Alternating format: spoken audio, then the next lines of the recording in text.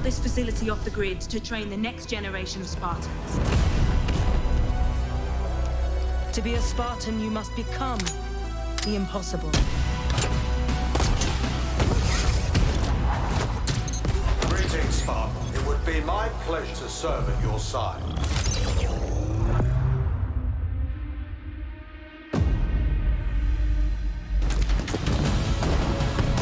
Flag taken. An electric kill.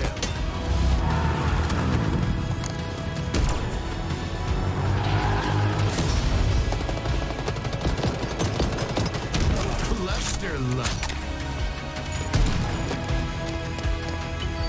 On your feet, Spartan.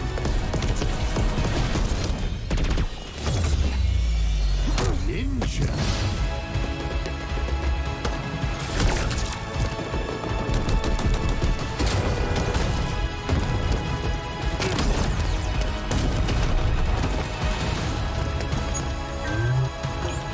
Zone captured.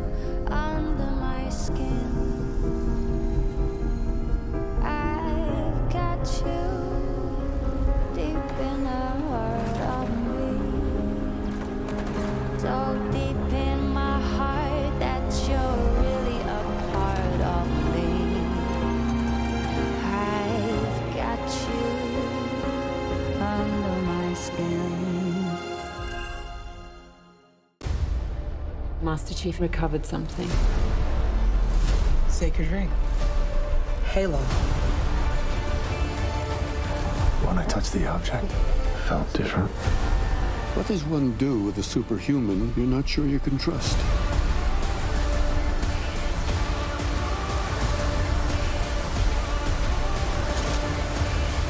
Find the Halo. Win the war.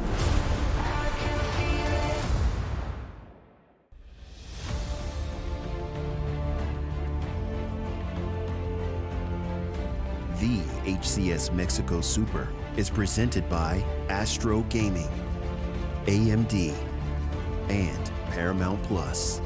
Hello and welcome to the HCS Mexico Super. It is great to see you guys here joining us once again on the line while we bring you some of the best Halo you've seen in every single region. And we're starting off here in Mexico. Now, we've been to NA, we've been to EU, but what has Mexico got to offer? My name is Lotte Van Praga, and with me you're going to be finding out this weekend. But I'm not alone. I have actually brought on board some of the best talent you will find from around the world. I do have, starting off, Clutch and Gaskin joining me on the desk. Gentlemen, first of all, really good to see both of your faces once again. It's an absolute pleasure as usual. And Clutch, I've got to start off with you, man, but my goodness, we're going to be tuning into Mexico. This region, you know, they're going to be popping off for 3 days. Are you ready for this fire? I am. I'm extremely ready to see what the MX region has to bring us. I'm very excited to see where these guys are in the meta compared to what we've seen over in the NA region and kind of how they stack up. So looking forward to seeing the MX style, the MX talent, and hopefully at the end of the day, we get to crown a champion and obviously have a good time while doing it. Hey, look, I can promise a few things. A good time is definitely one of them. Some good Halo is definitely one. But I'm very excited to find out who is going to be crowned champion of the Super by the end of it as well. Gaskin, really good to see you. But I tell you what, you're hopping around regions, mate. NA, EU, and now Mexico. I'm excited for this world traveling, Gaskin, and the points of views. Are you excited about this Mexican Super? World traveling, but I've done it all from this room here. You know, it's a thing of history that we've been able to achieve. No, it's amazing to be able to commentate on all of these different regions and see the best players from around the world. And I mean, LATAM region, we've missed you. We didn't get to see you in Rally. It was such a disappointment due to unforeseen circumstances, but now we're going to see the top LATAM players going at it. I know that you guys are going to put on a show, and if you are tuning in and you're watching us in, well, how good is the MX region? They are individually incredible. We're going to see some amazing shots. We're going to see some amazing plays today. I cannot wait. Yeah, do you know what? I've been told that some of the shots are out of this world, and we're going to be seeing some crazy plays happening on our screen. So make sure you guys are ready for that. But I tell you what, we're ready also for the next part of our roadmap. It is the 2022 season, of course, and we've had a few things already going on. So we're getting through this thing. And of course, you may have noticed we just had Anaheim. It was our NA HCS regional in California, and now we have our online supers to get through, and they're all building up to one big thing, and that's the Kansas City major as well, happening very, very soon, but also all building up to the Halo World Championship in 2022 in Seattle, home of Halo as well. So really excited to see that roadmap happening, and the season's looking pretty damn fine, I may say so myself. But you know, we need to talk about the region win right now, and that is Mexico, of course. So our MX Super is happening, and for me, I'm learning about, LATAM. I'm learning about the Mexican region. I want to know what they're going to be having to offer. What are we going to be seeing over the course of 3 days? Clutch, what can we expect right now? I think we can expect a very strong showing from PK, but it's the rest of the group that I'm extremely excited to see. Where do they stack up against PK, and then how good is that second tier of the MX talent? It's very exciting to have these guys have this opportunity to have a stage and a platform to compete at this high of a level for a lot of cash prize. But most importantly, where are they right now in their Halo Infinite journey? Because it's so often we see different styles, different metas, different tiers of skill across all the different regions, and MX has to show us that they can compete with the world's best here today. Indeed, and there's some similarities happening across our regions here, Gaskin. We have dominant forces everywhere across the globe, and Knights are one of those here for Mexico, and I'm excited to see if we can get any upsets across this 3 days. So do you think that the level of competition is going to be heating up in this region across this Super? I think so. I think everyone wants to topple the Giants, similarly to every other region. As you say, you've got Cloud9, you've got Chiefs, you've got Ascend. They dominate all these regions, whereas Knights are the dominant force here. But I think what makes this region so interesting is that there are so many players who have competed on this roster in previous iterations of it, through previous iterations of Halo as well, back Halo 5, Halo 4. And there's going to be so much knowledge known about these four and how they play, and everyone will want to just get one up over kind of old friends but are now frenemies. And I think that there is a lot to say about who could maybe turn up today. And yes, okay, Knights are going to be the favourites, but I wouldn't be surprised if someone is right up for a fight here and we might see someone getting upset.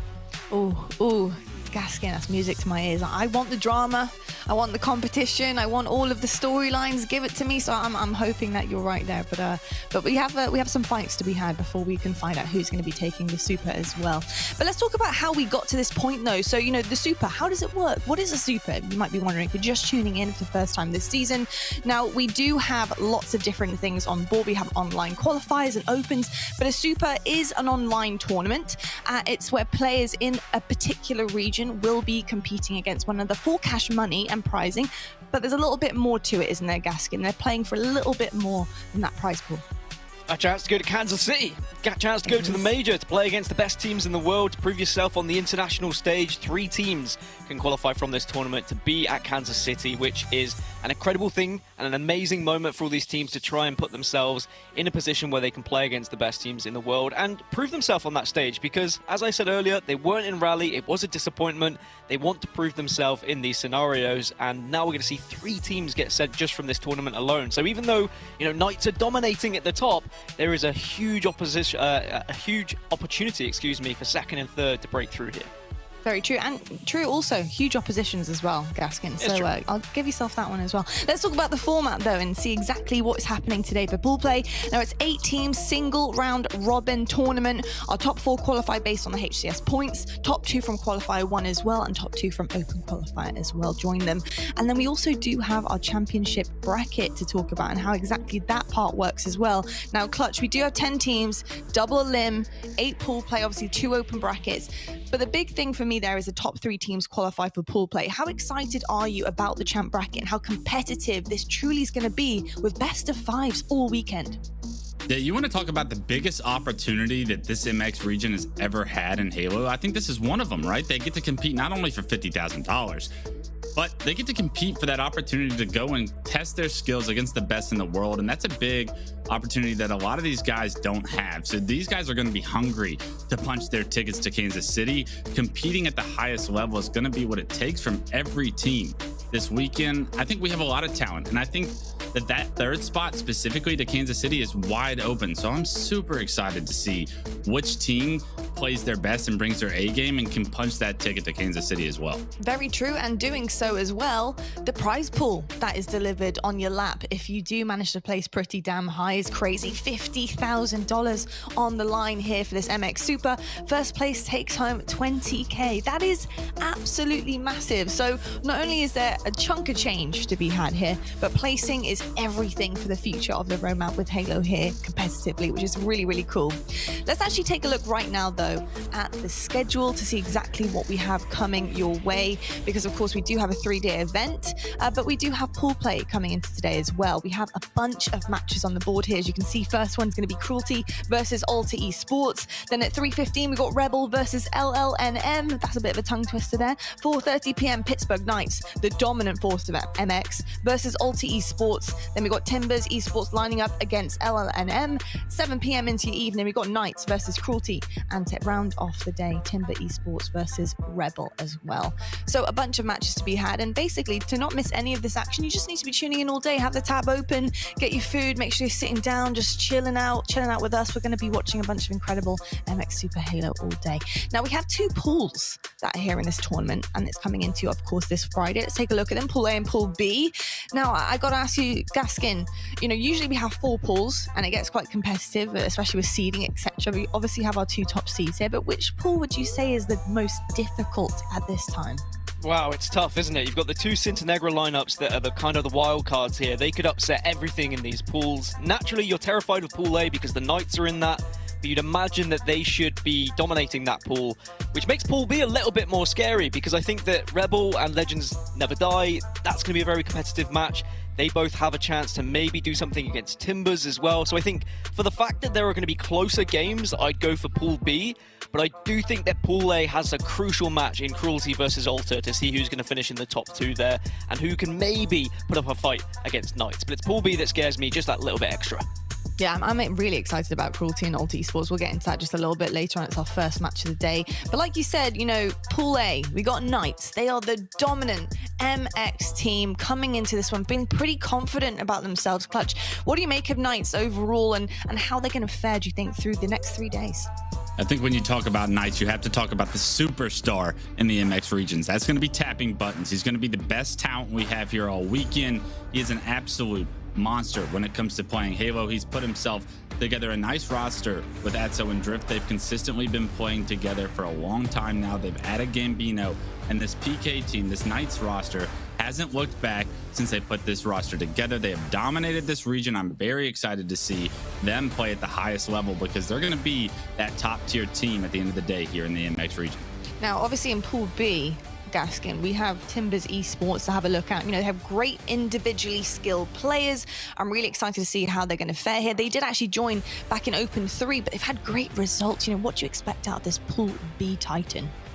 Timbers Esports is an interesting one when you look at this region because every one of these players has previously been on the Knights, or what were they once called Shock the World. All 4 of them, they were a part of the Shock the World lineup at some point in some Halo, whether that's Halo 3, 4, Reach, 5, it doesn't matter. They've all been a part of that kind of giant roster here in the MX region. But now they've all kind of been formed together as these kind of secondary players who didn't quite make it maybe as much as they would have liked. They're not on the roster anymore, but suddenly they've broken out as this squad who are a definite top 2 side. They're constantly getting to the finals. They're constantly taking maps off of the Knights. And it's how far can they go? Pilu is the key player to watch out for. He's the most recent player that featured on the Knights roster back in Halo 5, and I think that he is going to be a real breakout star here in today's tournament. So I think they have a chance. I think that the fact they have taken maps, a lot of it will come down to map layout when they do eventually get up against the Knights, but first of all, they have to focus on their pool, of course. You can't take any of these teams to a point where you expect a victory. You've got to make sure you are playing your very best in every single game. Very, very true. And like you said also earlier, Gaskin, there is potential for upsets. There are teams here who like to really kind of push very hard. And if you do get complacent, something bad can happen, especially in pool play. We've seen it before. Now, talking about bad things, I have none of them to deliver you guys in Twitch chat because drops are enabled. You are hearing it correctly. You guys can get your hands on free goodies. We do have an absolutely epic emblem for you guys to pick up. It's Whose World Is This? And I've got to say, I'm absolutely loving that. I'm absolutely loving that, especially considering we're going across the regions here. It is a global event, this HCS competition this season. So absolutely incredible stuff across the board. And all you guys have to do is tune in to all of the gameplay. So make sure you have a tab open. Make sure you are checking out for those Twitch drops. And you guys can get your hands on this wicked emblem as well, which is absolutely amazing. Now, we need to quickly talk about our regional snipers as well, because obviously this is a regional event. If you guys want to know how to support your favorite team, whether it's in Mexico, whether it's ANZ, whether it's Latin, wherever it may be, you guys can also coat your snipers with these absolutely incredible regional sniper coatings. Absolutely stunning stuff. So honestly, I would check on Latam. Why not? Support the boys right now in their MX Super. It'd be absolutely amazing, but really, really cool stuff. So make sure you guys are heading over to HCS Store on Halo Infinite and get that going. Now we need to talk quickly about our first match of the day, which is going to be Cruelty versus Alter.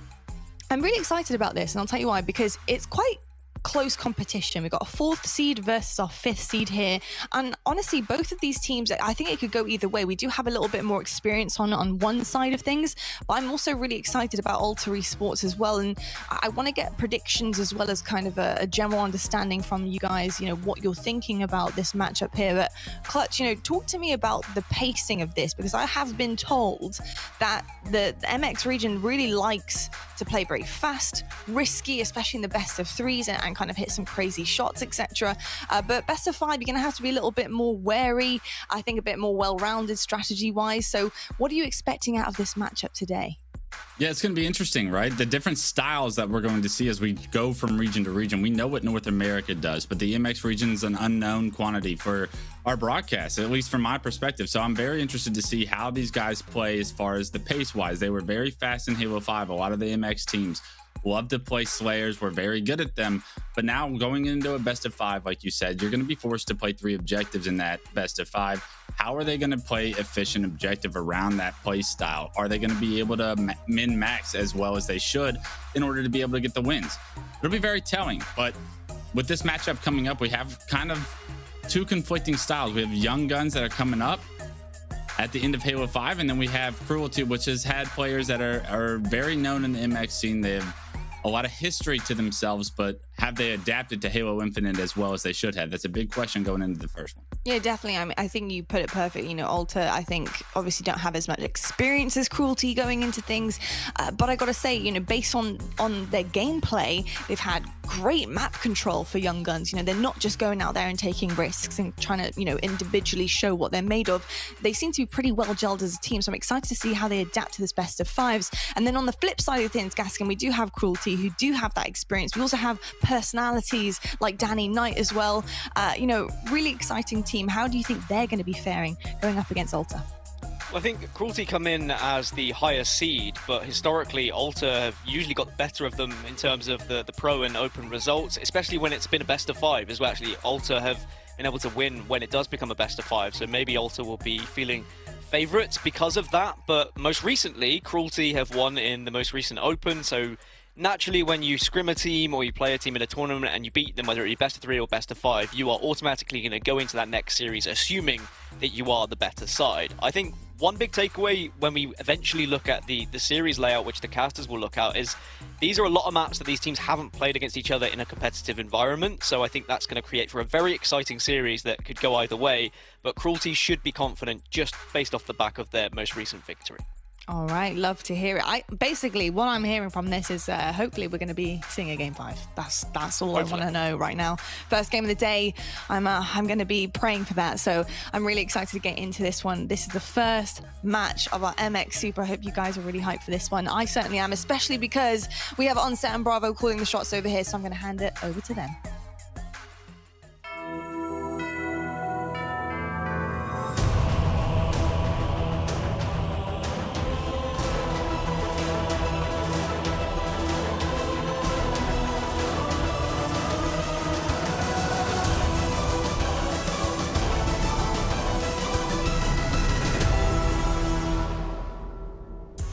Hello everybody, welcome to the commentary booth, and it's Super Season. We are getting into some of the biggest online tournaments that we will have all year long, and I've got my man alongside me, of course, Bravo. I'm super excited to get into today's action and the next 2 days action because I love the MX region. I love the LATAM region, and they always give us some amazing games. Yeah, me too. There's few regions like Mexico and all of LATAM that bring the hype, the energy that the community does. We've been lucky to have been in a bunch of events, of course, in Mexico City, and there's very few communities that have the hype that the LATAM community does. So amazing to be able to cover them in an official capacity with an English broadcast. Normally, I have to speak pretty rough Spanglish when I'm covering the LATAM region. So luckily, it's going to be all English today.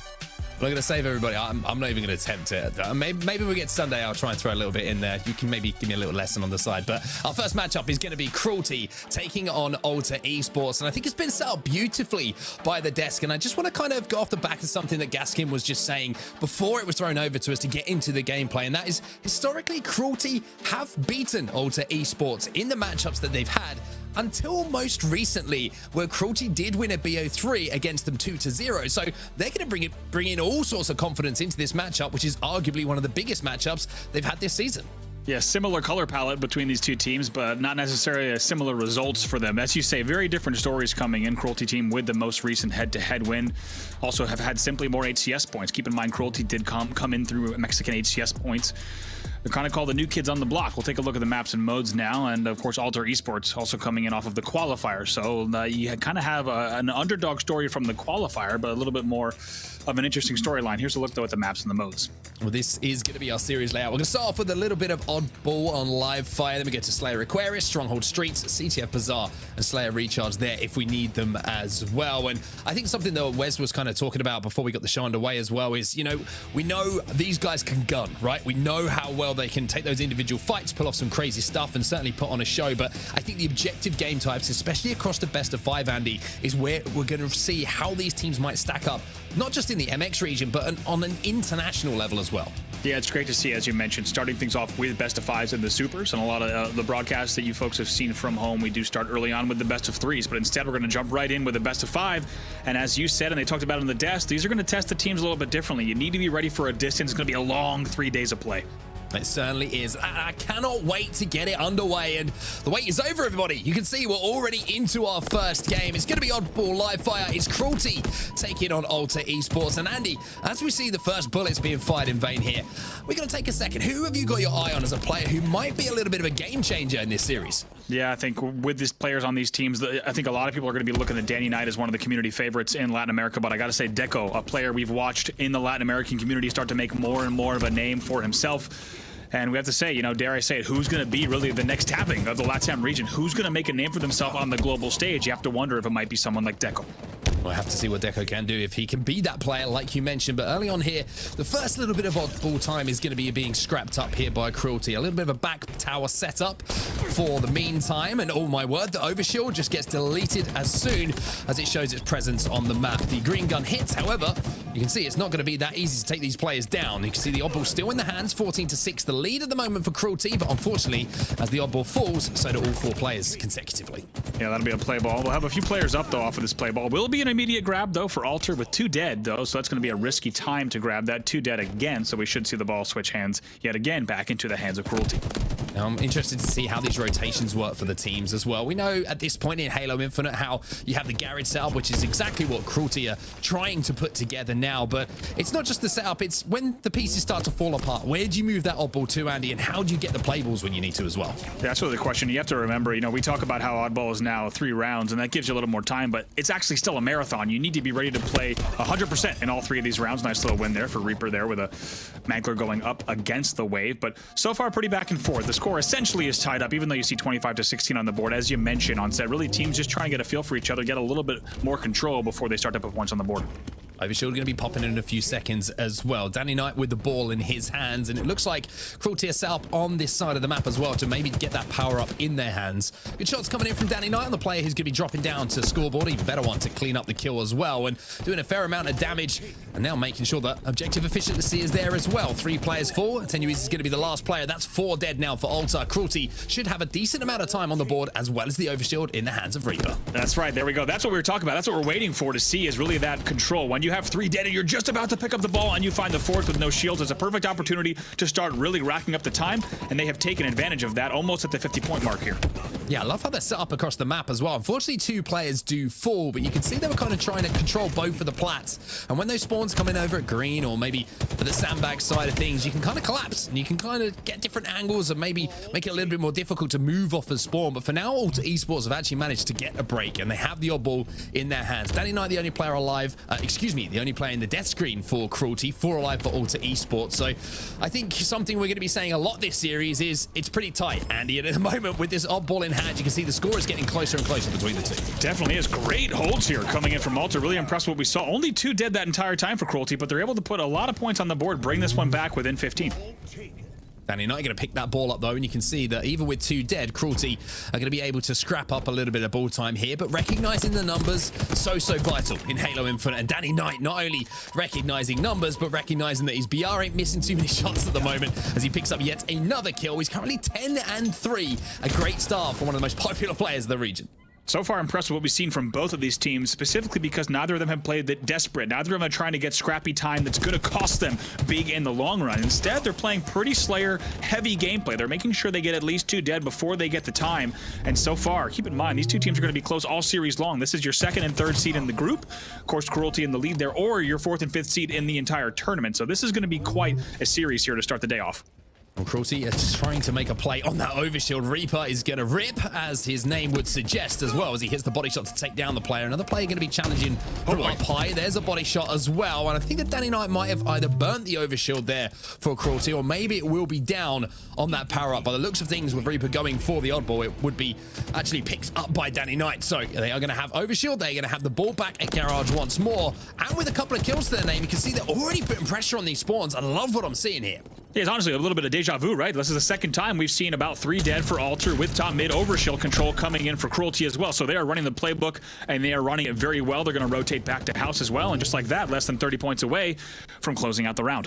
Yeah, I think it's a great point you raised there, right? It was pretty close a few moments ago between the 2 teams. We were talking about how the series is going to be pretty tight, but with that hole, with the overshield and everything going into the hands of Cruelty, the lead obviously has extended as well. So 77-31 the score now, and you get get the feeling there might be 1 or 2 pushes here for Alter Esports to get the break on this setup. Otherwise, they might be up by that first round. That's really all they've got, but they're continuing to trade here. Finally, we do see 3 dead for Cruelty, so this is going to be the opportunity that Ultra needed. Deco, unsurprisingly, going to be forced back, going to have to wait for teammates to spawn.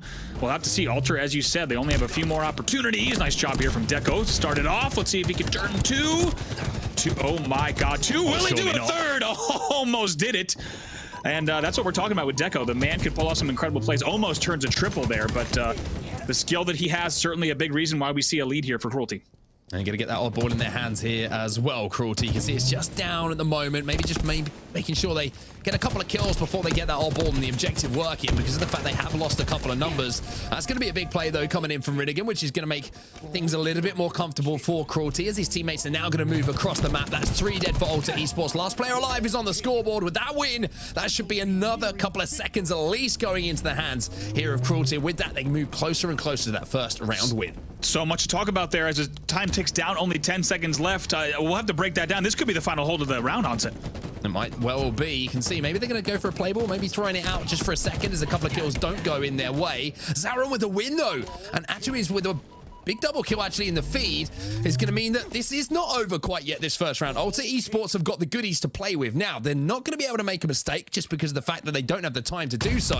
With a sniper in the hands of Zauron and the ball in the hands of Alter Esports, this could be the comeback that they need. That's 2 dead once again. If they can get this 3rd pick, this really could get a lot closer here. And as you said, look like the round could be over. Shot does not connect. First one, the second one does.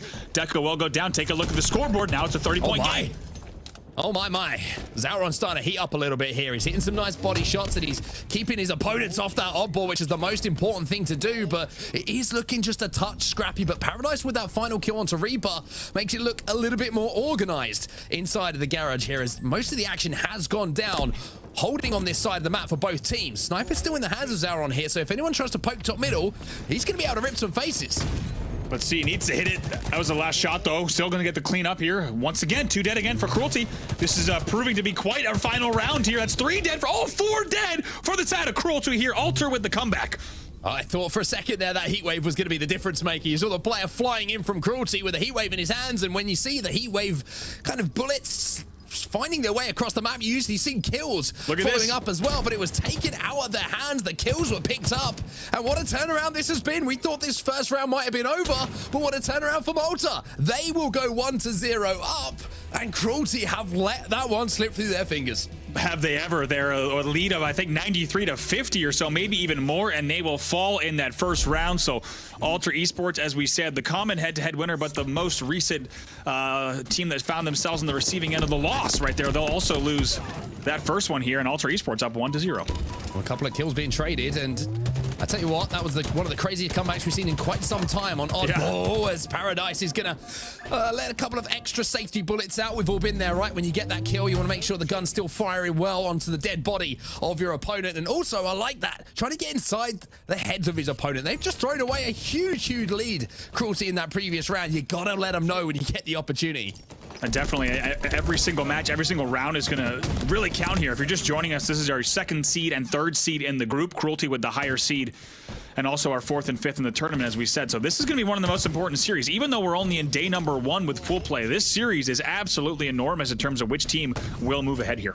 It certainly is, and Cruelty have got that ball back to tower. Now, we saw a lot of setups around the other side of the map towards Garage, but this tower setup was something that Cruelty went for right at the start of the first round, and they got a few seconds on the board because of it. And I think maybe they're thinking, Andy, that with the way that the game ended last time, with Alter Esports showing such a stronghold when they got control of Garage, at least they get the play ball opportunity here, right? Using it around tower. If something starts to fall apart, they can get that ball off the map and reset. Yeah, it gives them that get out of jail free card, which they did not have in that first round. Like you say, pretty uncomfortable with those amount of households that they were forced to push against in the end. Even though they had the play ball that they decided to play at the 93 mark, it really cost them in the end. So it looks like they're going to be a little bit more comfortable with something like a tower hold to get that get out of jail free card if they need it. Danny Knight can't quite get all of those needles together to bunch up and cause that explosion that we all know and love, unless of course, you're on the receiving end of it. But Alter Esports have the hold. They have the ball in their hands. They also have a lead once more here, Andy. 42 points and rising. And remember, they have that first round on the board as well. So Cruelty at the moment very much on the back foot. Ultra Esports looking super strong at the start of this series. Now Ultra saying, hey, we're fine with the back tower hold as well. Might drop and shoot here from Grimsey. We'll see how he plays this. The help, look at how much help comes in. The cavalry flies back tower as well. As players will fall, the ball will fall as well. That'll be a play ball against the overshield. There's the beatdown coming in with the Mangler as well from Reaper with that overshield like you mentioned. So finally the setup is broken and there should be another comfortable kill here for Reaper as well with the Mangler switching over to the battle rifle for that final headshot. But 21 points and rising now for Cruelty. They've already shown that they can get close to winning rounds. They were only a few points away, Andy. Now they have to show it again and show a little bit of resilience after what was an extremely disappointing end to that first round. Now they have the ball in their hands, or I should say they had the ball in their hands, but they looked a little bit stuck on how they wanted to rotate there. Yeah, not gonna lie, it's a tough way to start a tournament, to find yourself up with a 40-point lead in oddball, and not just a lead at the end of the game, but they were dominating that whole game. Mangler shot and melee will not connect for the first few for Reaper, but he gets him before he goes to the double door. But like you said, that's a tough result, and to be honest, it's a tough 40-point deficit once again here in the second round. They need to turn things on, they need to do it quick. Should be able to get 3 dead here. Killing spree for Reaper. Maybe that's what you need just to get things cooking a little bit. One of your players to start heating up, picking up the slays. But picking up the slays is one thing, picking up the oddball is another. They need to make sure that they're prioritizing that objective, as we'll see another kill in the feed for Deco this time. But Zaranars is back with a double of his own. He's 6-9 at the moment in the game, but I've seen his name popping up numerous times, important times for Ultra Esports. 61-23 the score here. Danny Knight doing what he can here. It's a nice no scope there on the body to stay alive. He's 9-6 in the game right now. Deco is 9-5 as well. However, those stats not necessarily reflected on the scoreboard in terms of ball points, but right now they've halved their opponent's score. They're trying to bring this game back. Should be able to pick up a few seconds here as well. If they can take down Zauron, that'll be the first player forward in the wave of respawners coming forward. So Overshield popping in 10 seconds as well, but Grimsty with a wonderfully placed grenade will take the player down back tower as Danny Knight tries to move in now with a sniper in his hands, but already coming under numerous players and numerous amounts of pressure from different angles. He'll fall as Ultra Esports managed to get the break once more. Yeah, not just a break, but they also really held any ball time off there. We were talking about how they'd hit the 31-point mark quite some time ago. Now they're only at 35, so in the end it will be Alter getting a little bit more control again. That's 3 dead. Danny Knight, last player alive. It's going to be continued time here, and it's getting close to the end for Cruelty. It certainly is, and it was Danny Knight who was last alive, but he was first off the respawn, so it was all 4 dead for just a few seconds there. So with one really good hold here, Ultra Esports, after performing a crazy comeback in the first round, might be on the edge of actually taking the second one and the first map of the series. However, never say never. We've already learned that after round 1, as Paradise will find himself the last player alive and gets the play ball. Cruelty now having to refight and re-establish some map control to get that oddball maybe back to tower and get a hold. Yeah, an opportunity here. Looks like that ball's going to get rotated down on pillars here. Cruelty will need the kills here. They will need the picks. Not a lot of room for error. 19 points to go. What a stick there coming in from Grimsty. Grimsty picks up a double as well. Danny Knight comes around the corner though. He'll pick up 1. He'll pick up 2 as well. Atenuiz is the last player alive now for Ultra, and this is going to be a hold coming in for Cruelty. So even though they're down, they're certainly not out. 49, and so did I say 50? Excuse me, they crossed the 50-point threshold. And they're closing that gap every single second. However, Danny Knight just kind of doesn't do the damage you wanted to there. You can see the idea, maybe trying to repulse the player back, but things not quite adding up for him in that circumstance. And Atenuiz comes in now, and he has the ball in hand with just 15 points to go for Ultra to take game number 1. Yeah, 1 dead here for each side, and momentarily all players up now, so a little bit of drop and shoot here for Atenuiz. They need to be careful. I think they just went for that play ball. Great work there coming in from the side of Ultra to just fly through that battle, make sure the play ball comes in. Ball will be played here. They're at the 91-point mark, though. Danny Knight needs to hold here on the overshield side. Ultra Esports all spawning around the house. It should be a really nice kill for him as well. Grimsty is going to be able to pick up the kill with a well-placed grenade. 2 fall now for Ultra Esports, but 2 also dead for Cruelty. Oddball in the hands of Cruelty, but Ultra Esports, they have an overshield, and here comes Grimsty. Yeah, this is a big push here. Look at this. They know the play ball comes in right away, but Grimsty might actually just go for the sneaky grab. You're waiting with the teammate. They're probably just going to grab this and try to pull it back, especially with the overshield. It could be over right here. It could well be over. I love this heads-up play from Grimsty. Recognize it with the overshield in hands. Nobody's going to be able to take him down before that clock ticks over. And Ultra Esports will go up by 1-0 in the series after a crazy, crazy first-round comeback. And man, it feels like once that comeback happened on set, they did not look back whatsoever, just moving and steamrolling straight ahead, winning that game type. I believe they also won that game type in online play against their opponents here. Ultra Esports looking good in our game number 1. One thing I love about him as well is when you look at a team and you're looking at a team like Ultra Esports who, you know, by all accounts in the region are kind of up and coming young guns, right? Not kind of the established names that we may have seen back in the Halo 5 World Championships and during that era of Halo. They're showing that they've got composure, Andy, and I think that's an intangible for a team to have as a unit, and we've already seen that in game number 1 as we take a look at the stats. Yeah, taking a look here, anyone popping off on the other side, really it's Attenui's there, 25 kills on the board. He'll go +4 in the end, but if you take a look at the slays on set, overall, pretty even, and you even had on the other side, you had players like Danny Knight going 30 and 22, and Deco going 29 and 22 as well.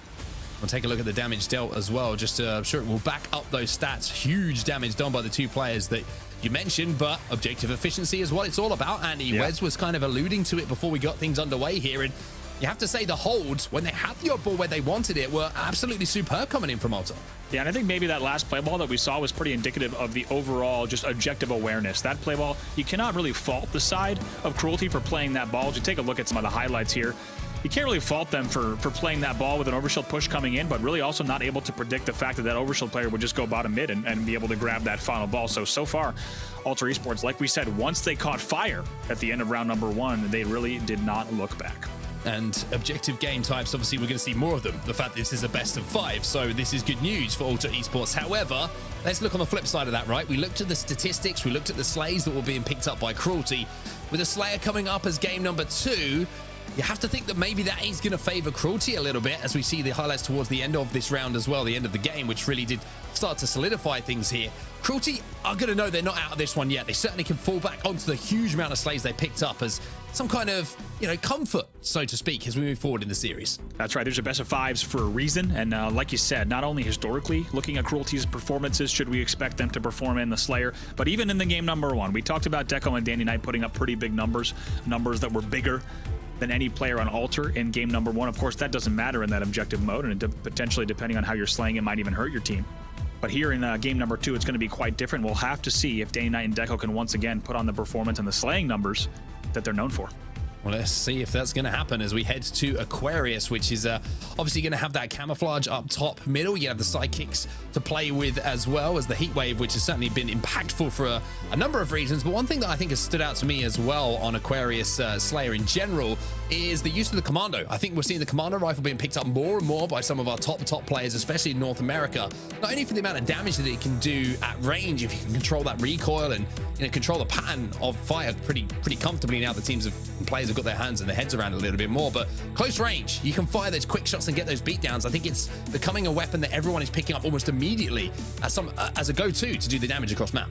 Yeah, it almost feels like the second wave of weapon meta here on Aquarius. I think early on it was all about the sidekick in the utility, and that sidekick really coming into the base and being a factor. And I think now as we see more and more teams scrimming and getting better, especially in NA, you look at teams like Optic, players like Trippy that can pick up those commandos and absolutely pop off with them. And I agree, I think it's becoming even more of a factor on Aquarius. And as players really learn how to time those shots, to pace those shots, that they were going to see that weapon be even more dominant. Players are just going to opt for things like commando sidekicks and be able to go on some pretty serious sprees. We'll have to see if any of the players in this lobby can do that as well. And I have to say, Deco did stand out. You was your player to kind of look at in that first game, and statistically certainly did so. Where do you think it kind of went wrong a little bit for Cruelty in that game? Because you pick up that many slays and you look that comfortable, when you look at the statistics at the end, but it wasn't like that second round was a close round in particular. They kind of got dominated objectively. I think they crumbled in round number 1. When they were up to about 93 to around 50, I think they thought that they had done everything they needed to do to win that round. They hit the play ball off of sandbags to put it around scoreboard, and they figured, okay, all we need is one more push. I think you can very easily, with a less experienced team, start to snowball that into starting to get a little bit too hasty, and you start to push maybe only when 2 players are alive, when 3 players are alive. Then you just get into a spawn trap, and they continually push. All they needed to do is wait for one single push, make sure they get the right damage to not panic. We've seen a lot of top teams do that. They were unable to do that, and I think that crumbling in that first round also led to the wrong mindset of round number 2. I think it got in their head a little bit, and they're unable to close out there. So I think they're going to need to have a big mental reset coming into game number 2. Yeah, it's the round one hangover, we'll call it. I think a little bit kind of contributed. We've all been there, right? We all know what it can do, yeah. But so, yeah, 100%. But let's talk about game number 2. Like you say, they're going to have to get rid of the hydrate. That's the best way to put it. Maybe go for a brisk walk before this one, like you say, just to get the mentals reset and get ready for this game number 2. But like I mentioned, the fact that they did have that heavy Slayer presence in the first game, even though objectively things didn't quite click for them, certainly is going to look good for them. But it's very difficult to look across at Ultra Esports now after that first game and say, you got to count them out, because of the fact that you can't count them out at this point. Even with the stats not going their way, Ultra Esports all of a sudden might recognize that this is a Slayer, and they have to be a little bit more conservative with the way they play their lives. Keep those deaths down, because of the fact that, of course, it's a completely different game type here. Absolutely. I think they need to be ready to play this game and be ready for some serious aggression outside of the Cruelty team. You heard them talk about it on the desk. These these Mexican teams, these Colombian players and Mexican players we have exclusive, of course, representing all of LATAM, but all of the players in this tournament, we should mention, are from predominantly Mexico, and a few Colombian players qualifying as well. All these players love to play this game fast. We were talking to Munoz, longtime veteran pro player who knows a lot of these guys very well, saying these guys are mini Cloud9s. They want to play the way that C9 does. They want to play very fast, so look for Cruelty to do that once again. I think it's something I love about, when we watch other regions, right, and you hear that kind of information, everyone's always looking at the best in the world, and everyone wants to imitate what they're doing, and the regions get better and better. I mean, it kind of, everyone has a little bit of short-term memory maybe when it comes to, European regions, ANZ regions, and when it comes to the region we're looking at right now, right, MX. A couple of years ago, 5-6 years ago, these regions were not at this level, and it is, they weren't anywhere near to this level. And now you're looking at the likes of Knights, and we were talking to Wes beforehand, and we're like, where do you expect this team to be placing? We're kind of having that discussion. We're thinking, top 12 in the world. Maybe on a good day they're pushing top 8, and they're going to be challenging some of those fringe teams, those North American pro teams, the top European pro teams.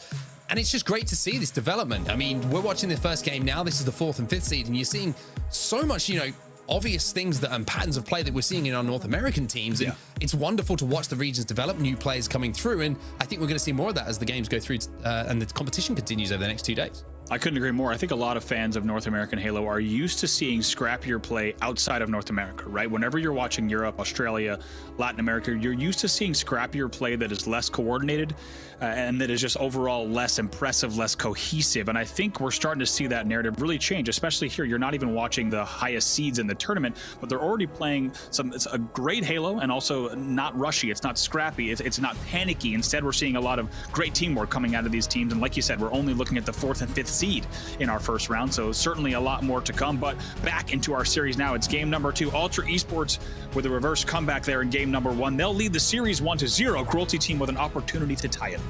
I'm going to have to try and take that opportunity as well. Thank you for staying with us as we just made sure everything was set up in the back of the players were nice and comfortable, ready for this second game of the best of 5. And what an opportunity this is for Ultra as well. We mentioned historically it has been Cruelty who have been the better of the two teams as far as results are concerned, until that very, very recent competition that we were talking about, where the opposition Ultra managed to pick up the win. You have to wonder now if that is going to be maybe the pattern of play moving forward, and you don't want that to be the pattern of play at the start of the season, and then when you get to these big tournaments ending with the money on the line, where it turns around and you find yourself on the back foot. Absolutely, a little bit of a unorthodox play there. The kills coming in a little bit later there, so players finding themselves getting taken down from different angles from top middle. Will be just 3-3 off of the opening, but the wave in the hands of Zaron. Let's see what he can do then. Just patrolling around the pink side, so pink side is on lock here for Ultra Esports. Doing a good job of just making sure that he's essentially the eyes and the ears of his team right now over at the pink tower. Now he's going to make a little bit of a push onto Rinnigan, who's kind of caught in the base and will be able to pick up the kill as well. So I like this from Zaron, recognizing that he's got a teammate with him. Opportunity to over-challenge was there, knowing he had the help, and now you're seeing a 7-4 lead here for Ultra. Great play from Zaron. I mean, that is absolutely beautiful. It might not look that flashy in the feed that you just watched, but watch the pings that he did. He's let his shields recharge. He comes around, gets a perfect pick, thrusts back to not go down, gives his team a nice lead, but Cruelty answers right back. They bring it back within 1, 7-6. Rimsey trying to stay alive here as well. You can see he's under pressure from 2 players. He's got that commando rifle in his hand, but he's also got 2 players flying at him. Oh, manages to actually get a trade in that situation, which when you got 2 players flying at you from Cruelty, you will take absolutely every day of the week. A little bit of a scrap going down here in utility as Ultra Esports lose 2 players. Reaper will stay alive though. He comes in and manages to get 1 trade at least. 10-9 to score. Look at Cruelty. They're fighting back. It was just 7-4. Now they lead 10-9. Resilience coming out of that base spawn. You had to worry about them getting all trapped from all the top mid angles, and normally that's an opportunity for a team to really start to collapse and start to rack up the score, but instead they keep the game tight here, now tied 10-10. So despite the fact that we saw Alter Esports poised to start to rack up the score, we will stay tied up. Alter Esports down by 1, but they've just picked up the camo. I think it was Attenuiz who actually managed to get it into his hand. Only 1 kill to his name for now, but with that camouflage in his hand, he has the opportunity to certainly buff those statistics and also call out a lot of positions of opposition. One of those being Deco, now moving towards the top of the pink tower. Reaper's going to pick up 1, Paradise trades it out. So 12-13. Neither team getting ahead of each other at the moment. Reaper going to be taken down to no shields. Has a teammate there to try and clean it up as well. Couple of kills fall in quick succession, and with that camo in their hands, they managed to tie the game back up at 14-all. Yeah, Tenuous, nice job there. And unable to get the cleanup there on Deco. However, knew that the second player he shot needed to be in a position where his team could clean it up. Danny Knight, though, with the pre-nade, knowing that the camo was going to come out there. So really good back and forth between these teams. Somehow, we still have a heat wave in the hands of Zauron, and the game is still within 1. Zauron currently sat at 5 and 4. 3 assists to his name as well. A decent amount of damage every single time that we go to his POV. It seems like he's tasked at the moment for Alter Esports of just controlling the pink tower. A little bit old school midship vibes coming in from Zauron. Player going to be down bottom middle. Should be finished off with the heat wave. He will be. Danny Knight will fall. And Alter Esports all of a sudden have a little bit of a lead here, Andy. How many times have we seen Zauron stay alive in those peak battles? He knows how to get out of those situations where he might go down, and in the end, they will start to pull away time and time again. He's the one instigating. As you say, he's the one starting to engage and manages to stay alive through it all. That'll give them now a 4-kill lead. Look at his buddy system as well. Unfortunately, 2 players going to fall surrounding Zauron here, which means he'll be left alive. So even though Alter Esports had control and they were trying to play together, Cruelty doing a really good job there of just slowing things down and making sure they were playing together off the respawn. Only a 2-kill lead, make that a 1-kill lead as Deco picks up a kill. And now we're all tied up at 20-20 once more. Neither team can really get any kind of a foothold in this game and get those spawns locked down and get those rotations of 5, 6, 7 kills to get a lead. Yeah, it's the same exact scenario. We saw them with a 4-kill lead, 5-kill lead for just a second, and it crumbles once again. So credit to Cruelty team for that camo, by the way, will not be burned. It will still be top middle. We'll keep a very close eye on that. That's going to be Reaper that grabs that and pops that. But it's the same exact thing we saw. Credit to Cruelty team for staying in the game, but Alter Esports needs to find a way to not overextend. When you have the 4-5-kill lead, that's an opportunity to run away with the game. It certainly is. As Reaper not only picks up the kill, but almost managed to get away with a thrust and a heat wave, but a very, very important grenade and battle rifle combination comes in to take him down. 24-all still as we're at the halfway mark in this game number 2. Slayer, neither team still with an advantage. It's just trade for trade across the board, and there's another example of it. I think this is telling you exactly how tight these two teams are. We've talked about how they're only 1 seed apart. Cruelty team coming in with a slightly higher seed over Alter, but they have a very complicated history, we'll call it, with one another beating each other on and off throughout the year. But this Slayer really has been indicative of just how tight these two teams are. Deco taken down as well. That was all dead for Cruelty. Momentarily, Alter Esports managed to get the numbers on their side, and they managed to not only get the kills, but live. Now, can they take advantage of it? They have a 3-kill advantage because of it, and now they're starting to extend it, or they certainly should have the opportunity to, as Grimsty and Zauron work together in utility. Danny Knight just trying to hold around the shot grenades right now, but he's going to get absolutely decimated as a player flies down from top car, and that is the lead starting to get a little bit bigger as they got that first 4 dead. That's pretty much the first 4 dead we've seen in the entire map, and it's reflected in the score now as we see 34-30, a 4-kill difference between the teams. Yeah, right there. It was just a 5-kill difference again. What does Alter do here? They're able to get the kills that they needed. Now it's just a 4-kill lead. Can they turn this around, or will we see Cruelty bring the game tied up once again? Danny Knight going to be challenging Deco, trying to fly in with that bait and switch, but Grimsty aware that he might have been a little bit of a man on an island there, so just had to back down, had to take his time, and now turns his attention towards that camo. However, he's going to have to turn his attention towards the car side of his base because Deco is flying in. He managed to get 1 trade, and his teammate's going to pick up a couple as well. Deco now staying alive in the base for Cruelty, but down to no shields, and with a teammate with him as well with no shields, this is a difficult situation to get out of. Just like that, they keep it close. Cruelty able to make sure the game stays within 3. Alter, once again, not able to run away, not able to slow things down and re-slay. They have never slayed back-to-back here. And once again, just like that, now 36-34. 2 kills, make it 1 kill. Double kill coming in for Deco.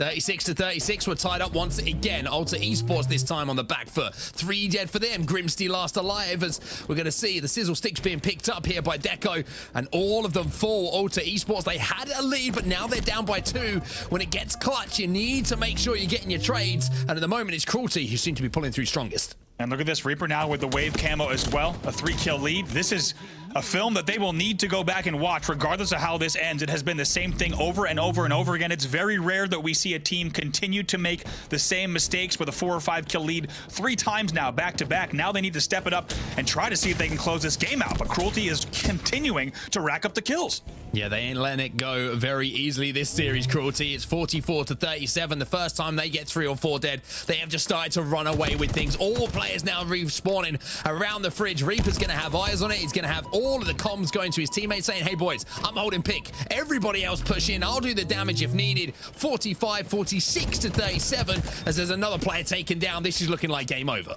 Now the killing spree there, and even though the fridge spawner was just camping out there 2v1, he's not going to win that one. Just like you say, only 2 kills left, and here comes the base push from Reaper with the heat wave in hand. And he needs 2, and that heat wave shot is going to scare all of the players from Ultra stuck inside of that base as well. One good push here, and it could be game over. Zaron taken down to pretty much no shields, but I like the patience being shown here as well. You don't want to just give away a kill. You bait, you wait, and you pick up not only the 49th, but the 50th as well. And that will tie the series up. Cruelty with a 50-41 win here on Aquarius Slayer. That is an unbelievable final scoreline based on what we saw in that game. Keep in mind, Onset, it was 35-30 in favor of Alter in that game, and it ends 50-41 in favor of Cruelty. To be honest, unacceptable mistakes being made time and time again from the side of Alter. As we said, they will need to watch that film certainly before this end of this Mexican Super to make sure to see how they can improve that, because they continue to just fall time and time again after getting 4 dead. Yes, an unfortunate situation, but it's situations that certainly can be avoided. And like you said, I think the best thing to do is go back and watch that VOD as we see the stats on our screen right now. Deco, the man that you highlighted, 17-10 in game number 2. A big performance from him. That's your guy. I mean, we've been anyone who's kept an eye on the Latin American community over the past few years, Deco is a player that has been talked about more and more and more, just popping off. We've seen him put up huge numbers, but now in what has been the largest tournament here for Latin America in a very long time, it's the first time ever that we've covered an online tournament in the Mexico and Latam region in a major way with an English broadcast. The man is stepping up when it counts. They will take game number 2. I want to give a shout out to Danny Knight as well in that game. Huge amount of damage. Not a huge amount taken. Didn't have the stats maybe to show it in KD, but certainly doing the work for his team. But this was a really strong start, like you mentioned, from Ultra Esports. Zaron was doing a great job of controlling the pink side of the base, but it just was towards the end of that game. I thought that Ultra Esports, when, like you mentioned, they had that little bit of a lead around the 35 kill mark, and they managed to get their opposition stuck on that 4 dead respawn. I thought that was game, but you have to give credit for Cruelty for fighting back out of that spawn trap and managing to put one together themselves. Right, 3 separate times we saw them fight out of spawn traps, 4 dead scenarios, and then they run a huge gauntlet against their opponents to close out that game. That's a game I'm going to certainly go back and watch the entire VOD of from both sides, and it's a great game, honestly, just to break down for teams and coaches to watch, because you're seeing the same exact symptoms repeat themselves throughout that game, and somehow Cruelty sneaks it out 50-41. As we said, it was a 20-point run in the end to only 6 kills. They went 20-6 to close out that game.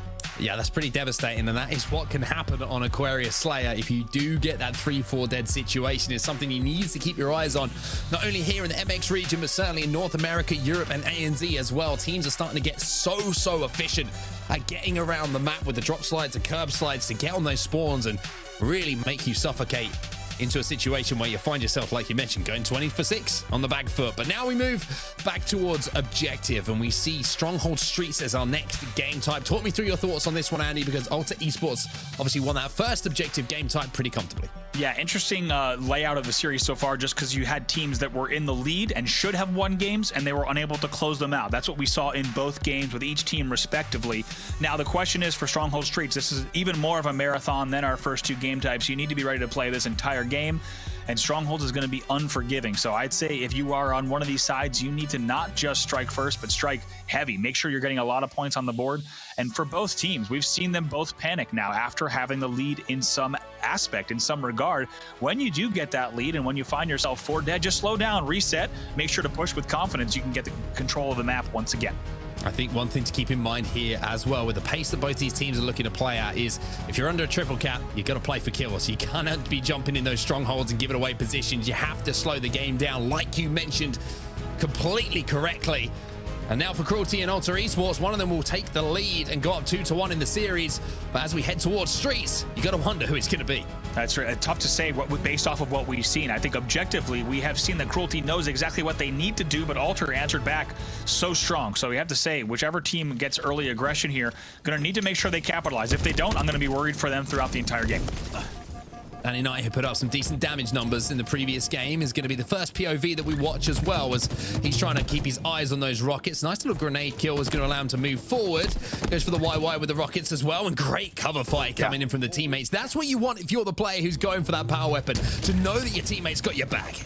Great stuff there from Danny Knight as well. Look at the confidence as well. Not all players know that they can just YY swap between. Great, also converting on both rockets as well. Nice little early lead there for the side of Ultra, though, regardless. But I have to say, Danny Knight, great confidence from his teammates, knowing that he's going to have that cover fire bottom middle.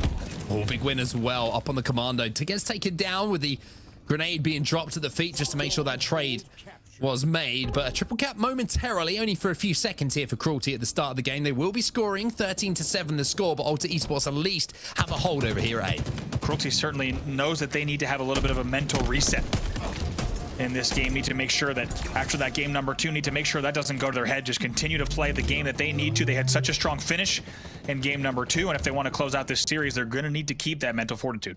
Let's see what Deco can do in this life as well. I've already seen some decent kills coming in with that shotgun. And it looks like a move is being made onto the A stronghold. So B is in their control. You can see the Reaper is kind of patrolling over there for him at the moment. But he's going to have to do some work over here at A. A couple of spike grenades coming in, but he's got the shotgun, the Bulldog in the back pocket. And the player who tries to challenge is going to be feeling that. That's going to be Grimsty, who gets taken down. Big play coming in from Deco once more. Like that from Deco. Avoids the second nade as well. That was huge, and confidently plays the angle. Pop, pop, pop. But the Bulldog is all he needed. Triple cap there for the side of Cruelty. They put a lot of points on the board here. It's already 48-7.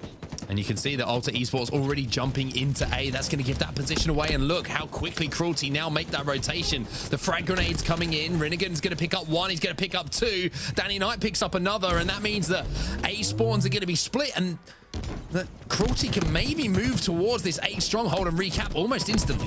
Yeah, Paradise with a very big win there. He was the last one alive. He wins the battle over at B in tires. That's the only saving grace for the side of Ultra right now, as it is 72-7. So Cruelty up with an early lead, but we've seen the story before on set. We're going to need to see which team is going to have the strength to close out the game. Rockets in the hands of Deco. Going to connect, but not get the kill. Danny Knight is there for the cover, and then there's a firing squad in front of Deco. He manages to at least get some damage done, and the firing squad gets extinguished here as Ultra Esports all push driveway. All 4 of them fall. A really strong hold coming in from Cruelty here. Triple cap still in effect. 95-7 the score. Credit to Danny Knight as well. He was ready for the PD spawns. It was a split spawn. He identified immediately that it might be one PD spawner. Finds it out. Also continues to block PD. It will be cafe spawns for the rest. Rinnigan now moving with that Bulldog towards B, just to make sure that he is the foothold, so to speak. And just playing his life nice and sneakily here. Good shots coming in from teammates. That's going to allow him to push up onto Red Room. This should be an easy kill, as you would say. A couple of pops, and almost manages to get the second as well, but that would have been turned around. That means Ultra Esports have an opportunity maybe to convert B, but here comes Danny Knight now to maybe get the trades, but no.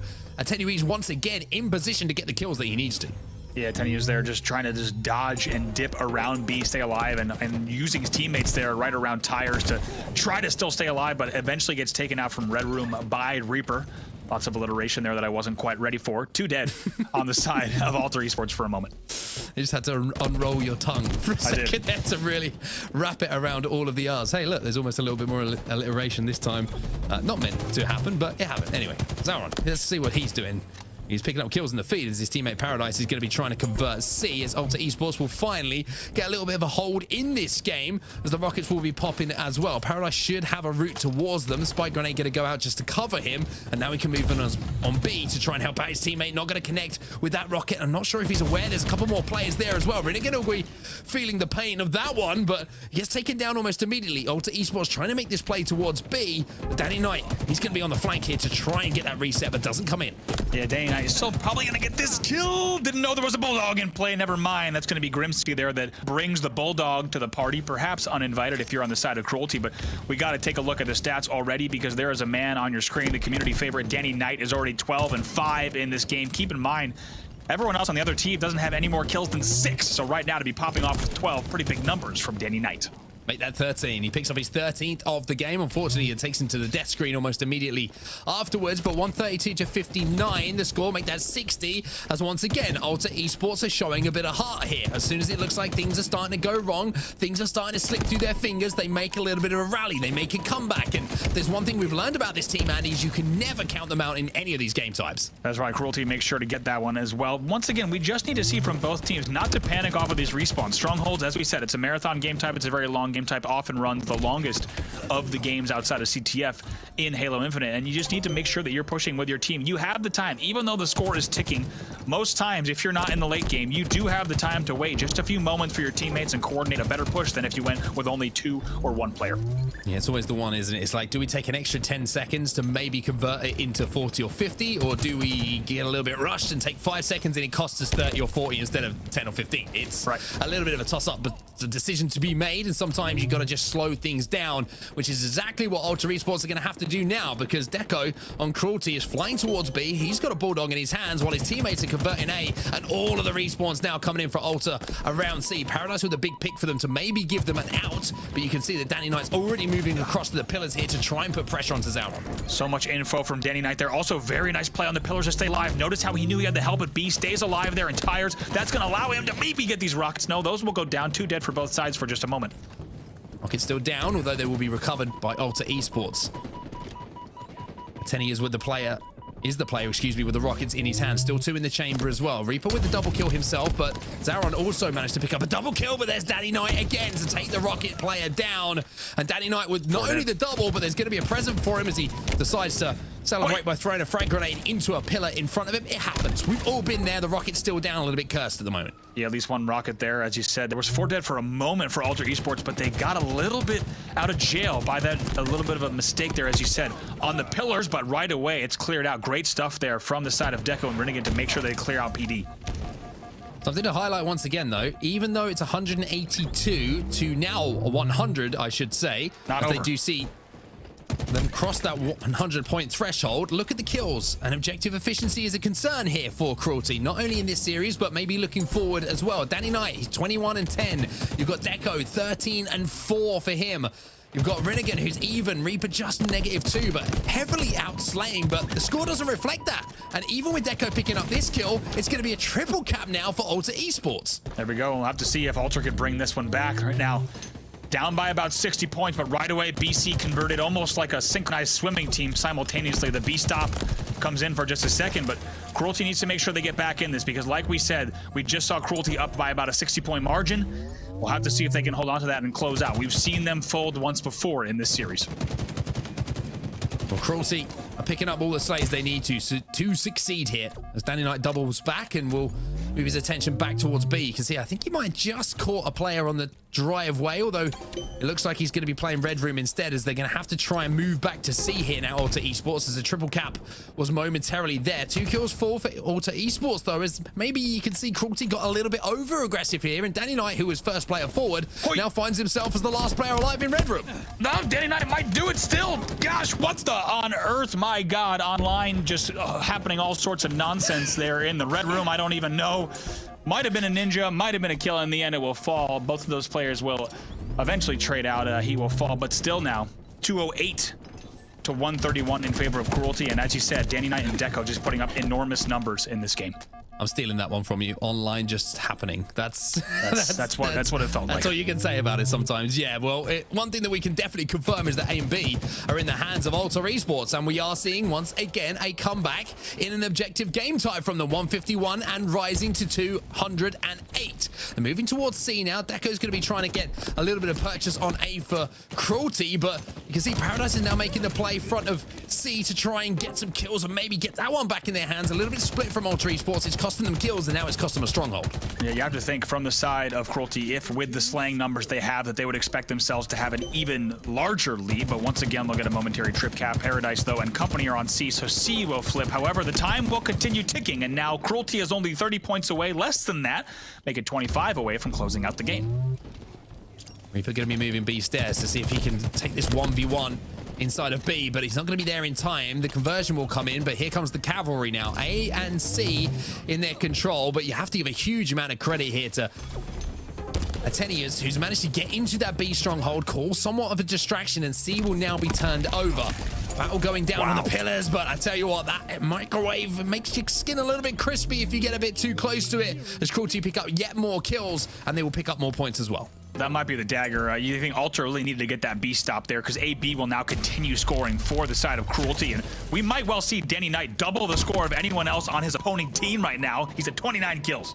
30 bomb on the cards here. We'll have to see. Let's see some Danny Knight POV, Observer, if you can put it on his screen. It is going to be a 30 bomb, as he's now 30, 10, and 14.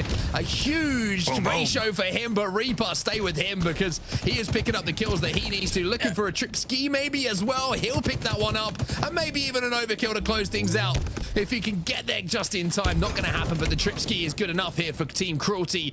2-8 the score, but you can see the fight still going down on here and B, and once again, Ultra Esports, they are not giving up without a fight. How strange that you see a triple kill almost over come in, and Cruelty cannot flip B. Really strange series of events. Luckily for them, they have a sizable enough lead that they're only 22 away, but we've seen this scenario before on set.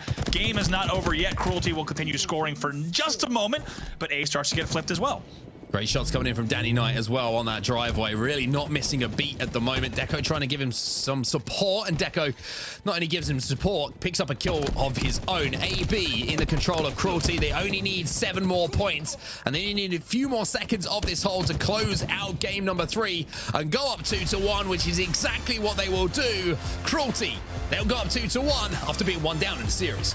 Quite a convincing win there, 250 to 174 in the end. The game got a little close, if you ask me, based on how the Slayer lines were going. However, they will close it out with confidence, and that's the first time we've seen them be able to do that in that style. Take the lead for the entire game, slow things down when they needed to, and be able to close it out with a convincing scoreline. Convincing scoreline in the end, but I will say maybe not a convincing objective performance for me. A huge amount of kills going down for them, but when you have that amount of kills, Andy, you would expect that game to be 250 to 100, maybe in the end score. You have to give a lot of credit to their opponents, Ultra, for the way that they fought back, but I think objective efficiency is something we always look at, and with Danny Knight going 32 and 15, you would imagine there's a lot of room to get that objective done. Yeah, 12 assists on the board for him as well. As you pointed out, Deco only 9 deaths in the game. Are you kidding me? Huge numbers from him as well, and great support, of course, from the side of Reaper as well as Riddigan. We'll take a look at damage too.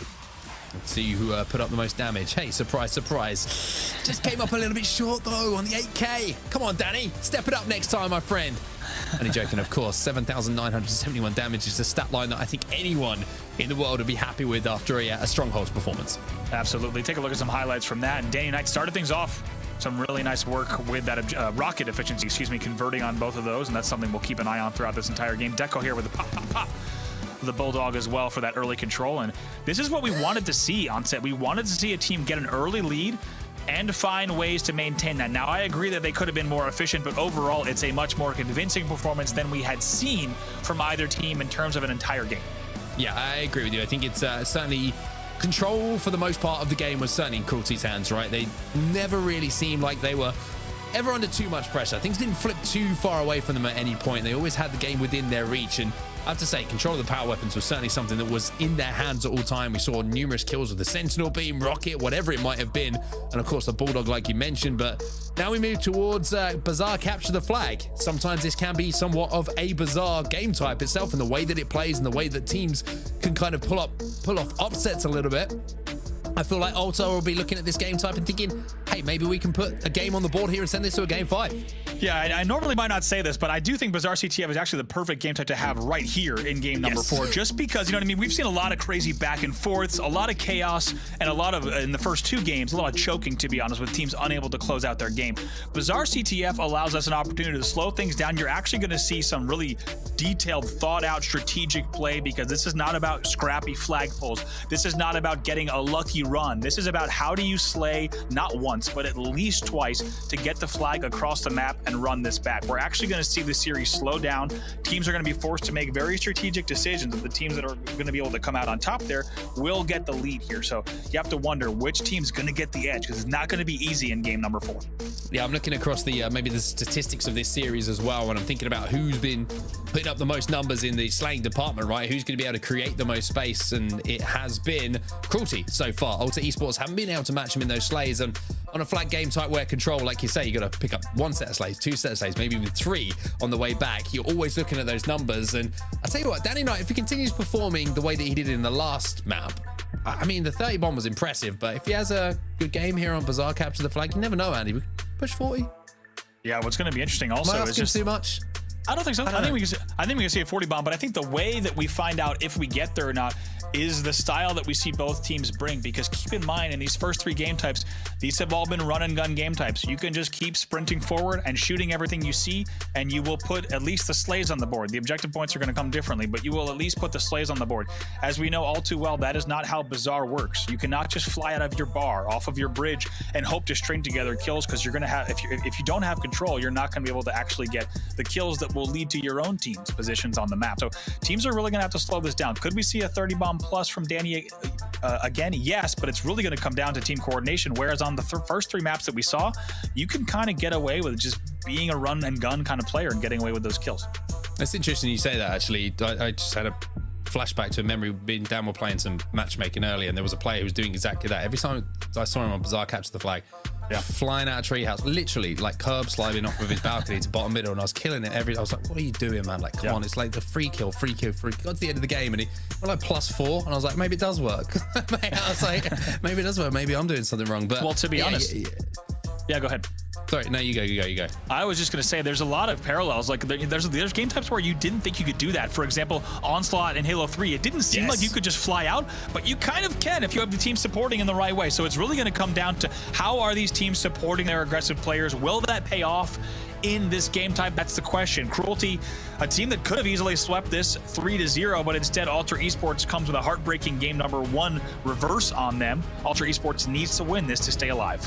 Well, enough about my matchmaking experiences of earlier. Let's get back to the business at hand. And this is an opportunity to close the series out here for Cruelty. 2-1 up. Only 1 game needed for them to pick up their first win here in the MX Super. And Danny Knight not only going to pick up maybe his first series win, but also start this game with an overshield. How about that? A free overshield to boot. Very rarely do we see that. That's something that you saw a little bit earlier on, but teams are used to the opening strategy changing and players not immediately rushing overshield. So Danny Knight actually gets away with a win there on that OS. He's going to hold forward.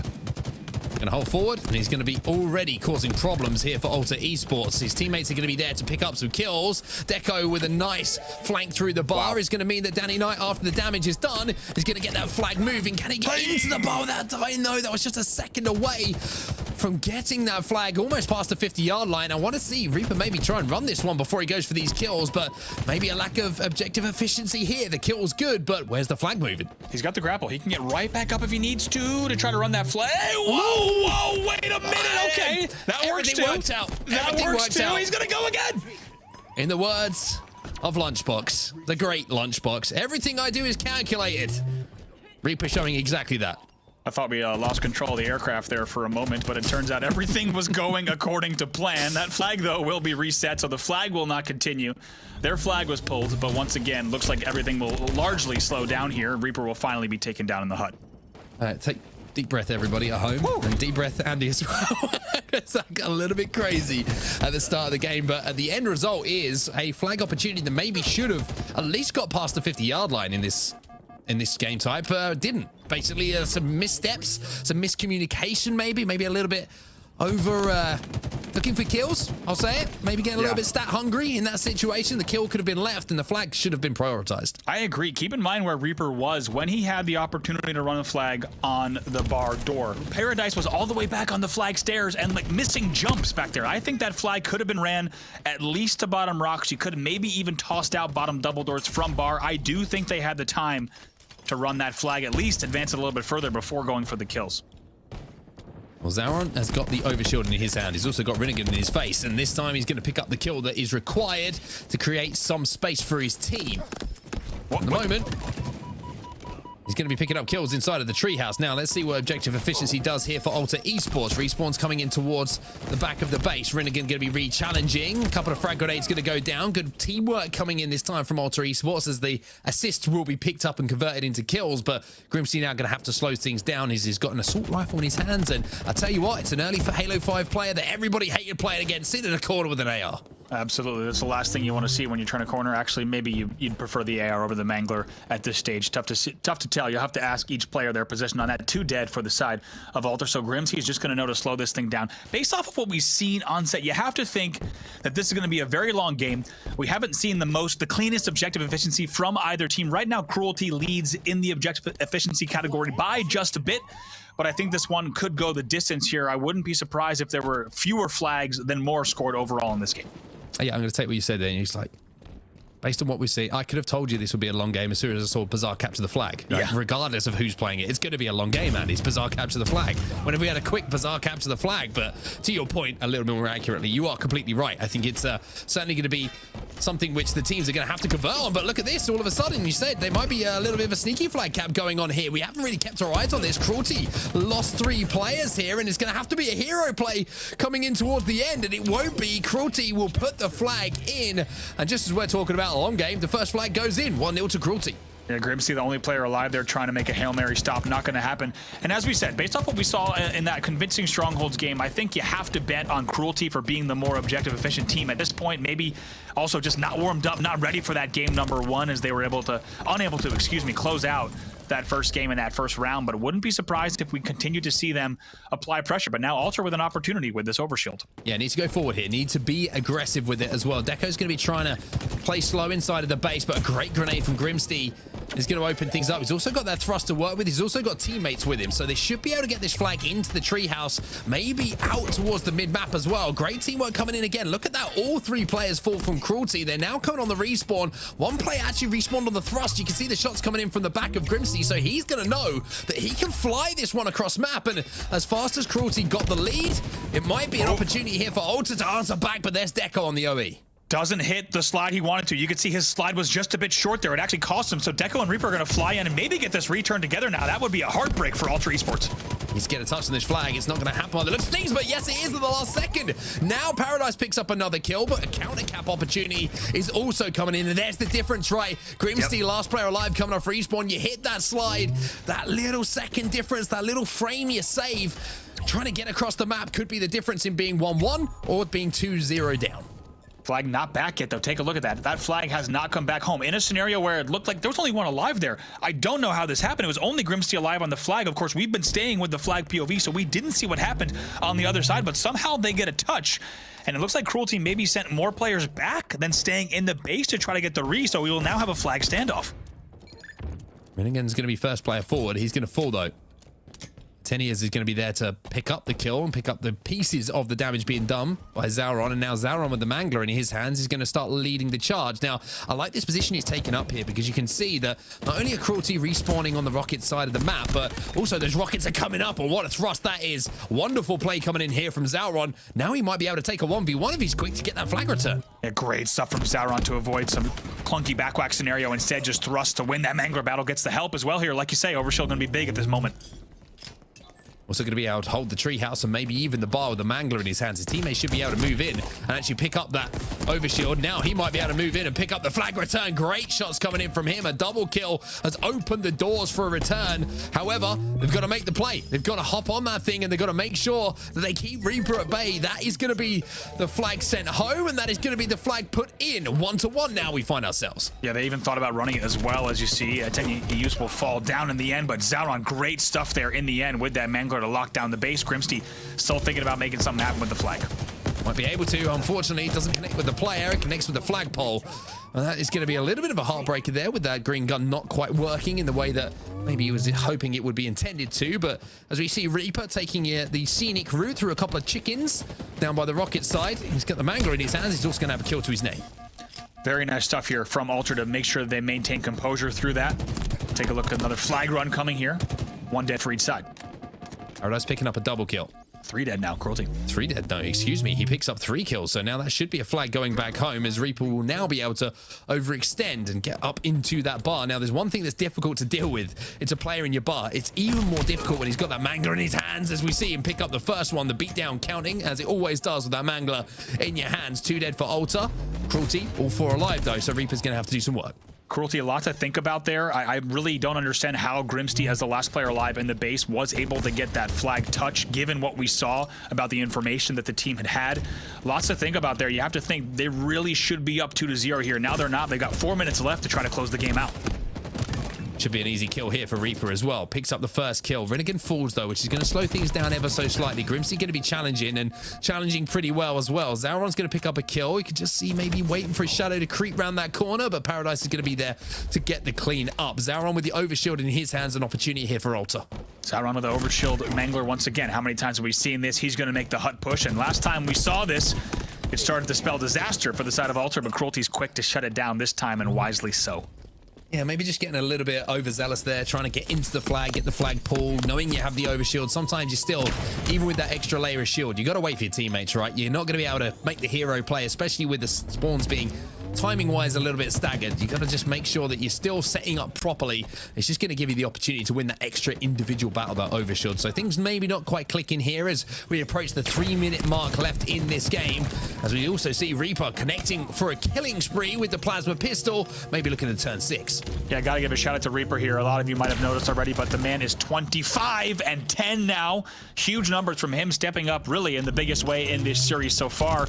But as we said in previous games, that's not reflected on the scoreboard so far. My God, the shots coming out of him right now. He's looking strong. He's going for a pull. He's got to be careful though. A player just respawned on the thrust and he didn't realize it. If he maybe just took a second there, caught that player out of the corner of his eyes, or had the comms from a teammate that that player was about to respawn, then he could have put some damage down, maybe got that kill, and the flag could have been moving, especially with Danny Knight set up with these rockets. They would have had a easy conversion, but they have picked up the kill they needed. They now have that flag moving, and Danny Knight still has a rocket to play with, so this might be Cruelty putting in another flag. There's a beatdown, there's a kill, and there's the line being held here by Danny Knight. Yeah, Danny Knight just flying in. That's a very nice double kill. That flag should continue. He's also engaging a third player, a fourth is bottom mid. This flag should go home unless Paradise can say something about it. No, that flag will go in. Cruelty will go up 2-1. 2 minutes left in the game.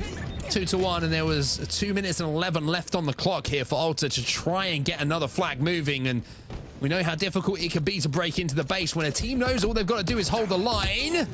Wow. Then it can become even more difficult, just as they thought maybe a player come in there. The grapple player managed to steal away that overshield. Zauron now in the base. This is the opportunity that Alter need. They have the flag moving. They have the power-ups. Things are starting to go together, but where are the kills? Yeah, look at that. Already on the other side. I don't think they know that there's already players all the way on their flag as well. Zauron will get that one kill, but cost him quite a lot in the end. Cost him the entire overshield and also his life. 2 dead for the side of Cruelty. Cruelty, Danny Knight needed to make a play there. It is actually pretty much the last player alive. Now he's managed to get a triple kill. Paradise is going to be pushing the spike grenade. It's going to do damage, and he gets the return. That is massive from Danny Knight, arguably the player of the game so far, just to keep that lead, keep that flag from being put home, and also put them just a few moments away now from claiming the series. Play of the game for me, without a doubt. As you said, they were down in the numbers and able to just win those battles bottom mid with the Bulldog. Also, lack of communication coming in from the side of Ultra there, as they should have called out that Bulldog player bottom mid. You could tell that Grimsty was not aware what was happening there. They try to go in for the final touch. They're not able to get it. 51 seconds on the clock. Echo with that Bulldog once again. Just leaving pieces of shrapnel inside of Spartans for them to pick out a little bit later on as they come out of the respawn screen, but you can see that Cruelty, they're just holding the bar. They're just being annoying right now. They know that Ultra are going to have to push forward. It's just going to be easy kills for them, but with just 30 seconds left to go and with Reaper running around your bar with a Bulldog, this is not looking good for Ultra. This could be the series here, done and dusted. Cruelty team very happy that they're able to get that second flag, and like you say, only 20 seconds left. They have outslayed their opponents so heavily. Look at the numbers on the top of your scoreboard. maybe not the most objective efficient, but right now only 15 seconds away from closing out the series. And this is what we were worried about, right, for Ulta. The lack of being able to match their opponents for slays. And in Bazaar, it's all about picking up those slays. Overshield up in 5 seconds, but it doesn't matter because the game is going to be done and dusted unless the flagpole comes in right here, right now. It will not. And the first series of the MX Super is done and dusted. Cruelty will pick up the win 3-1. Maybe started to get Cruelty fans a bit nervous off of that first game after losing that first round, then losing the second round, getting swept in oddball, but they will then go ahead to win the next 3, closing out the series in the end comfortably, but a lot of things to work on for this squad as they look ahead in the bracket.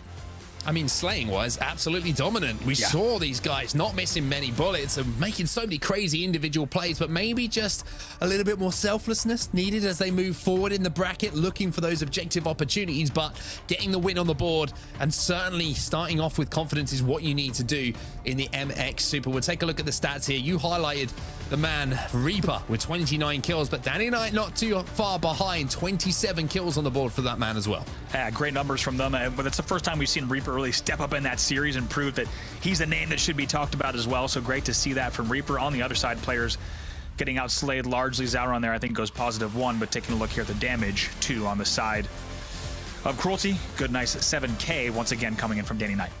Yeah, always good to throw at that 7K. Very, very impressive stuff again, like you mentioned, from Danny Knight. We'll take a look at the replays from that game. And Danny Knight, we mentioned him. There's going to be one play in particular before we see this trapeze artist that is Zauron doing some crazy stuff at the start of that game. But the triple kill on the return from Danny Knight was the standout. That was the series-winning play coming in from him. It really was. And great to see that in the end. I think Cruelty looked good overall in this series. Of course, they close it out 3-1. But as we said, I think a lot of things that they'll want to make sure that they're able to work on there. And we were really, as you said, only 1 play away from going into overtime with that game, despite the slays on the board.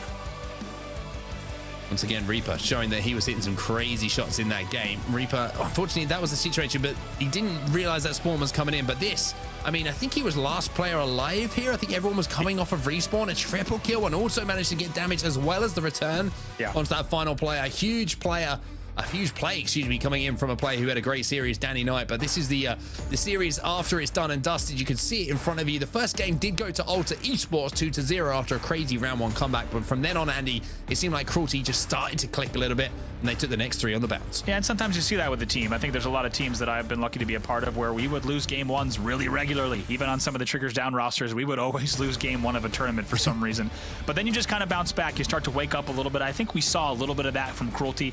So if you're a fan of the side of Cruelty, those players, I think it's good to see what you saw. Ultra, though, don't count them out yet. Keep in mind, we're just in pool play. It's only Friday, and they have a lot of time. Also a lot of promise based on what we saw.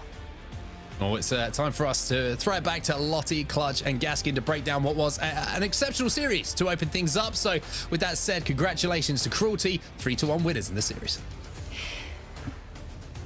Thank you so much, gentlemen. Yeah, I gotta say, absolutely incredible stuff. I think overall the series was extremely interesting to me, obviously watching for, really the first time and seeing exactly, what MX has to bring here. Something I did notice, especially within that first oddball game, Clutch, I'm coming to you first, man, because I gotta say, Cruelty, incredible in terms of slay power, right?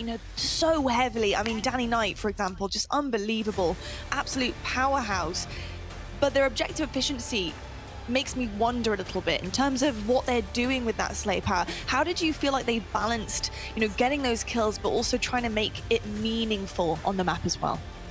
Cruelty definitely struggled in that game 1 as far as objective efficiency is concerned. They definitely kept up in the slays, and you saw that transition into the next 3 games in the series. So they stepped up.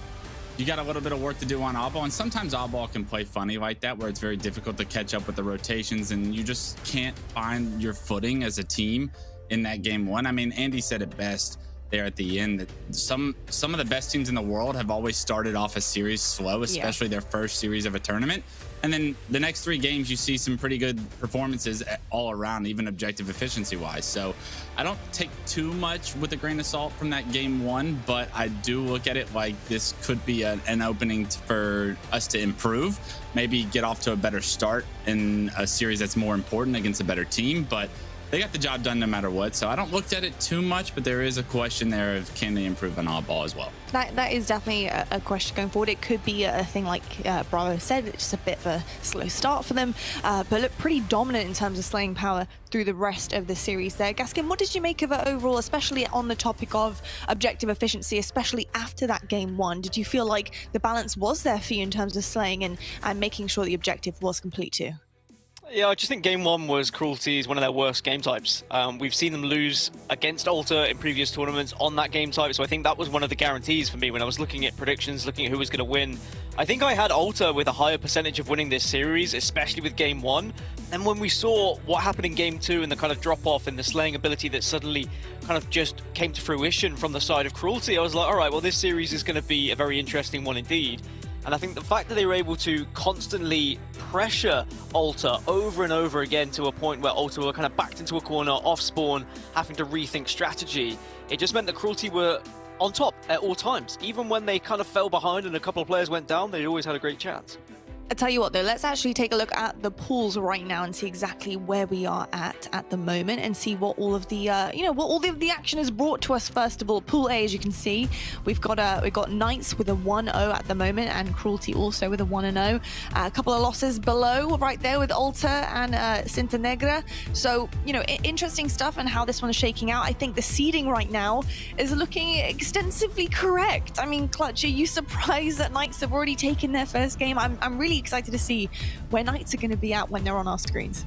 Yeah, no surprise so far, right? I think the biggest surprise is Alter did get the better of Cruelty the last few times that they played, I believe, and for Cruelty to come out and have a dominant performance 3-1 in that series like we just saw on stream, that's a big win for them, especially to give themselves the opportunity to compete for one of those top 3 seeds to get a ticket to Kansas City. So a big series win from Cruelty that we saw.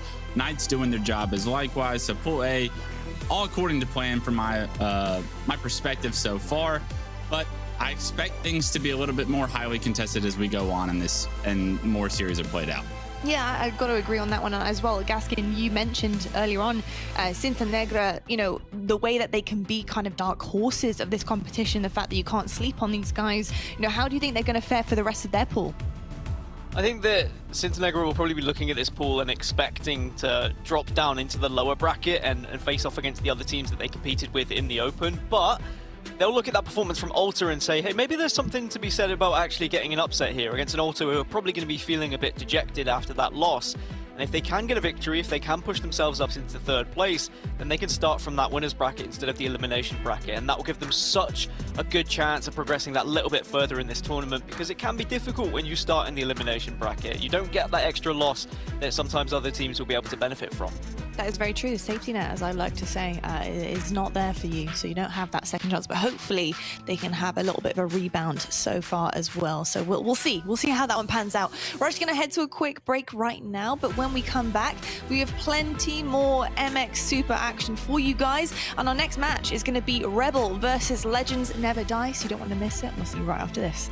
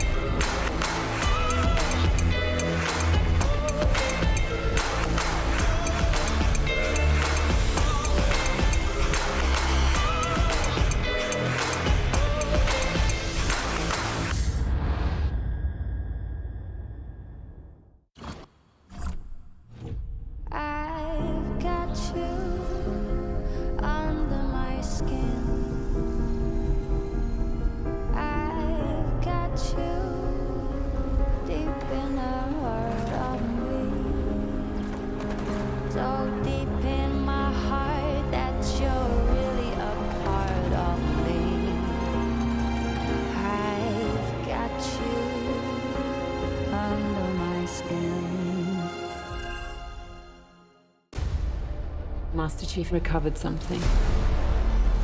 Sacred ring. Halo. When I touched the object, it felt different. What does one do with a superhuman you're not sure you can trust?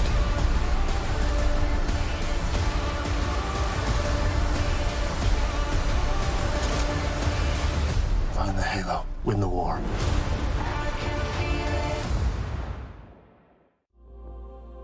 Well, I'm 22 from Melbourne. I've been playing Halo for, this is my 10th year, I think. I started playing in like 2011 when I was like 10 or 11. I've been competing since like the back end of Halo 4, since when I was like 15.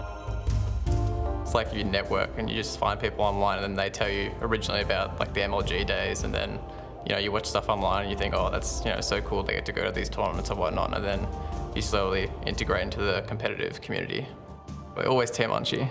He's literally my dad. He's like basically got me into sort of competitive Halo in a way, and known me since I was like a 14, 15-year-old little skinny twig kid. And I went to my first LAN and met him, and like my mum had to bring me to my first LAN and like talk to him and stuff. Even when we don't play Halo, like we play other games together. I'd say I was probably more aggressive in Halo 5, but I thought that was probably more to do inexperience about how to play. In Infinite, given it's a slower game, I'm trying to slow my pace down a little bit and play a bit more methodical. My ideal loadout would be a BR and either like Heatwave, Mangler, Bulldog, just something I can rat with and be really annoying and get in people's faces with.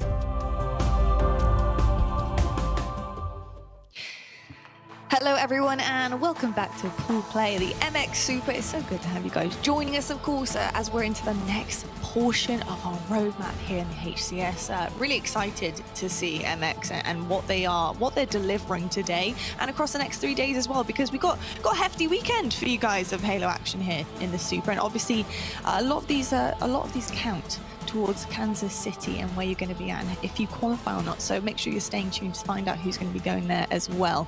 Now, we do also have a pool play in another region happening for the Super as well, and it's ANZ. And on set, Bravo, we have an update. That is correct. So obviously this isn't the only Super that's happening. We do have ANZ. And last night, because it's time difference, etc. I can't stay up all night and be able to work in the morning. I'd need buckets of coffee, buckets and buckets of coffee. But it actually was kicked off last night with pool play, and we got some results for you guys. Chiefs, I'm not surprised on set that Chiefs are 3-0. We talked about dominant teams and the competition through every region, and Chiefs is one of those. So pool A is looking pretty stellar for those guys. It certainly is. I just want to say, like, if there was anyone who could do back-to-back broadcasts, it'd probably be you. All right, really? You could go 48 hours straight, no problem at all. I completely believe in you. But Chiefs, yeah, I mean, completely dominant. I mean, they have been all year long, right? They've looked so good. And the good thing is as well is it's good to look dominant, but as soon as the competition starts to ramp up, when you get to these supers, you get more money on the line. There's a little bit more pressure, right? Everyone's gunning for you. You still got to perform, and I think they've shown that they're doing that. And I think the Chiefs are just going to keep getting better and better. I'm looking forward to Kansas City as well. Hopefully we see them in Kansas City and they're going to put in an even better performance. Continual improvement was what is important for these regions as well, and I really want to see them on that main stage again, playing against some of the best in the world. For sure. And I think, alongside that, we do have other teams who are trying to close that gap, right? They're trying to get to this point, this position of dominance that we have seen also from Chiefs.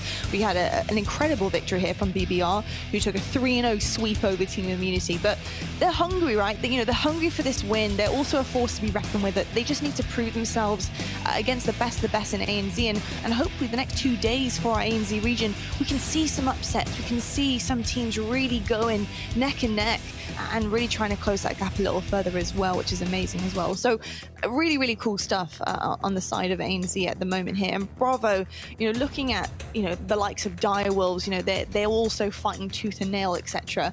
We do have teams here who are really trying to answer back, and I promise you these pools aren't a copy and paste. I know they look identical to one another, but we've got the likes of Divine Mind here, who are also putting up the same stats as the Chief in terms of victories. What do you make of Divine Mind, ANZ, Bravo? Can they beat the Chiefs hopefully by Sunday? I think it'd be the Chiefs, I think, is a tall order. But I think getting back to your larger point, Lottie, I couldn't agree more. I think you're looking at ANZ, and I think you're seeing a ton of competition there. The fact that you have each pool being matched there, and they're not, say, both stacked with 3-0s of the same score lines, just tells you a lot about how much talent there is in that region. I think we're seeing the same thing here in Mexico and Latin America. But I think with how much is on the line for Halo Infinite, right, players have the entire roadmap. They know they can dedicate their entire year to that. I think you're seeing, unsurprisingly, the best players in Australia kind of pop off and start to show up again. And once again, it's crazy to think of Immunity as a team that is lower on and compared to the teams like Chiefs and Direwolves. For a very long time, they're one of the top teams in Australia. So it's just great to see the amount of talent that's in the ANZ region, certainly, that's showing up for these events. Yeah, without a doubt. I think talent is the key word there. So many talented players and teams in every single region, just making the competition ever more fierce. But you guys can actually catch up on ANZ Super as well. Head over to the Halo YouTube channel, check out the VODs. If you guys aren't, night owls and you really do need to get that early morning start, the rise and grind in, you can catch up on that with your morning coffee as well. But also, if you do want to catch the action, day 2 actually starts tonight for ANZ. So stay up late if you want to all night, wherever it may be, or catch it on YouTube as well. Fellas, we actually have our second match of pool play happening here for the MX Super. We've got Rebel versus Legends Never Die. I just want to say, what a name. Oh my God. It is Las Leyendas No Mueren. Oh, I mean, it sounds even better. Couldn't have said it better myself. Yeah, I thought that actually did come from you, Mark. It's a good name. Did you just say that? I'm pretty sure you're fluent in Spanish, are you not? I don't want to offend anyone. So I'm going to say I don't want to offend anyone. Ola. I think Ola is the extent of it.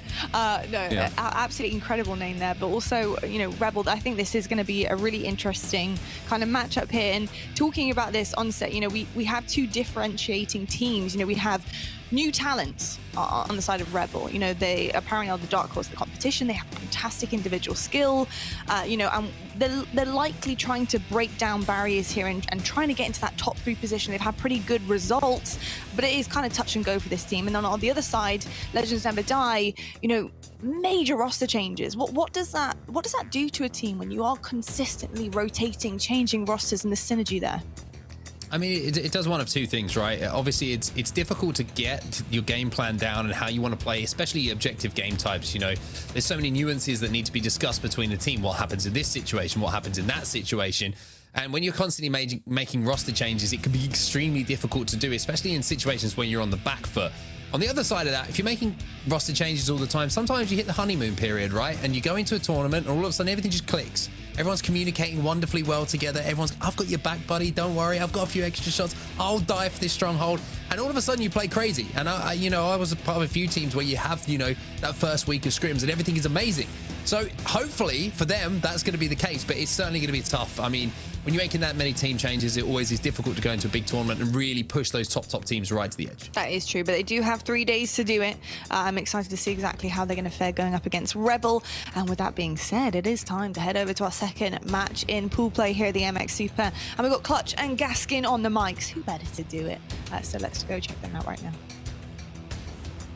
Too kind, Lottie, as we bring us in. Dan, first series of the MX Super, we got pool play, and we have Rebel, the 3rd seed, coming in. We have Legends Never Die coming in as the 6th seed. And when I think of a 3 versus a 6 seed, I think in Halo, a lot of the times we see that 6 seed really push that 3rd seed to the limits. So I'm very excited to get this one underway as we continue to learn more and more about this MX region. We're going to see a lot of familiar names in this series from me. We're going to taking a look at some stats now. 2 of the highlighted players in this series are going to be Luar and Sepstars, and very close in the KD ratio, very different in that damage stat. Dan, what sticks out to you between these 2 players and these 2 teams coming in?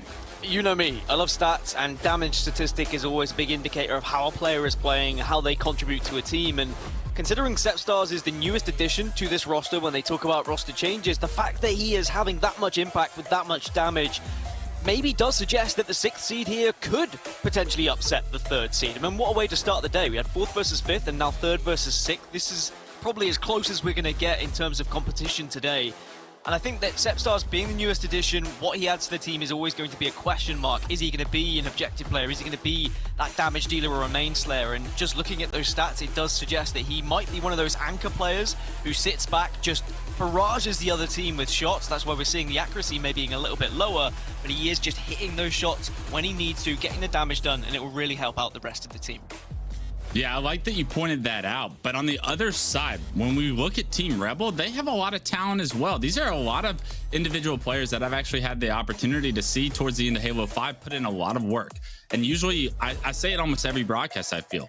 If you put in the work, if you put in the grind, usually hard work pays off for these guys, especially in Halo. And what I've seen out of Team Rebel is they've consistently been there to compete on a week-to-week basis at the end of Halo 5. I hope that that's transitioned to Halo Infinite, and if so, I would be shocked if they don't see some improvements in their individual play and their 4v4 play as they continue to develop as players. So as we take a look at the map layout here, it's going to be a very exciting series for these guys to have an opportunity and a platform to make a name for themselves. Dan, when these two teams have matched up with each other in the past, coming into this Mexican Super, what game modes stick out as far as dominant game types for either team? This is a great way to start the series because Oddball Livefire has traditionally been a map that Rebel has won both times they've faced up against each other, and then we go into Aquarius Slayer, which is a map that Ice and Fire, or what now they've been renamed LLNM, they've won 3 times out of 3. So these are 2 very strong game types to kick things off for both teams, so they would be pretty confident to take one of the 2. But if you can take your opposition's stronger game type, that sets you up for perfect stead to go into game number 3, which is Stronghold Streets, a map we've not seen these 2 play each other against in HCS competition. But just looking at previous series and who's been winning what, Rebel do seem to have the better over Legends Never Die. They do seem to dominate them for the most part. There was a kind of a mid-transition during Pro Series kind of 2 and 3 when we started to see Legends Never Die actually make a breakthrough and start to take down Rebel here. But then Rebel started to get back on track, get back on that horse, and ever since they have really been a thorn in the side of Legends Never Die. So for me, looking at the series layout, I think Rebel are the favorites, but if Legends Never Die were able to take that game 1, take that game 2 off them, then you never really know going into Stronghold Streets. That's why it pays off to be with the stats guy, chat. As we get into this series, as we wait for game 1 to load in, we've got a picture painted for us, right? We haven't seen too much of these teams, or at least I haven't personally, but what we know already, Rebel, very strong for game 1, Legends Never Die, very strong at game 2. If either team can steal these first 2 maps, it will give them teams such a significant advantage to win this series and give themselves such a great position for bracket play. This is a big series in pool play here. We're going to kick it off. It's Livefire Oddball as game 1, and Rebel as a very strong Livefire Oddball. You heard it from Dan Gaskin, and I couldn't be more excited to hop on some of these young guns, some of these Halo 5 grinders, to see what they bring in Halo Infinite. We're going to start it off with Sepstars on the other side, though. Legends Never Die.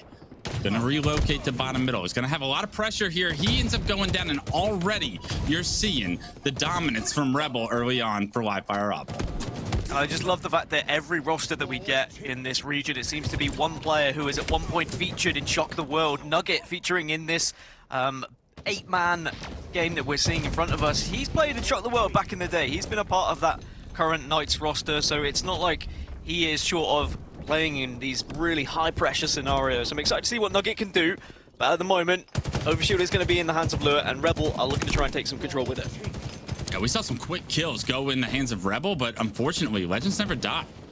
Looks like they were able to weather the storm. No points really awarded yet. Lure with this Overshield trying to find an opening. Overshield is going to run out here, but he does find a kill onto the Mangler player. Ends up, can he get the double? The drop shot can't quite finish the kill. The teammate is there, though, and it's going to be Rorsch immediately hopping on board with him. He finds the kill as well, so Slays going in the hands of Rebel for now. Can they get this oddball in hand, flush this player out a window? And if they can, they may have a real potential for a setup. But this player in window, he's being such a nuisance, able to stay alive even, jumping out the window now.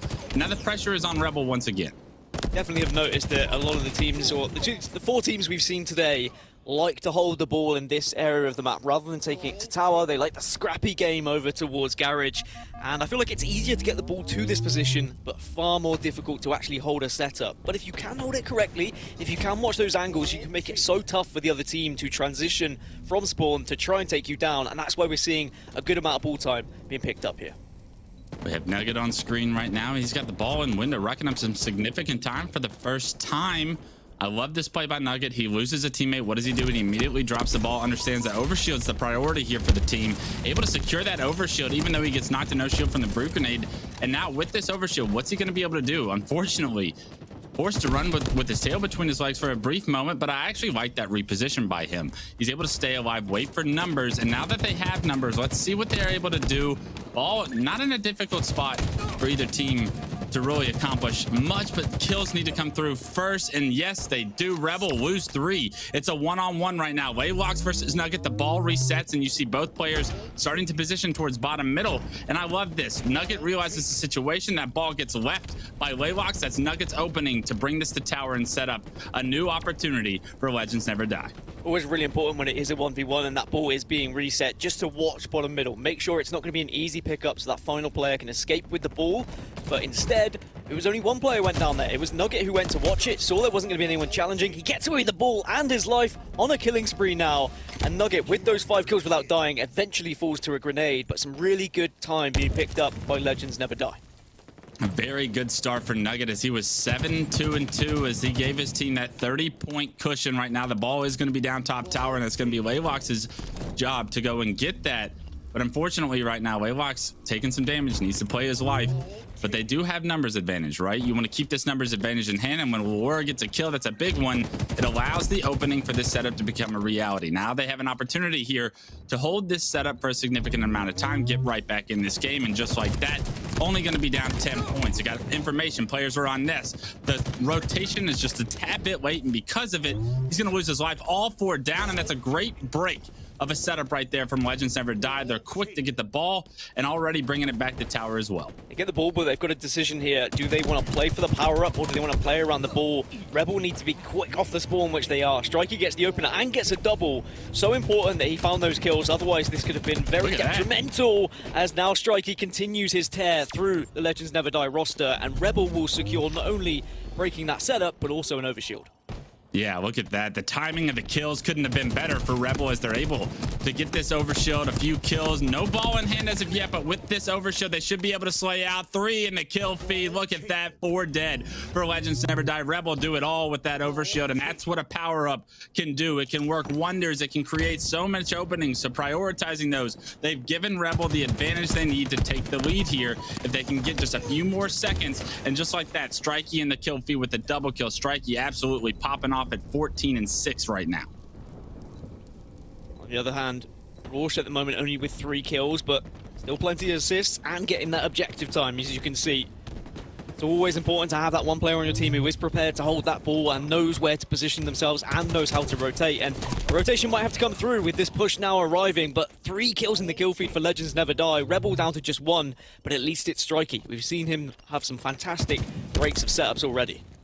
A very important 3 kills, like you said, for Legends Never Die. They needed to break that setup. The score was starting to get out of hand, but just like that, they get those kills. They tie this one up, and right now, 68-68. It's going to be a few more opportunities at a setup, but no more than that here in round 1. So which team is going to make the play? Blue Oxide, he's got the heat wave in hand. He's forced to relocate in the house. Unfortunately, the player Lure top middle, but not unfortunate for Legends Never Die fans as his help was there. They're able to double team that player. Now, once again, double team the player in window, and great teamwork right now coming from Legends Never Die as Overshield comes up here in 10 seconds. These kills couldn't be better timed if they're able to secure a few more.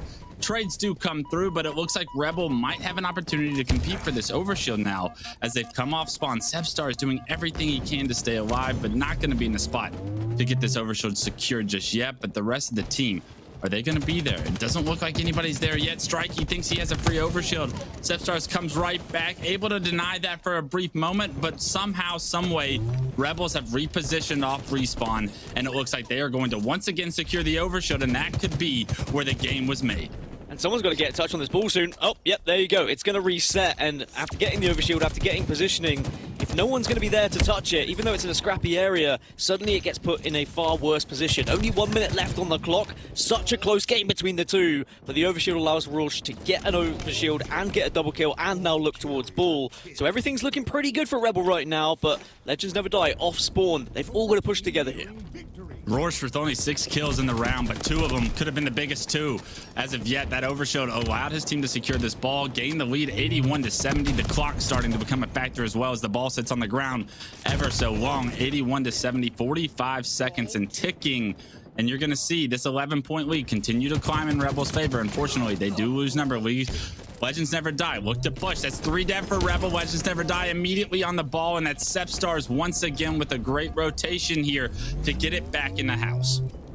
A lot of damage onto Sepstars, but he manages to get away. Just needs to stay with the team. You can see Nugget instantly sliding to make sure he can cover that position in Garage. And here's the rotation that I was talking about. When you have that ball, there's so much responsibility for you to stay alive, try and milk a bit of time. He checks the corner, says absolutely not that way. Unfortunately, decides to double back. Waylocks picks up a big double.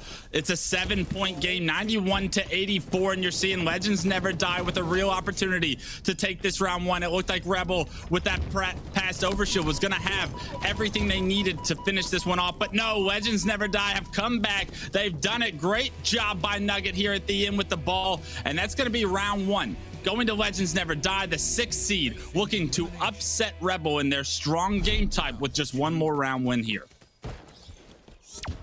What a start from Legends Never Die. Rebel taken aback a little bit, I think, by the ability that Legends Never Die were able to find in breaking setups, how quickly they were to push off spawn, how much they controlled the overshield area. Perhaps Rebel will want to hold that ball towards tower this time.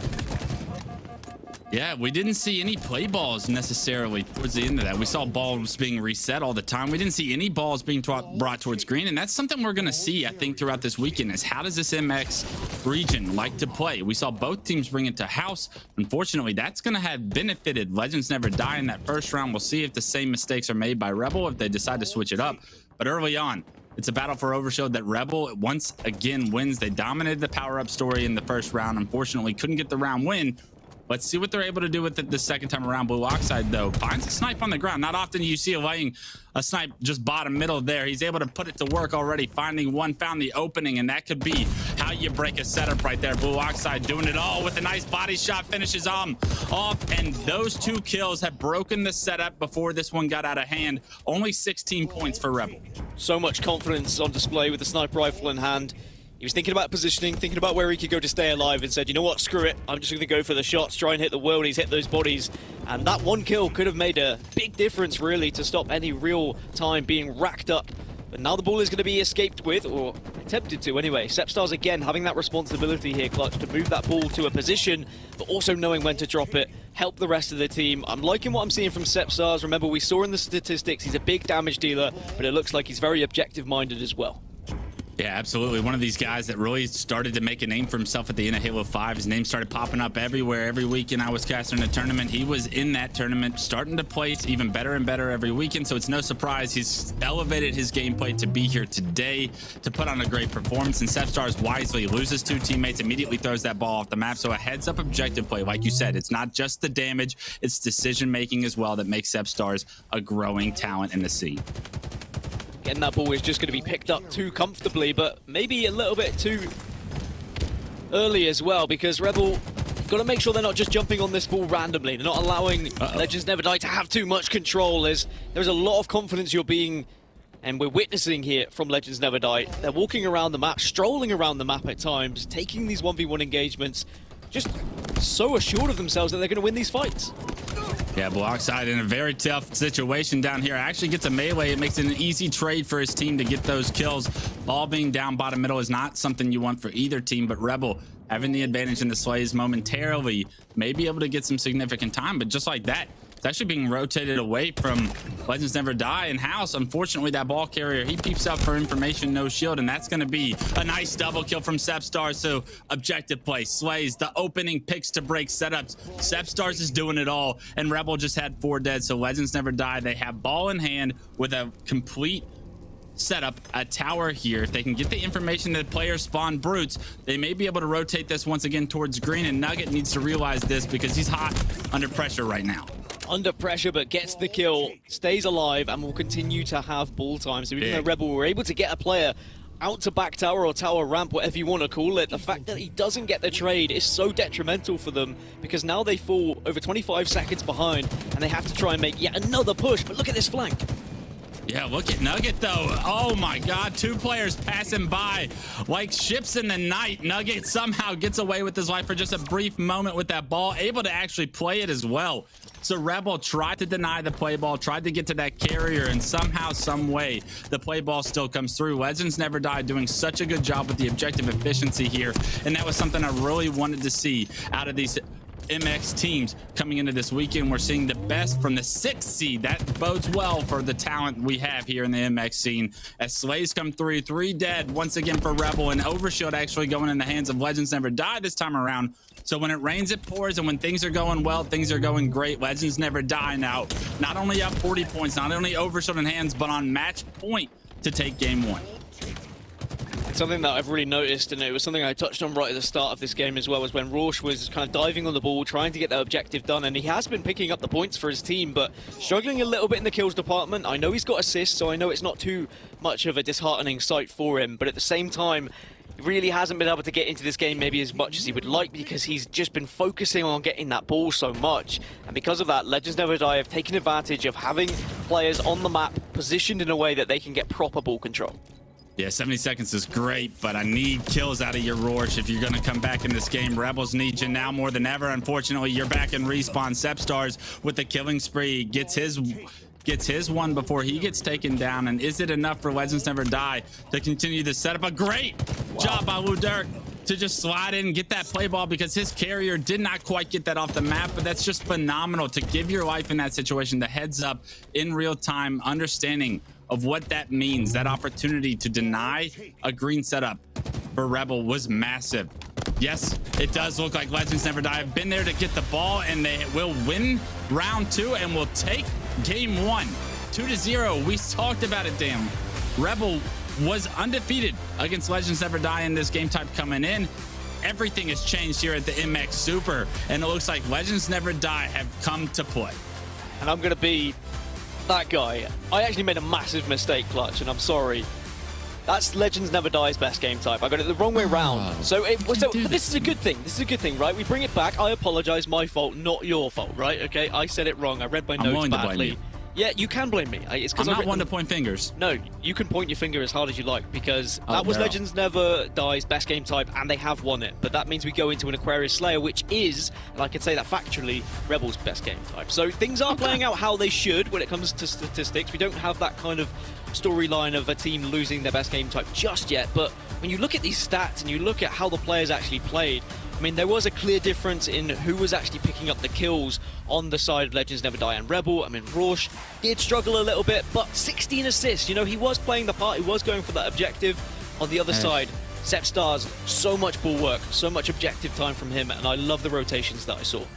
You got to get more out of Rorsch if you want to take that game 1, but it's more comforting as we looked at game 1 going into game 2 that we know now that that was the strong game type for Legends Never Die. It actually makes sense with how dominant they looked, how great they looked at their setups, how predominantly the entire team was able to provide the rounds of slays they need. They didn't necessarily outslay this Rebel team by too much, right? It was more so the rotations that were perfect, the setups that were stronger. And because of it, Legends Never Die show you that they can do what it takes. We have taken a look at the damage now. We have Blue Oxide and Ludirk, 2 players we didn't see too much of their screen, but they were dominant when it comes to damage, having almost 2k more damage than some of your teammates. Yes, the oddball is being held by somebody, but that's a great amount of damage from those 2. If they can continue that, Dan, maybe they can steal the Slayer. Yeah, and I think stealing the Slayer is what's going to be important, and when we look at how they played that first game, Legends Never Die, there was so much confidence. As I was saying, they were walking around that map prepared to take 1v1s. Nugget especially, I think, took about 3 1v1s in a row and somehow was able to survive and hold on to the ball. Very impressive indeed. If he can play with that same confidence going into a Slayer, then I'd be a little bit worried if I was Rebel, even though this is actually now going into Rebel's best game type. My apologies again. Looking at just what happened in front of them, I think they're going to be fearing this Legends Never Die roster that just seems to be getting better and better as weeks go on. I do have confidence in this Rebel roster, though, so I do believe that they can still continue to make this a series. They can win their strong game type on Aquarius Team Slayer. As we take a look at the map pool once again, it is going to be up to Rorsch to step it up, and Strikey, he had a very strong game 1, although it wasn't enough to even get around an oddball win. Strikey did drop those 30 kills. And if he can transition that same gameplay with a little bit of help from his friends and his team, they can win game 2, tie this one up, and you can forget about oddball because it's a best of 5, Dan. It's not a best of 3.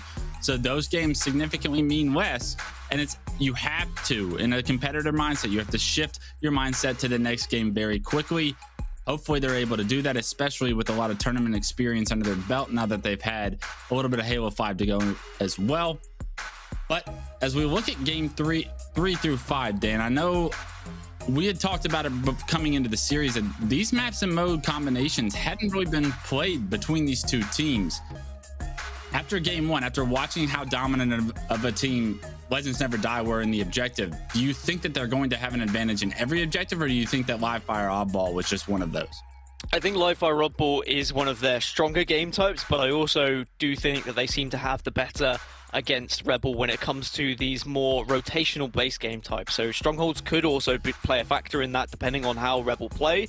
At the same time, when you look across the statistics of how Rebel have performed in Slayers, then it should suggest that if you see something like a Street Strongholds, which is what we've got, which sometimes is so influenced by heavy slays and slaying ability, then maybe that could go in favor of the Rebel side. So it's about a 50-50 toss-up, I think, when you go from games 3, 4, and 5, which is fantastic news for Legends Never Die being the 6th seed. But this is going to be the crucial game number 2. I think if Rebel are to win this one, they're going to be putting themselves in good stead to come back and maybe win this series. However, if we see Legends Never Die go 2-0 up against Rebel on one of their better game types, then I think that's bad news and could potentially be curtains for the Rebel side. Yeah, it's heartbreaking. You need to stop the momentum and the confidence of Legends Never Die. They looked very confident in game 1, knowing that that was a strong game type. It's very easy to go into that game 1 confident. But will they be as confident here in game 2 is the question we have. Aquarius Slayer right now. It's going to be the first to 50 kills, and Rebel need to figure out a way to win this game. We are going to have a momentarily delay as a player failed to load into the lobby, but we had just more time to talk about these two and the dynamics of players as they go throughout this best of 5, because best of 3s, they happen in the blink of an eye. I say it every time, but these best of 5s give an opportunity for ebbs and flows in series, for confidence to start strong, to showcase, and then to waver once you have those ebbs and flows, once you have those disadvantageous spots where you maybe lose a gunfight that was a pivotal 1v1. So it's going to be up to Rebel to win a few 1v1s, to get in the heads of Legends Never Die that, hey, we are here to compete against you guys, and we're not going to just get steamrolled, because that game 1, Legends Never Die looked dominant, Dan. I think what interests me looking back at previous series between these teams, because they've matched up quite a lot ever since kind of Open 2. All year they've been matching up against one another. The one time it was a best of 5, it went in favor of Legends Never Die. So I think that says a lot for how important it is that Rebel win this Slayer here, because otherwise they put themselves in a situation where they're 2-0 down in a best of 5 where they haven't traditionally had an advantage anyway. So I think that Legends Never Die will look at this Slayer and say, okay, well, we kind of have a safety net here. We're expected to lose. What can we do differently to try and upset Rebel? What have we learned in the 3 times we've played against them in competitive HCS tournaments? Because they've probably scrimmed as well. They've probably played each other a ton of times on this map. They know starting strategies. They probably know where people are going to try and hold and which positions they're going to put themselves in. So I'd be expecting a little bit something different from Legends Never Die, and maybe they can upset the flow of Rebel here. Yeah, I think the big thing about this MX region when we take a look at it as a whole is how well they know each other. They've had so much time teaming with each other, competing against each other, and what that does as far as the mentality. You know who you're confident against in 1v1s. You know how people play and their tendencies, if they over challenge, if they re-peak, if they relocate. And how are you able to play in those mini mind games that are happening underneath the scenes, underneath the visibility that we get to see, right? Like that knowledge of players. How are players able to adapt and overcome certain situations?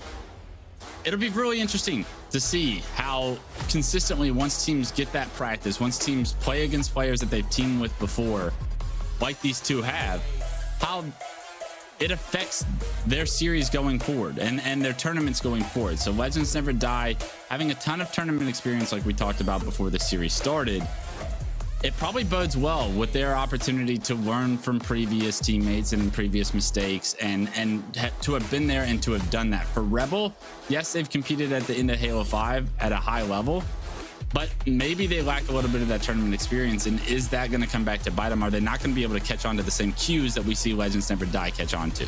And I think that, you know, what worries me if you're looking at Rebel and the fact they're already 1-0 down here is that the last 3 times these teams matched up against each other, they've been able to beat Legends Never Die, and that's been a 2-0 on 2 occasions. So that means they're winning the first objective in those best of 3s. But now they've lost that first objective, I think that's going to put a lot of pressure on them. That's going to put them in a position that they've not found themselves in that often against Legends Never Die. And I know that everything can change from tournament to tournament, and sometimes going back to like Pro Series 4 or 3 where they've played against each other, that's a couple of months now. There is so much time to put in practice, put in the work, and change your strategy and try and develop, especially against a team that you're playing this regularly. Because in a scene like this, we have seen pretty much similar teams pop up here or there in kind of top 4 to top 6, and these guys have gone toe-to-toe time and time again, but for the most part it has been Rebel that have got the better of Legends Never Die. So that would say even more if Legends Never Die were able to win this series as 6th seed against 3rd seed, and what an opportunity that would be to put themselves into top 2 in this pool, and also give them the confidence to maybe take on Timbers later and say, look, if we can take down Rebel, why can't we make it 2 out of 2 and take down Timbers as well, and put themselves on the top pedestal in this pool. Absolutely, you got to get the momentum going. And speaking of the momentum going, Legends Never Die, we're going to hop on board with Luke Derrick, one of the damage dealers, leaders for his team in that game 1. Let's see what he can bring us early here in game 2. Unfortunately, Lure going to get the better of him there, and trades across the board. Not sure what happened with Camo just yet, but as kills do continue to come through, it looks like Rebel has gotten not only the camo, not only the heat wave, but the early start as well. So I want to see what it is for Rebel that makes them so good at this game type. I want to see why they are consistently winning this against Legends Never Die and other teams.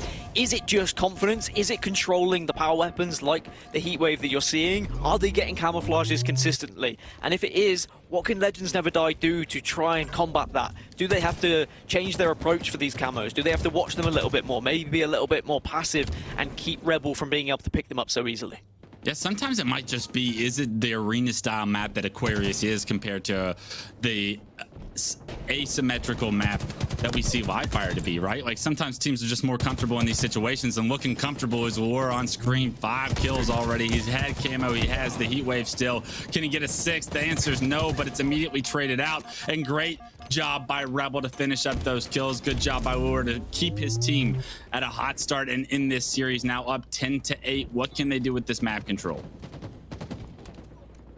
Nice little lead, 4 kills you say, make it 3, and it's about what you do from here. You really have to try and push your advantage when you have a lead in Aquarius. It's very easy just to kind of sit and try and control the map, but then you give the initiative to the other team to make a push. Instead, keep them on the back foot, keep them on the spawn, consistently push those bases and keep one player as an anchor. Just frustrate them as much as you can and try and get a bigger lead as possible whilst you have map control. They were able to get a clean wipe the first time they pushed the base. Unfortunately, they got to flip the map back, and it does look like Legends Never Die have been able to get a little bit of space towards the pink side. With that little bit of space comes a few kills of their own. They're just down 3 kills, so not too much damage is done, but a second camo is secured by, once again, Lure as he relocates towards pink. And just when you think Legends Never Die have some map control to play around, is Lure going to be able to open it up once again for Rebel? They still have a 3-kill lead. Information that players are going to be yellow side. Pink right now is going to wisely back down. And I actually like this back down by him. If he's able to get a couple more damage into these players towards pink, this is gonna be a real opportunity to trap these players pink side of the map. Unfortunately, Rorsch is gonna be lost, and yes, Lure repositioning capitalizes on that damage. And look at this push from Strikey and Lure, the duo pushing it up pink, getting a few kills of their own and extending their lead now to 5. This is a Team Rebel who are expected to finish top 3 in this tournament, if not try and push for those top 2. Of course, lost that opening game, but now looks like they are back to their more comfortable ways in a more comfortable map, as they have now a 7-kill lead. And look at this aggression. They want to consistently be pushing the spawns. Lure looking for that player, will find the player, should finish the player. Elsewhere, all 3 of his teammates go down. Yeah, unfortunately, it's an unsuccessful push, but you said back to their ways, and it's a back-to-back double kill for Lure, or back-to-back killing sprees, I'm sorry, for Lure, as we see him finally taken down. But with an 11-3-2 start, he has given his team everything that they needed to play with confidence here in the mid-game of this game 2 to get back into this series. Rebel need to win this game too, and War has done enough here in the early game to give them a little bit, but just 3 kills separate them. So with as hot of a start as War has had, will it crumble if he slows down? You see 2 kills immediately going into Legends Never Die's hands. Now that they have some map control to play around, it feels like the first time in this game we're seeing Legends Never Die with this map control. They're getting significant kills. No one's being traded out, and just like that, Dan, it's tied up. And now, hot off the press, I am hearing that Rorsch is having some internet issues, and that's why he was struggling so much in game number 1. And so I think it's even more important that Rebel are able to win this game number 2, to just give him that confidence back, just to make sure that Rorsch is feeling as comfortable as he can. But if he's still having those issues, maybe that does suggest why his performances aren't as good as they have been in previous tournaments. But now they found themselves 3 kills down. Legends Never Die have been able to come back into things after a couple of unsuccessful pushes, and it's now another camouflage that's gone the other way. Blue Oxide has the camo, they've got a full kill lead, and Legends Never Die may be looking to try and put a final nail in this coffin.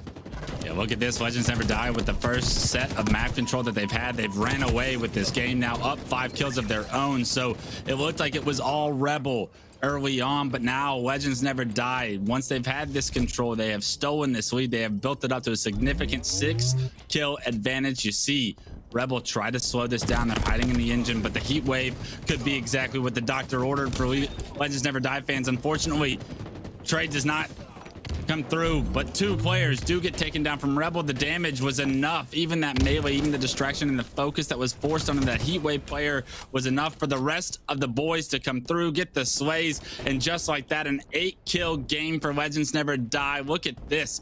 When they have map control, how dominant they have been. You can't stress it enough that they've been able to press these advantages so far to not only come back from a deficit, but to push this advantage into within a striking distance of taking a 2-0 lead here in this series. This is why I was suggesting it's so important that when Rebel did have that lead, did have that map control, that they had to be aggressive, they had to be pushing to get as much of a kill advantage as was possible, because this is, on the flip side, what can happen when suddenly you're on the spawn trap or you're on a split spawn and the other team is consistently pushing you and pressuring you. And Legends Never Die have really punished Rebel in that aspect. They've got a significant lead now going into the final stages of this game. Camouflage is going to be coming up soon, and it's a 7-kill lead still, which means that Legends Never Die have got a little bit of room to play with.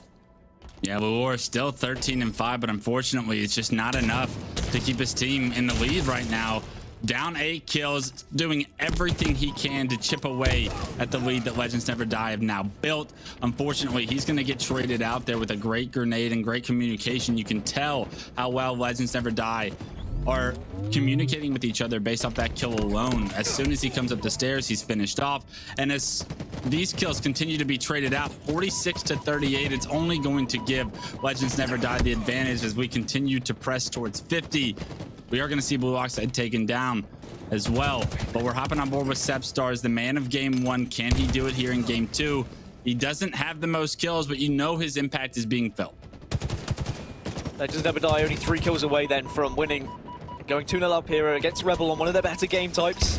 Maybe there is trouble in paradise a little bit. Maybe there are some internet issues for Rorsch, but it's not looking like it's affecting them at the moment, because 2-3 kills go in their favor, and suddenly it's a 3-kill game. Suddenly there is a chance still here for Rebel, but maybe that gets shut down by Sepstars. The man of game 1, the man of game 2, the double kill comes through, 49-44, and Sepstars just gets the biggest double kill of the series to deny any chance, any thought of a comeback Rebel had. 1 kill is all Legends Never Die need. 49-45, Nugget with so much pressure in the closet gets damage on. You're gonna see the kill come through as well, and I believe it was Sepstars once again. Legends Never Die now 2-0 in this series, and they take away the strong map from Rebel, and that's just what the doctor ordered to get the snowball rolling downhill. All momentum is in Legends Never Die's hands, and you can see it pushing through towards the end of that game, how confident this team is playing. And obviously, even though I did mention, you know, the internet issues, but you cannot take away the performance that we've just seen from Legends Never Die in that scenario. They looked like they were so comfortable once they had map control, and what they did even better was they kind of trapped the other team to a point where they weren't able to escape every single time they spawned. Whereas on their own side, when they were on the receiving end of a spawn trap, they escaped that spawn trap so successfully by pushing out in various ways. As we will see the stats there, Lure getting 19 kills for the squad, but unfortunately not enough to help them find a victory. And look at the damage as well that we're seeing. Nugget putting up 4K. Sepstars, though, the damage dealer and arguably the MVP from that game, makes it 50-46 and makes it a 2-0 advantage here for Legends Never Die. Yeah, the big thing that sticks out to me when you look at the stats here, Dan, is how close Legends Never Die's stats have been in not only game 1, but game 2 as well. No one really breaking out, but it's the entire team doing work. And sometimes that's what it takes. It takes an entire unit to have success, and unfortunately just not enough from all 4 players on Rebel right now to keep themselves in this series. Now down 2-0, dire times. They're going to be felt from Rebel if they want to continue their tournament pool play undefeated, because right now their backs are against the wall and they're the 3rd seed coming in, playing against the 6th seed. You expect to get a win here, and right now everything is being, all the unexpected is occurring, right? You're seeing Legends Never Die find momentum and start to run with it. They really look like the better team so far in the first 2 games. And as we go into straight strongholds, Rebel is going to have to figure out a way to turn it around and do it quickly. Yeah, and Stronghold Streets sometimes is the worst game type to try and figure out how to turn things around, because it is one of those fast-paced game types that does get away from you if you are not quickly analyzing the situation that's presented in front of you, because teams who are feeling confident they're winning their gun engagements will just traverse the map, rotate around the map, and consistently hit those strongholds while slaying out at the same time. If you add on top of that the amount of kind of camouflages that we were able to see won by Legends Never Die after the initial from Rebel, if they use that same control on the rocket launcher here in Stronghold Streets, then we might be looking at a 3-0. And it would be an upset. It is 6th seed taking down 3rd seed, regardless of any issues that Rebel may be facing right now. That would be such an important and amazing result for Legends Never Die going into this pool. The good thing is, on the flip side for Rebel, even if they were to lose it, it is pool play. I know that pool play is very important, and it can be the difference between starting in winners 2, winners 1, or the elimination bracket. At least if there are issues on the side of Rebel, they can probably fix those going into the weekend's tournament and maybe be able to come back as a stronger and better team. But for now, they have to focus on what's ahead of them, and that's this series. It's Stronghold Streets. That's this game. It's Stronghold Streets. It's game 3. They're down 2-0 right now. Rebel knowing that they want to get back into this one, knowing that they can beat this Legends Never Die team, having done it in previous tournaments. But Legends Never Die look to be hot, look to be focused and determined to make an example out of Rebel here in this series. To win this series 3-0 would give them confidence going in to that Timbers matchup later today. That would be amazing to see an upset as well. But let's see what Legends Never Die once again have in store for us as we hop on board with Sepstars, pushing towards the stairs right now. It's going to have a guy right in his face. Unfortunately, the nade not going to be placed well enough to do some damage. He's going to relocate to try and compete for Rockets. Rorsch is bottom middle, and Rorsch is taken down. That's a big kill onto the player with thrust. And now Rockets somewhere on the ground is going to probably go into Legends Never Die's hand, and Sepstars with the thrust back perfect shots. He's having one hell of a series so far. Legends Never Die just seems to be the perfect name for these players, because it does seem like they are not dying, and they certainly look like Legends as they're able to get the early scoring. C is still in control, but A going to be contested, and we're going to see a fight around towards B at the same time. Rebel on the back foot ever so slightly. Now we're going to see them have to try and hold and push from A, which is where I prefer to push from. I'd rather push from A than C because of just height advantage, but if you can watch the right angles, you can still hold a team at either stronghold. You see Legends Never Die trying to hold a cross there over at Tires. It doesn't pay off, though, as the first kill does go into the hands of Rebels as they look to break this setup. Another player in Tires able to get that kill, and that was a big one. You thought Strikey was going to have the advantage, but no. It is Legends Never Die that come out on, or Rebels, I'm sorry, that come out on top in that situation, but they haven't got enough resources to push to B quite yet. And unfortunately, it does look like Legends Never Die have come off respawn, made their way over there, but 2 kills could be all Rebel needed to break this setup once and for all. There are players bottom stairs, but you see Lure trying to keep his head on a swivel, trying to locate these players and where they're coming from. He sees grenades coming from downhill. That's going to give him some good information that players are pushing there. Unfortunately, a little bit of an over challenge, poor positioning. He loses his life, and just like that, in the blink of an eye, Rebel lose 3. Rebel lose 3, and that's a really good opportunity for Legends Never Die to pick up time, but as we say that, Legends Never Die also lose a few of their own. So Rebel hold on to control, Rockets are coming up, and it means they can position themselves to watch these. And Legends Never Die need to be careful they don't dive on them randomly, because there's always going to be someone, and instead Key manages to escape with them. So really important that you will see Rebel pick up these Rockets and start to launch some sort of a comeback. They finally take the lead, and they've got control of A and B, and if they start to pressure C at the same time, this could be detrimental for the chances of Legends Never Die in this game. Strikey had a ton of kills in game 1. Unfortunately, the objective didn't get done for Rebel, but right now, not having to hold on to an objective is Strikey. He's just looking to put his BR on faces, and just like that, finds the 5th one of this life. That's a killing spree for Strikey. 2, 3 dead for Legends Never Die, and Rebel finally look like some momentum is behind them. The wind is in their sails right now as they have taken the lead. A and B controlled, 70 points in climbing, and how long can they keep this setup? It's a really good setup at the moment, but they're not pushing for that trip cap, but that's mainly because of the pressure that we're seeing from Legends Never Die. They're not on spawn and they're not turtling up into C. Instead, they've been pushing that arcade, or they've been pushing bottom middle, and this fight's a really important one, and Laylox wins it, gets the double kill, but Legends Never Die are still in a position to take B off of Rebel, and now off spawn, Rebel are looking to try and take C instantly, but this is always the worry. You do leave yourself very vulnerable to those from bottom middle, and now Legends Never Die can completely flip this map, get the trip cap, and start to really apply the pressure. Yeah, taking a page out of Cloud9's book, making sure they don't just give away C for free. Unfortunately, he tries to locate Strikey, can't quite do it. It does get traded out, and 3 go down for Legends Never Die, so maybe an overstep right there as we saw the trip cap come through, and that's a mistake we see all too common, even in the North American scene. When you get that trip cap, do you overextend trying to defend all 3? Looks like the answer is yes for Legends Never Die this time around. Great shots from Rorsch on screen to get another kill in the Rebels' favor as they've got A and B control once again. Another kill for Rorsch with a great predictive grenade to deny the double back opportunity from Sepstars, and taking down Sepstars right now is a big kill, especially as Rockets are coming up. But just like that, with their Nugget, they find 2 of their own, and it looks like Rockets are going to be a big opportunity for Legends Never Die. They find 3, and it's Rorsch with the double kill onto the Rocket player, onto another Rocket player, and just like that, Rorsch starting to pick it up. Maybe the internet's back, but Rorsch definitely having a better game here in game 3. Did worry me a little bit when they went for that triple cap, and they left themselves so vulnerable. And as you say, it's something we see far too often in every region really, is people know that you do now push for the triple cap. You do try and stop the team from C, but you don't do it leaving yourself too vulnerable to being capped on B yourself. And now we are seeing a lot of pressure coming in from Rebel with the Rockets being picked up, but now out. It's about where they go from here. They've got C, and it looks like they might be able to get A, but there is going to be a contesting situation over there.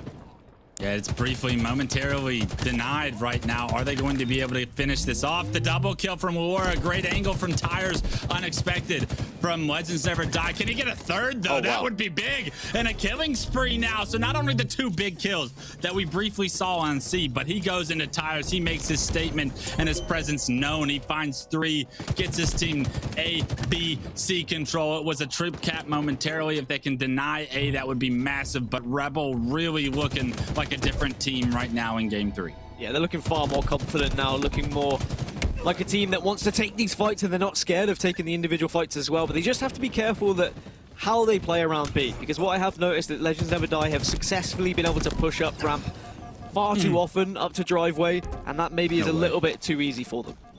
No way he stays alive. Rorsch somehow gets out of dodge. Looked like he was dead to rights. Going to lose the shotgun, potentially give it to Legends Never Die. And you know what kind of work that shotgun can do, especially in that tires and pillars area. It would be such a pain for them to break. But now that he's relocated, got his shield back, finds a kill, gets bottom middle, finds another one. Rockets are up, and just like that, tries to get those rockets secured, but Udurk shuts it down from that ATM location. And it does look like Nugget has been able to secure those rockets, putting them to work on War. So trades across the board, and trades only benefiting Legends Never Die as they've been in control throughout this process. Does spot 3 players, and I love the pressure that we're seeing Legends Never Die continuously put onto C, not giving it away for free as they hold A and B as well. So they are really taking one out of Cloud9's book. I wondered how much of that we were going to see, how much confidence we were going to see for that kind of power and presence to be displayed. And just like that, Legends Never Die show you that the MX region is caught on quick.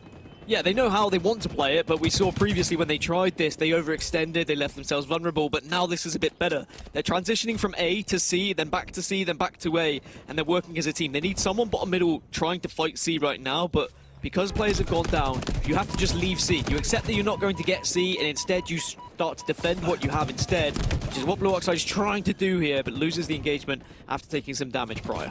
I did like how Blue Oxide played that, though. He didn't go into the front door. He knew that if he did that, he was likely to get double teamed, so he just isolated that player bottom middle, was able to find one, but Legends Never Die actually just had 4 dead. Rebel went from being trip capped to a trip cap themselves, so the overextension, once again, like you said, Dan, a mistake. Maybe Legends Never Die makes twice in one game, and is that mistake going to be capitalized on? Are they going to be kicking themselves for that?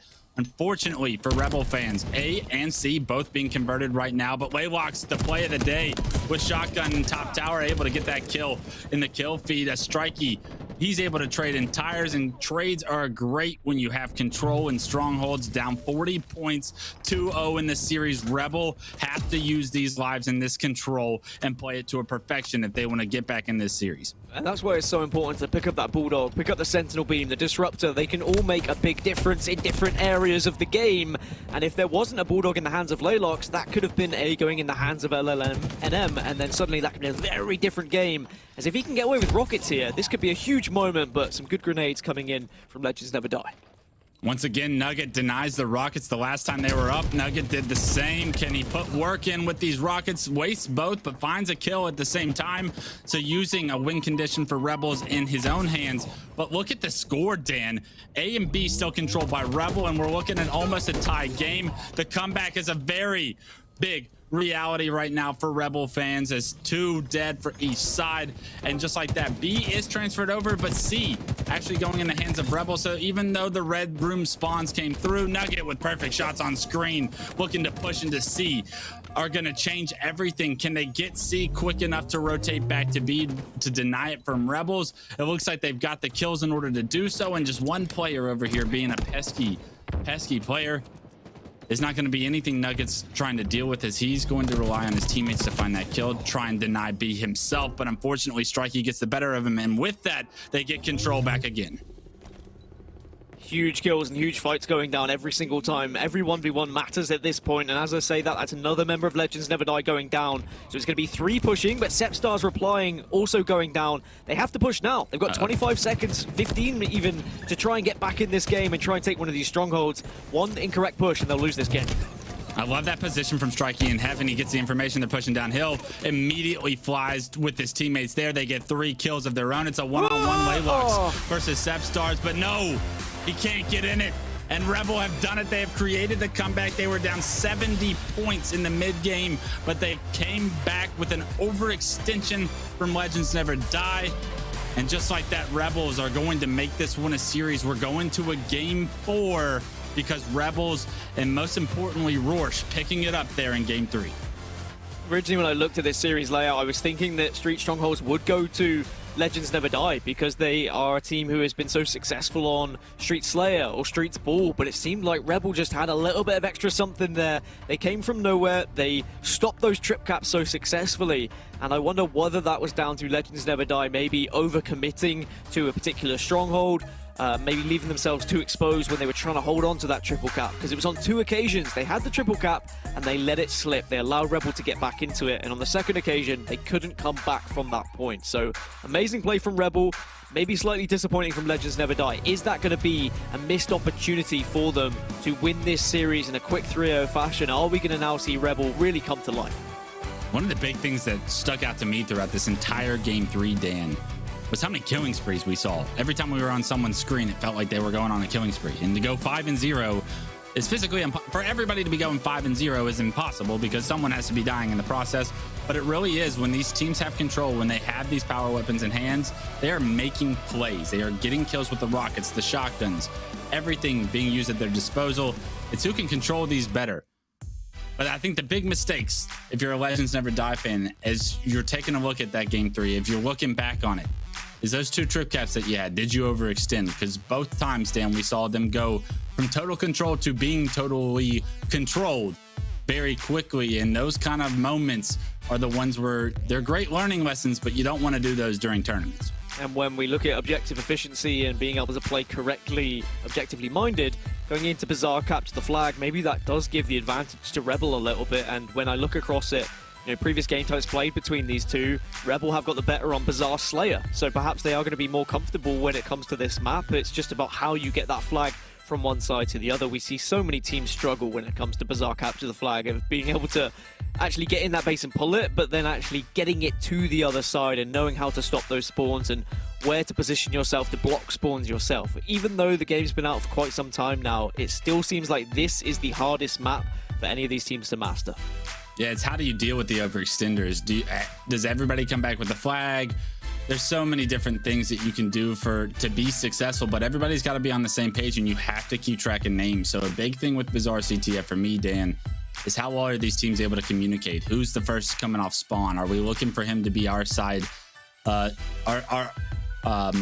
runway, right? Are we looking for him to be pushing our brute grenades to overextend? Is that the guy we're looking for? Is the guy we're looking for already past that guy and has already slipped through the cracks? Coming back with the flag is one of those things in Halo where it's always necessary, and sometimes it doesn't feel necessary because you're trying to keep map control. But on a map like Bazaar, one player in your base can ruin everything you worked for to get that flag on the board. Typically, we see very low scoring games in CTF Bazaar. I would assume we're going to see something very similar, especially with these two teams having been so highly contested for these first 3 games. Yeah, and I think that if you are the player that is being forced to overextend, like if you're the first spawner, there's a lot of responsibility for you on Bazaar capture the flag. Do you go back? Do you overextend? Do you try and take a fight over towards grapple? Is the overshield coming up? Is the rocket coming up? There's so much to think about in a split second when you are the first spawner, and that's all got to be communicated between you and the team so quickly, otherwise you can be punished very fast as well. So it's not only about what decision you make, but also the detrimental effect that happens if you delay that decision just sometimes by a few seconds. That could be the difference of a flag being captured, that could be the difference of an overshield being picked up. So I want to see reactions be on top of their game for all of these players. I want to see them as quick as possible making those decisions, even if you make the wrong one. I would rather see a decision be made quickly and it be the wrong one than hesitating, dilly-dallying around, and then just dying because of it. Commit to something, have a clear plan. A lot of that comes down to the in-game leaders, and maybe that's something that we'll learn a little bit as this tournament goes on about who is going to be that focal character in these teams, who is going to be the one that they're going to lean on to make those decisions. Yeah, when I think of that presence, where do in-game leaders typically come from? It's come from experience. When you look at Legends Never Die, they have players that have been there, they have done that, they've had their cake after it was over as well. So that experience, will it pay off in a game map mode combo like CTF Bazaar? But one of the things you touched on, Dan, there was the overshields and the rockets, right? Like how impactful those were. We saw how impactful Nugget was able to be in that game 3. Even though they didn't come away with a win, Legends Never Die had a majority of the rockets and won the battle for those rockets a majority of the time. On a map like Bazaar CTF, overshield and rockets, the importance of acquiring both of those and putting them to use in order to get that objective done couldn't be overstated. Let's see if Rebel are able to do a better job, because they're going to need to do a better job to push this series the distance to get to that game 5. You cannot afford to continue to give overshield and rockets away, especially with how effective we saw Nugget being with with the rockets there on Streets. But here we go, Dan. We have game 4 of our series. Rebel are down 1-2. Legends Never Die. Now that they've had their momentum a little stalled, will they come out hot? Will they be able to finish this one off, or will we see this series go the distance already in pool play? Game 4 is going to decide. It's going to be Bazaar CTF, and I want to hop on board with Rorsch. I want to see how he's playing, because that was a very different game 3, as we had an opportunity to see him statistically pick it up after his poor performances in games 1 and 2. Let's see what he's got for us in game 3. Unfortunately, just like that, multiple members take him down, and the focus for Rockets is already there for Legends Never Die, as Sepstars has acquired those, put them to work, and the kill feed looks like it's going to be mixed, but benefits Sepstars and the boys for now. Overshield versus Rockets, which one's going to take down which? It's actually going to be Sepstars trying to get out of there, as that Rocket didn't do quite the damage he wanted it to, and Laylox has secured his team a little bit of map control early on. Yeah, and I think we will learn a lot after the first, or should I say the second rocket and overshield pop, because it's about what teams do with those overshields and rockets, and also how they decide to play around them when they're soon to be coming up? Are you a team who, if you get 4 dead, you wait in the middle of the map to control it, or do you push for a flag whilst you have that opportunity in that opening? Because not very often do you get 4 dead and the chance to push into a flag against an evenly matched team. However, now 3 are dead, so they're going to be taking the advantage. They're saying, look, we've got 3 down, let's make sure we get this flag running, get it moving, and if we can move this flag as the next overshield and rockets come up, then maybe we can pick that up a little bit later. They're going to have to get kills here, though, and the Sepstars finds himself the first of the kill feed, so that was a big one for him to try and deny this cap from going any further. Rebel do trade it out, though. Sepstars taken down. There was a player bottom middle, but Rorsch finds another kill, and this flag should be touched, should be on the move, and Laylock's...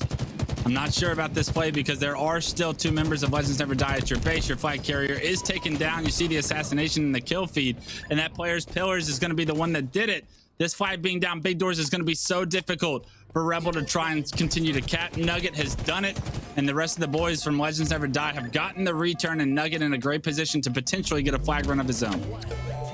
And now with that overshield coming up, is there anyone in position? Because it's all well and good Nugget being in the base and being able to try and be a distraction, but as he does that, all of the players and his teammates go down, and the overshield should go in the hands of Rebel here, and it's about what they do with it. They're going to be able to get mid-map control, they should be able to get the opening kill, but now you need the presence and you need a decision of how you get to that flag. You need to work together. Maybe it's a split push, maybe you push 2 players through double doors or not, but Rebel have been able to get kills, so Legends Never Die, they're going to be on the back foot. Yeah, this is going to be a big push from Legends Never Die once again, or from Rebel, I'm sorry. The assassination onto Uderic. He doesn't expect a player to come from his bar, and just like that, it's an easy kill. It's an easy second for Laylox. That's opened up a potential flag run here. You're seeing the flag move in the corner of your screen. It's going to be all the way to the middle of the map. Are they going to be able to punch this one in this time around? You see overextenders have already come through for Legends Never Die, so they're once again going to have to flush out their base, but it's going to be War trying to sit back, or I'm sorry, Laylock's trying to sit back and get a few kills, but the overextenders, they've done their job once again. They've got the kills onto the flag carrier. It looks like they popped the return as well, and that's a second flag in a row that Rebel have gotten across the map, but have not been able to punch in because the overextenders find their ways to get kills. That was something that we noticed in game number 1, is that objective efficiency was a little bit off on the side of Rebel, and maybe it's a telling point here as well. But if they can consistently keep pulling these flags, getting into that position, you'd imagine eventually they should be able to break through, and perhaps it'll be an overshield with the flag, just being able to get through double doors. But as we say that, Legends Never Die. They've got a 2-player advantage. They've got that flag moving. Let's see what they do with the flag run now. No, they're not going to be able to stop this one. This is perfect timed kills right now from Legends Never Die. They've got the flag into the tree. Doesn't look like anybody is overextended for Rebel, or was in a position to at least, and the slays continue to come through. Nugget finds a double, but wait, there is one player. War finds the kill and actually hops on the return as well. I'm sorry, I had no idea. War had made it behind enemy lines, and just like that, that's why it's so important to come back with the flag. Then one player can ruin everything, and Rebel give Legends Never Die a taste of their own medicine. And Rebel now get the overshield, and I think you maybe didn't see it coming. I don't think Legends Never Die saw it coming. That's why they left the flag runner on his own. They thought they had map control. They thought they had tabs on everyone, but one player sneaks through, and that could be the most important kill that we've seen so far in this series. If Rebel can come back and grab a flag now and get it across the map. It's already over on the walkway. They can get it into the middle of the map. Now they just need to play Slayer for a little bit. Get some kills, get the player advantage. If I'm either one of these teams, I am traumatized running a flag into my base by myself at this point. I do not trust that it is clear. Right now, we're seeing the map down, bottom, middle. Rebel trying to continue this run. Great shots from the commander rifle. Can't quite finish off Blue Oxide, but he is going to be finished. That flag is also touched. So Roar's doing a great job bottom, middle as well. Great job out of these two. War and Rush keeping this flag alive. Kills coming through. 2 dead, making a third. Sepstars looks lost. A 4th as well, and War with everything. He's gonna do it all. 3 kills to his name, the flag as well, and surely Rebels punch this one in. Yes, they're gonna take this lead 1-0, and that is a massive advantage as we enter 6 minutes and 30 seconds on the clock. It's not really a factor yet, but as you're seeing how important some of these caps, how difficult it is to cap flags on this map, it could just be a 1-0 lead that ends this game. So Lior stops the flag, goes on a killing spree, caps a flag himself, has just had the 2 or 3 minutes of his life right there. Legends Never Die were looking like they'd be 1-0 up. They had map control. They were looking comfortable. They probably would have got the overshield to follow afterwards. But instead, Rebel now, they flipped this completely on his head. 14 kills for Lure. Strikey and Rausch maybe down just on the 8, but it doesn't matter because they've got the assist and they've got in the position to make sure that Lure was able to kind of punish the other players, and now they can look to push in the base once more. 3 dead, make it 4. Now they're going to look for spawns and try and run another flag. Yeah, look at this. I mean, they've taken a win condition for Legends Never Die and thrown it out of the window, right? They got overshield, they got rockets. They were perfectly set up for the map control they needed to secure both of these. They've done work with these power-ups and power weapons since. They've got the flag across half map, and if you get a second flag on the board, Dan, with 5 minutes remaining, I can guarantee you it's going to be a Rebel victory. One player in Wu Derek going to try and stop this one, but another killing spree from a great player on Rebel. That's going to be Strikey, making one of his own, and not only a killing spree but a flag cap to match as he gets a kill right before being taken down. A counter cap opportunity for Legends Never Die, and I'm gonna say it now, a much needed counter cap opportunity with 5 minutes remaining. You have to get some kind of life out of your team, and Sepstar is trying to give his team that life with that first kill. I mean, I will quote you that you said you guarantee this is going to be a victory for Rebel. Now they've gone 2-0 up. So if Legends Never Die get this flag, I'm going to be looking at you. Where's Clutch? You got to stop the counter cap. No, how's that? Where's... There's going to be one player. Okay, well, there's always the overextension. Rebel seem to be very successful at getting a player behind, but on this occasion, the flag is still going to be running, and it looks like Legends Never Die are finally going to put in a flag. 2-1, and okay, game on. Okay, that was massive to stay in this game, to not have the clock become a factor, and Sepstar somehow behind enemy lines, able to get another pull. Unfortunately, needs to figure out a way to get some slays before he can get this one on the move. Is able to stay alive and turn that corner. The Rausch is going to be forced to reposition to try and finish this kill. And look how good of a job Sepstars is just forcing the enemy team to come back for him. Yes, he goes down finally, but is the time that he bought enough for his team to secure some map control? Overshield popping up in 2 seconds. You see Blue Oxide on the opposite side of the map. Wants to try and deny that, but he's not in a great position to try and do that, so tries to just play his life instead. He gets naded out, and great teamwork out of Rebels once again.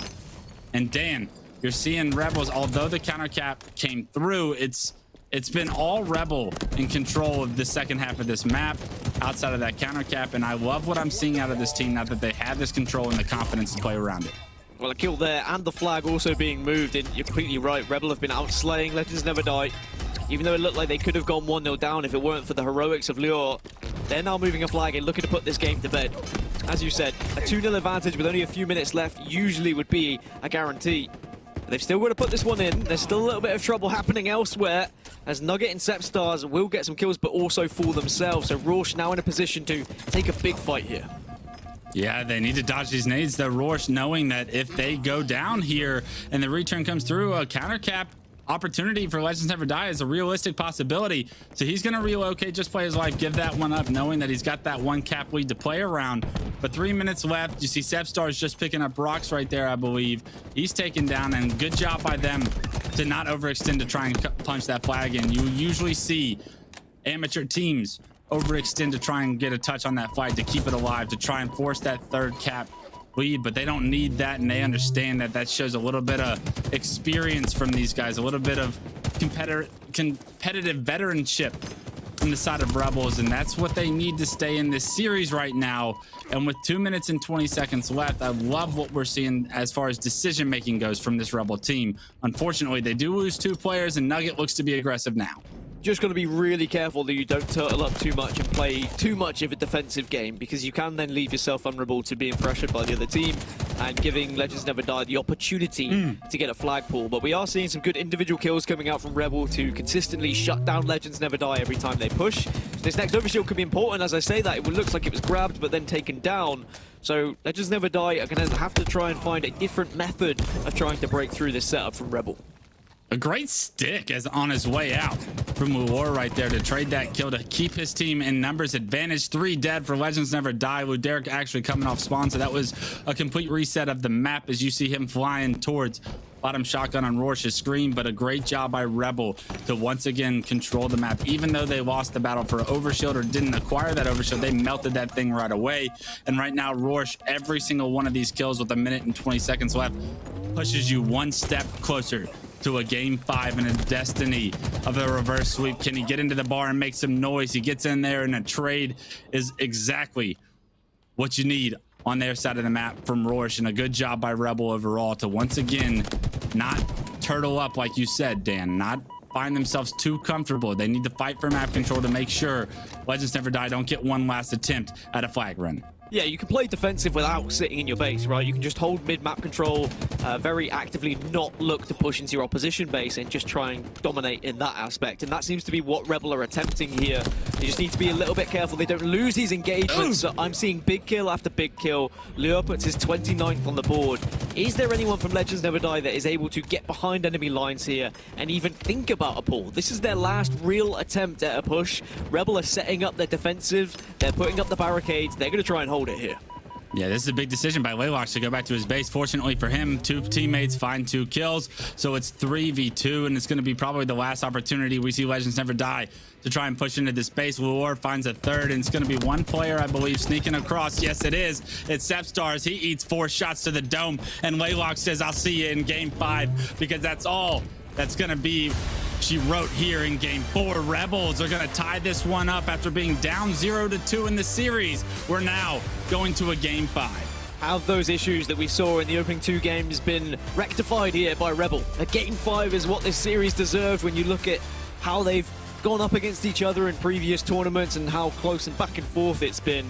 We couldn't have asked for anything more. And you said, you know, you guarantee Rebel are going to win this game if they go 2 flags up. Guaranteed. They did just that. It's almost like you're a genius, Wes, and you know exactly what's going on, and you didn't panic at all when there was a counter cap. But a great game of Bizarre capture the flag. Counter caps. They do risk a lot of my analysis, but fortunately, we saw Rebels do just enough to hold on, but their map control there in game 4 was what really speaks volumes to me, Dan. For them to win game 3 the way they did in the magnificent comeback that they had, and then to dominate the map like they did there in game 4, that bodes well for confidence, and especially when you're talking about a 31-13 performance from War. I don't know if we stated it during the game, but man, are there some big numbers from him to push his team to a game 5. And just like that, you're seeing everybody kind of step up on this Rebel team, and that's exactly what it's going to take, because that's exactly what we've seen Legends Never Die give us in the first 2 games. Almost 7k damage as well for Lior, and not to forget, it was that flag return that he was able to achieve that really kind of started that incredible push and comeback from Rebel. It looked like Legends Never Die were going to be a flag up, and maybe could have then to look to try and play control and play defensive, as you can do sometimes on Bizarre capture the flag. But then it was Lior who comes in, gets the kills, then goes on a killing spree, also gets a run. Amazing, really, what we just saw from that man, and the fact he got 31 kills to go on top of it. An incredible individual performance, but also the rest of the Rebel squad also doing everything they needed to. We saw so much commitment to the objective when it was required, but also very impressive defensive holds too. Yeah, we saw a lot of overextensions pay off there in game 4. Both teams actually making the mistake of not coming back with the flag and clearing out their base for their flag carrier. Because of it, a lot of flags got left on the board, but I would say Rebel left some flags unanswered. So that score could have been even more lopsided in Rebel's favor. We saw how the kills were lopsided in Rebel's favor, and going into a game 5, all you got to worry about, Dan, is getting some kills. It's the first at 50 on Recharge Slayer. And I think that this is going to benefit Rebel after they've got their confidence. They've got their mojo rolling, some momentum behind their sails. And you love to see players warm up in the middle of the series. I'd love to start this game out with Luor and see what he's got showcased for us, because if you can heat up in a series and you can mentally find your groove, players are just known for taking over. Is Luor going to have one of those series in store for us, especially after that game 4 performance? Ladies and gentlemen, game 5 kicking off, and we're hopping on board with Nugget right now for Legends Never Die. And right now, we're gonna have to see, are the Legends going to die more or less than 50 times? Because I can bet that this one's gonna go the distance the way these 2 teams are playing so far. Nugget is gonna be top bat ledge, gonna be forced off this place, but not without getting some good information and damage onto these players. Bottom double stack. The battle for camo still goes down. Multiple players for Rebel bottom middle, and this camo player, can he get away? Yes! Rebel with the teamwork secure this camo, and that's a big opening break for the Rebel team once again. And whilst they've not played Recharge Slayer against each other in HCS competition, they played a lot of Recharge Strongholds, and it's always gone in favor of Rebel. Maybe this is a map that does lean towards the blue team here, and we could see the reverse sweep happen right in front of our very eyes. 5-1 in the early stages. Camo also in the hands of Strikey. It's going to be 6-1, and if you are Legends Never Die, you need to shut down this momentum ASAP. Otherwise, you're going to find yourself at a 10-kill deficit, potentially, after the opening stages of this game. I love how Strikey's playing this camo, staying alive, getting his shield back multiple times. Unfortunately, that was the overextension I was worried about, as players spawning top elevator had an easy angle as he tried to get that shock rifle into pipes. But damage has been done. 9-3 lead for Rebel early on. Everybody doing their part, as well as the teamwork for Rebel really starting to shine through. War has secured this sword into long haul, and Legends Never Die. If they don't know he has sword, this could be very disruptive to a push towards the side of the map. Unfortunately, great job by the Observer to show us no one from Legends Never Die is even near this player. So sword not going to become part of a factor right now. Luar is going to be forced to back down, but I love this relocation by him. And now with this sword in hand is not going to be expected here from Nugget. The flank isn't even expected. Blue Oxide gets taken down. Nuggets gets taken down to half shield, and that player is finished off as well by Laylock. So once again, Rebel able to have great teamwork, capitalize on each other's damage, and because of it, they push this to a 7-kill lead. Legends Never Die are trapped in the moment. They're trying to slow this game down, but they are just being pushed. They're being bombarded by the Rebel roster who are picking up kill after kill. And there is almost that 10-kill advantage I was talking about. Okay, it's only 8 at the moment, but that is still a significant one. Camouflage has come up, but shock rifle in the hands of Rebel. They've got all of the goodies, and they find themselves in a spot where they can dictate the pace of this game. They can force Legends Never Die to play at a faster or a slower pace. They've got so much breathing room with this advantage. One thing I always hear about the MX scene is how strong of snipers they are. They're kind of crazy with it. You saw the whip almost come through. The headshot comes through from Sepstar, from Laylock's, the double kill as well, and a shock rifle making the difference right now. I love what we're seeing out of the individual skill from Laylock's. That double kill was all the map control Rebel needed to break this one wide open. Now up 11. They're up 11, make it 12. This is going to get pretty nasty. This is going to be one of those games if Legends Never Die are not careful, and I don't know what was wrong in games 1 and 2. Maybe it was internet issues for Rorsch. Maybe it was just a case they hadn't woken up yet, but this is a different team that we saw in games 1 and 2, and the reverse sweep is very much on right now. Legends Never Die. They are dying, and they need to be able to stop this from happening. They need to make sure they shut this Rebel speed down, but every time they try and slow the game down clutch, they are being punished. Laylock's with another one top outlet. He says, you peek, I teach right now. And he's teaching all of us how to anchor this BR tower so well. 9-2-2 Laylock's is, as everything going in Rebel's favor. This shock rifle having just one more shot in it. He's going to end up pulling out his BR, gets a trade. So even when you get the kill, you get taken down by Laylock's as well. What are we witnessing here from Rebel? 30-14, and they are not slowing down whatsoever. Every power weapon is being found. And I will call the Mangler a power weapon. I'll call it what it is, because it is right now. Hits a shot, will allow him to re-challenge. And that's something we've seen all day long already, is the confidence of these players re-challenging fights, trusting in their own ability, and also using the weapons to their best chances too. Yeah, I love the reach out there, and the way he was just maneuvering around that pole right there. War doing every bit of damage before he's taken down. Mangler is out of hands. Blue Oxide has secured an overshield, so if Legends Never Die have any hope of coming back from this devastating start, it's going to be in the hands of Blue Oxide right now with this camo. Kills are traded around the map. He needs to get somewhere quickly. This camo does not have a lot of time, and unfortunately, he's not headed in the right direction. Ladies and gentlemen, he is over at blue with this camo.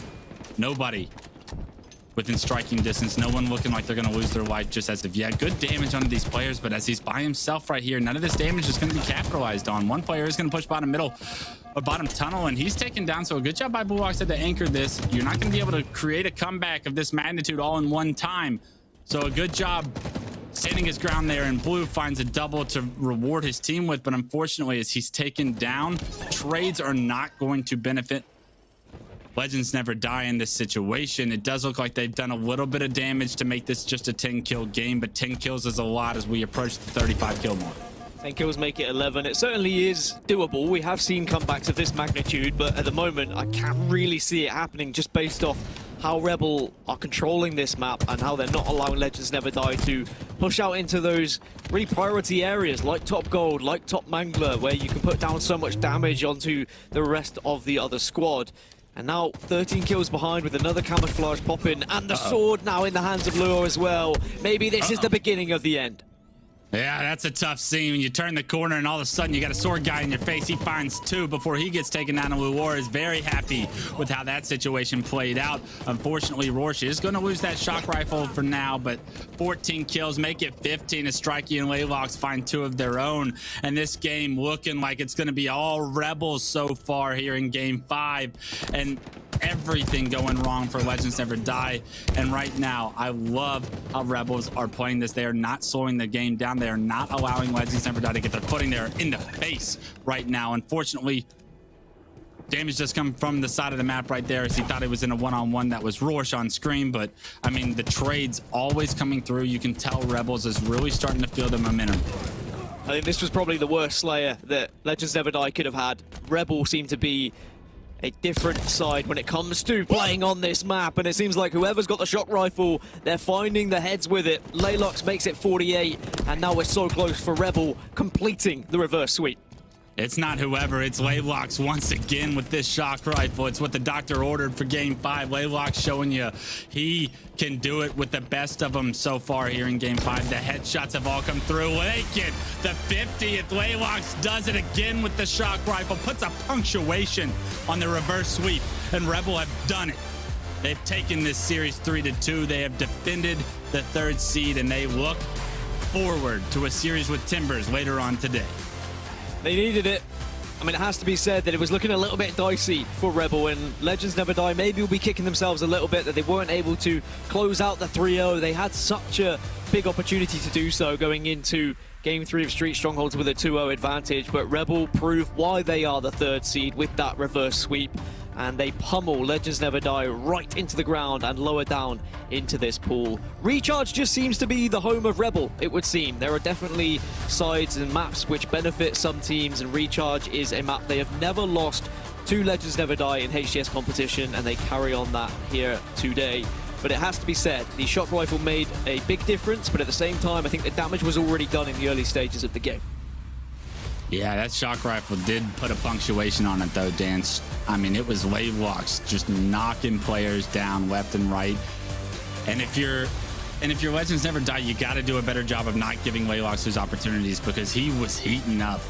You could tell early and often if you were going to give him the angle, the opportunity to get a headshot, he was going to land that shot.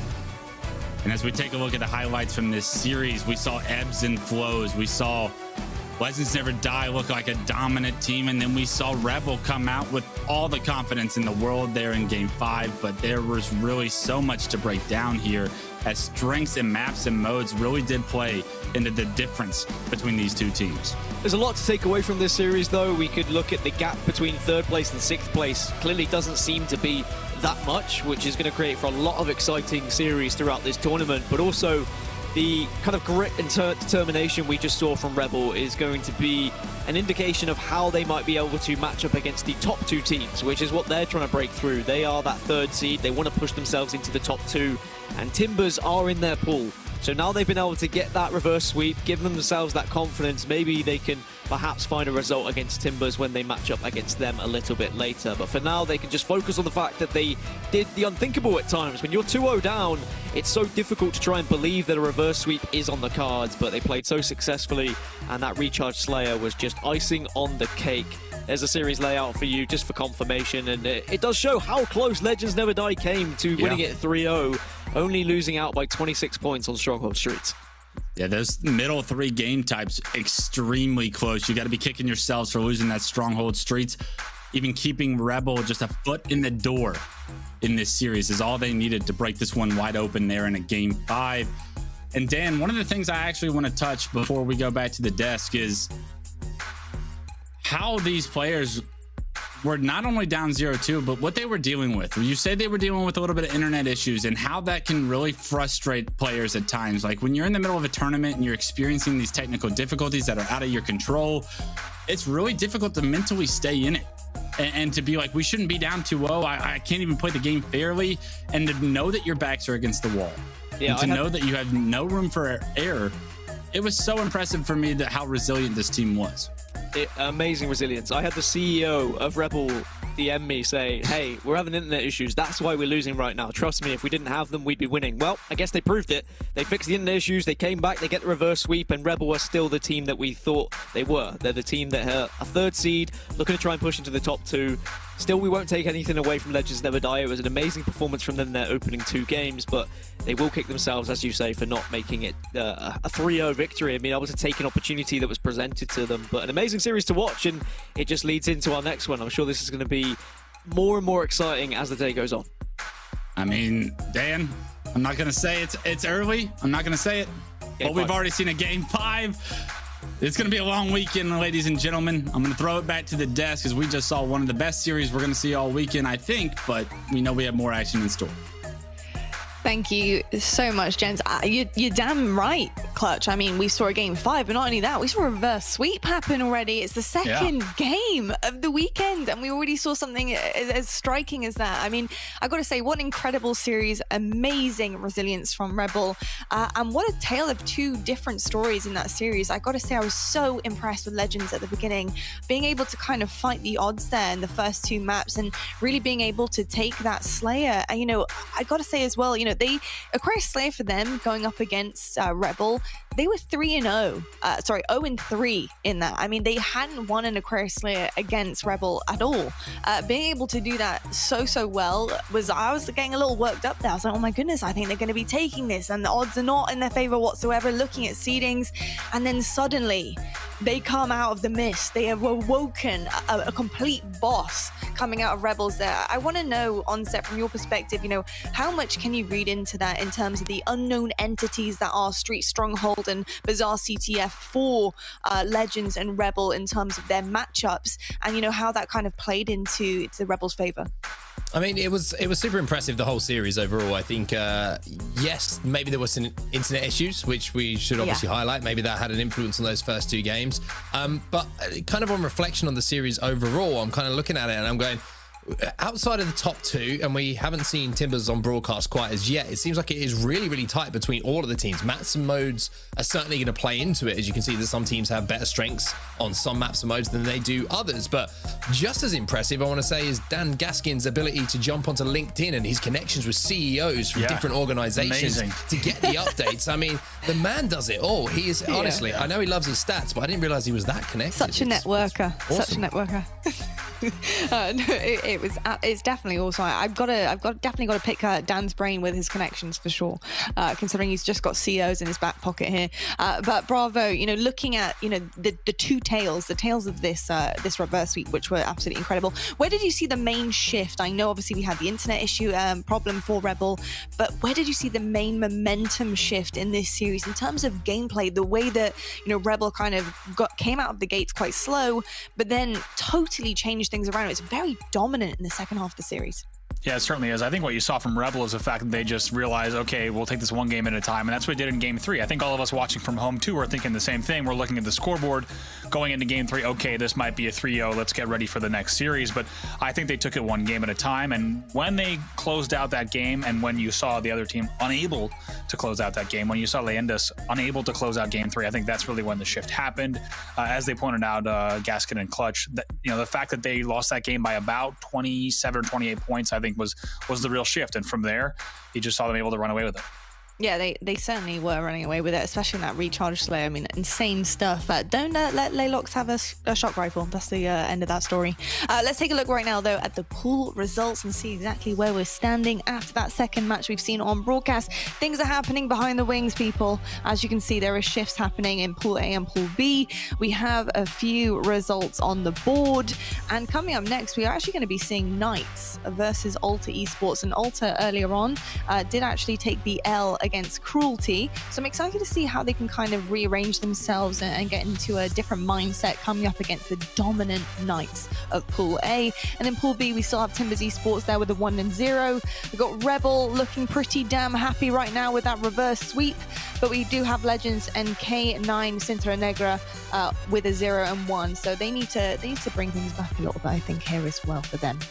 I'm really excited about this next matchup. I think Knights and Ulta is going to be a pretty good one. I'm excited to see if Ulta can continue that really dominant kind of map control that we have seen from them. I think objective-wise, they were really good actually going up against Cruelty, excuse me. But it was the slaying power, I think, that they were lacking. So they need to really focus on getting those kills going forward in that one. But we're going to head to a quick break right now. When we come back, we certainly do have that match coming up for you. So make sure you're sticking with us, and we'll see you right after this.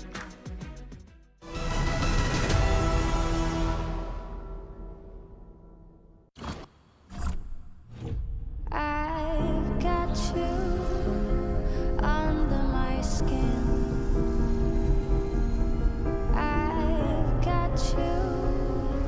Deep in the heart of me,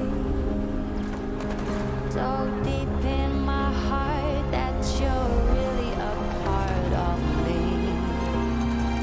I've got you under my skin.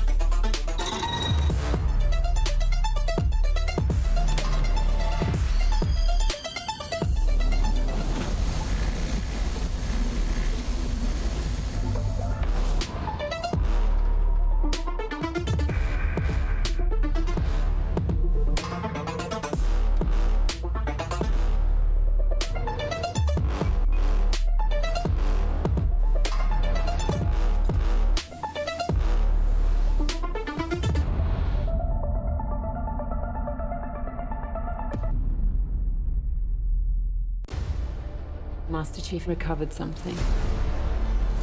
Sacred ring. Halo. When I touched the object, it felt different. What does one do with a superhuman you're not sure you can trust?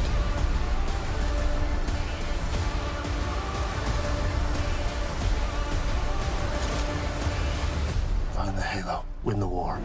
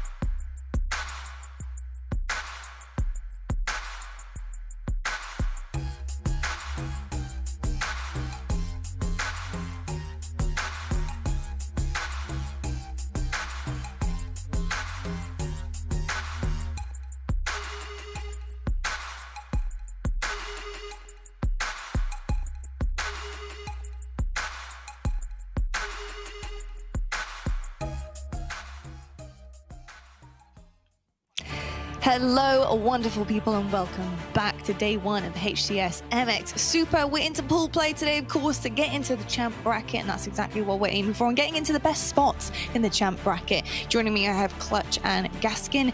And gentlemen, I know both of you are on social media. I know you're both having a little look at your Twitter pages, Instagram, you name it, and maybe you're playing a lot of Halo Infinite as well. You probably find yourself there quite a lot of your days. Well, you may have noticed there is another skin in the game, and folks at home, listen up closely. I'm sure you guys have your hands on it already, but Optic Gaming skins are in. That is correct. If you've been living under a rock, you may not have heard, but if you are on social media, there's green all over the timeline. It is there. Absolutely stunning, I gotta say. Absolutely stunning. Really cool. Highly anticipated. But there you go. Green wall. You have your skin. Get on it. Make sure you get into the Halo store and grab your skin for your spawn. It's about time, isn't it? It really is about time. Have you got it? All right. Have you got it? I mean, I got the exclusive Envy one that's not in the game anymore just because, you know, I'm that kind of guy. Like, I want things that aren't there. I'll get the Optic one when the time is right. You know, maybe I'll wait for them to win a tournament and then I'll jump on the bandwagon. That's how Wes does it, and that's how I'm going to do it. Okay. I'm not a bandwagoner. I'm just repping the winners, right? I'm not rooting for that to happen. I literally want to change my armor at this point, but Cloud9 just being so dominant has kept me with the Cloud9 armor ever since. But I do have a feeling the way that Optic Gaming team is playing that I'm going to be purchasing that one very, very shortly. Yeah. It looks really good, and so does that armor. So I can't wait to rock that what is it, black and green, I guess? Steel and green. It's steel and green. Yeah, it's I that like lime green that really just pops out when you see it on your team that gives you like, okay, this guy's up to date on the newest formal pickup. That is very true. Yes, Optic are looking pretty damn good, especially with their new pickup. So really excited to see you guys repping that, and make sure you go on the socials and show us what your Spartan looks like in the green wool colors. Now let's head on over to our next pool match of the day. We have Knights versus Ulta. I'm really excited to see how this one goes down, and it's over to Onset and Bravo for it. And we're ready for it. Don't worry about it. We are ready to get into our next series. Andy, we've had to watch a reverse sweep, and hopefully the series that we're about to bring you is just as exciting. And it's our first opportunity on broadcast to see Knights and what they're all about. A lot of talk about this team. They are undoubtedly the best team in the region, unbeaten so far in Halo Infinite, and they've got to take on Ulta Esports. Yeah, a lot of fans from the LATAM community have been waiting to see what the Knights are going to bring to the Super, and of course fans from around the world now get a chance to see here on our English broadcast what they're going to bring. Taking a look at some stats here. Tapping versus Paradise in the head-to-head. Yeah, tapping buttons also going to be talked about a lot, I think, in this region, and quite rightly so. You can see some of the stats that he's been putting up. A 1.42 KDA, but you look at average damage, and you may not quite have the KDA there for Paradise, but average damage is up there, as well as the accuracy as well. That absolutely is, yeah, and those are great numbers. And like you said, there might be a significant difference in that KD, but still great to see. We're going to look at the maps and modes between these two teams, and for those of you who have been waiting to see the best team in Latin America, you're about to see it, and it's going to go down across these 5 maps and modes. Starting off with a little bit of Stronghold's recharge, so a real opportunity for Knights to maybe flex their slaying muscles, so to speak, and pick up some big kills alongside some points in those Strongholds. Then we move to Slayer Bazaar. We've got CTF Aquarius as our game number 3. Oddball Streets is going to be our game 4, and I didn't quite catch the game 5, but don't worry, because I got the feeling that we might not get there, because Knights have looked that dominant. Ulta Esports will look to get to that game 5 maybe and push it the entire distance, but this is certainly going to be an uphill battle for them, Andy. But an uphill battle does not mean a loss. It means you got a chance to cause an upset, as we start off with the man that we saw on the stat screen. Is Tapping Buttons. Yeah, here's the question. Tapping Buttons right now, of course, the most well-known player from Latin America, most well-known for his time on the North American organization Evil Geniuses during Halo 5. The man has made himself a household name without a doubt, but the question is, what does he do from here in Halo Infinite? Well, at the moment, he's going to kill 2 players and pick up a camo. As all of his teammates did fall, it was left up to him to do the work that was required to get the first power-up in the hands of Knights. Looking at the score, though, Ulta Esports, I mentioned it's going to be a tough battle for them. They do have control of B and C, but as I say, that Tapping Buttons is doing a great job rotating around the map and just being an absolute nuisance at the moment. Camo Mangler, there's nothing worse. Nothing worse, and big fan of Josve, player we've got to know well in North America, and a man who lets a lot of his gameplay do the talking for him, and they're already off to a solid start here. Nice little lead coming in for Knights as they will control B and C. And Tapping Buttons is just roaming at the moment. He's just looking to sniff out some prey. There's a little Mangler drop. He's going to pick it back up again before going in for the beat down. First time that we see Tapping Buttons on our screen. He's 5-0. There you go, killing spree for Tapping. We also got to talk about the rest of this team as well, just in case you're not familiar, if you have not been following Latin American Halo. First of all, shame on you, but Atso, Drift, the duo, also longtime teammates now of Tapping Buttons, of course, along with Gambino, close friend of theirs since Halo 3 and Reach. This is your former Shock the World roster, and they are undoubtedly the team to beat in this region. They have been undefeated in 2022. And it's looking like this might be another map they might be adding to the collection, so to speak. They are now crossing that 50-point mark. They have a triple cap in effect as well. A is going to be where the respawns are coming in for Ulta Esports. Gambino with that repulsor is going to be able to get a trade from a little bit of a sticky situation as we go back over to Tapping Buttons. He's 7-1 at the moment. Make it 8-1. 67 points and rising. Only 5 on the board here for Ulta. Yeah, what a start here, and this is a series that you expect them to take handily. But one thing we should note is that we did see the Knights actually lose one of their rounds of oddball in their first series, I believe. against one of the lower seeded teams. So surprising to see that. We'll have to see if some of that comes out or if we'll see more perfect play from them in this second round. Yeah, I think it's a really good point. You know, it's sometimes you're looking at a team, you get intimidated, understandably so, when you look at their record, but you also get a little bit of hope when you see rounds being taken by lower seeded teams, games being taken by lower seeded teams. So for Ultra Esports, you got to kind of look at everything you can to kind of get some confidence on board. But for now, as we see Drift being taken down after the trade coming in, confidence is one thing and reality is another. It's 104 and rising, the score at the moment, and still only 5 points on the board here for Ultra. Yeah, that was a live fire oddball that they lost one round to Cinta Negra earlier in the day today, but maybe they've cleaned up their act and have even more precision Halo to bring us here. So far, that seems to be the case on set 120-5 at this point. Looking across the stats, and no surprise, see Tapping Buttons leading the way. 9 and 2 for him, but all of his teammates also putting in a decent amount of work too. Gambino going to be converting C. B is where the battle is going down, though. You can see that Gambino's trying to locate his reticle to the two players from Ultra Esports who are making that play onto B. They make the play onto B to get that capture. However, look at the rotation now coming in. AC in control. They gave up B. They weren't too worried about it. Now they have an AC hold here, Knights, as we see a couple of kills going down in Turbine.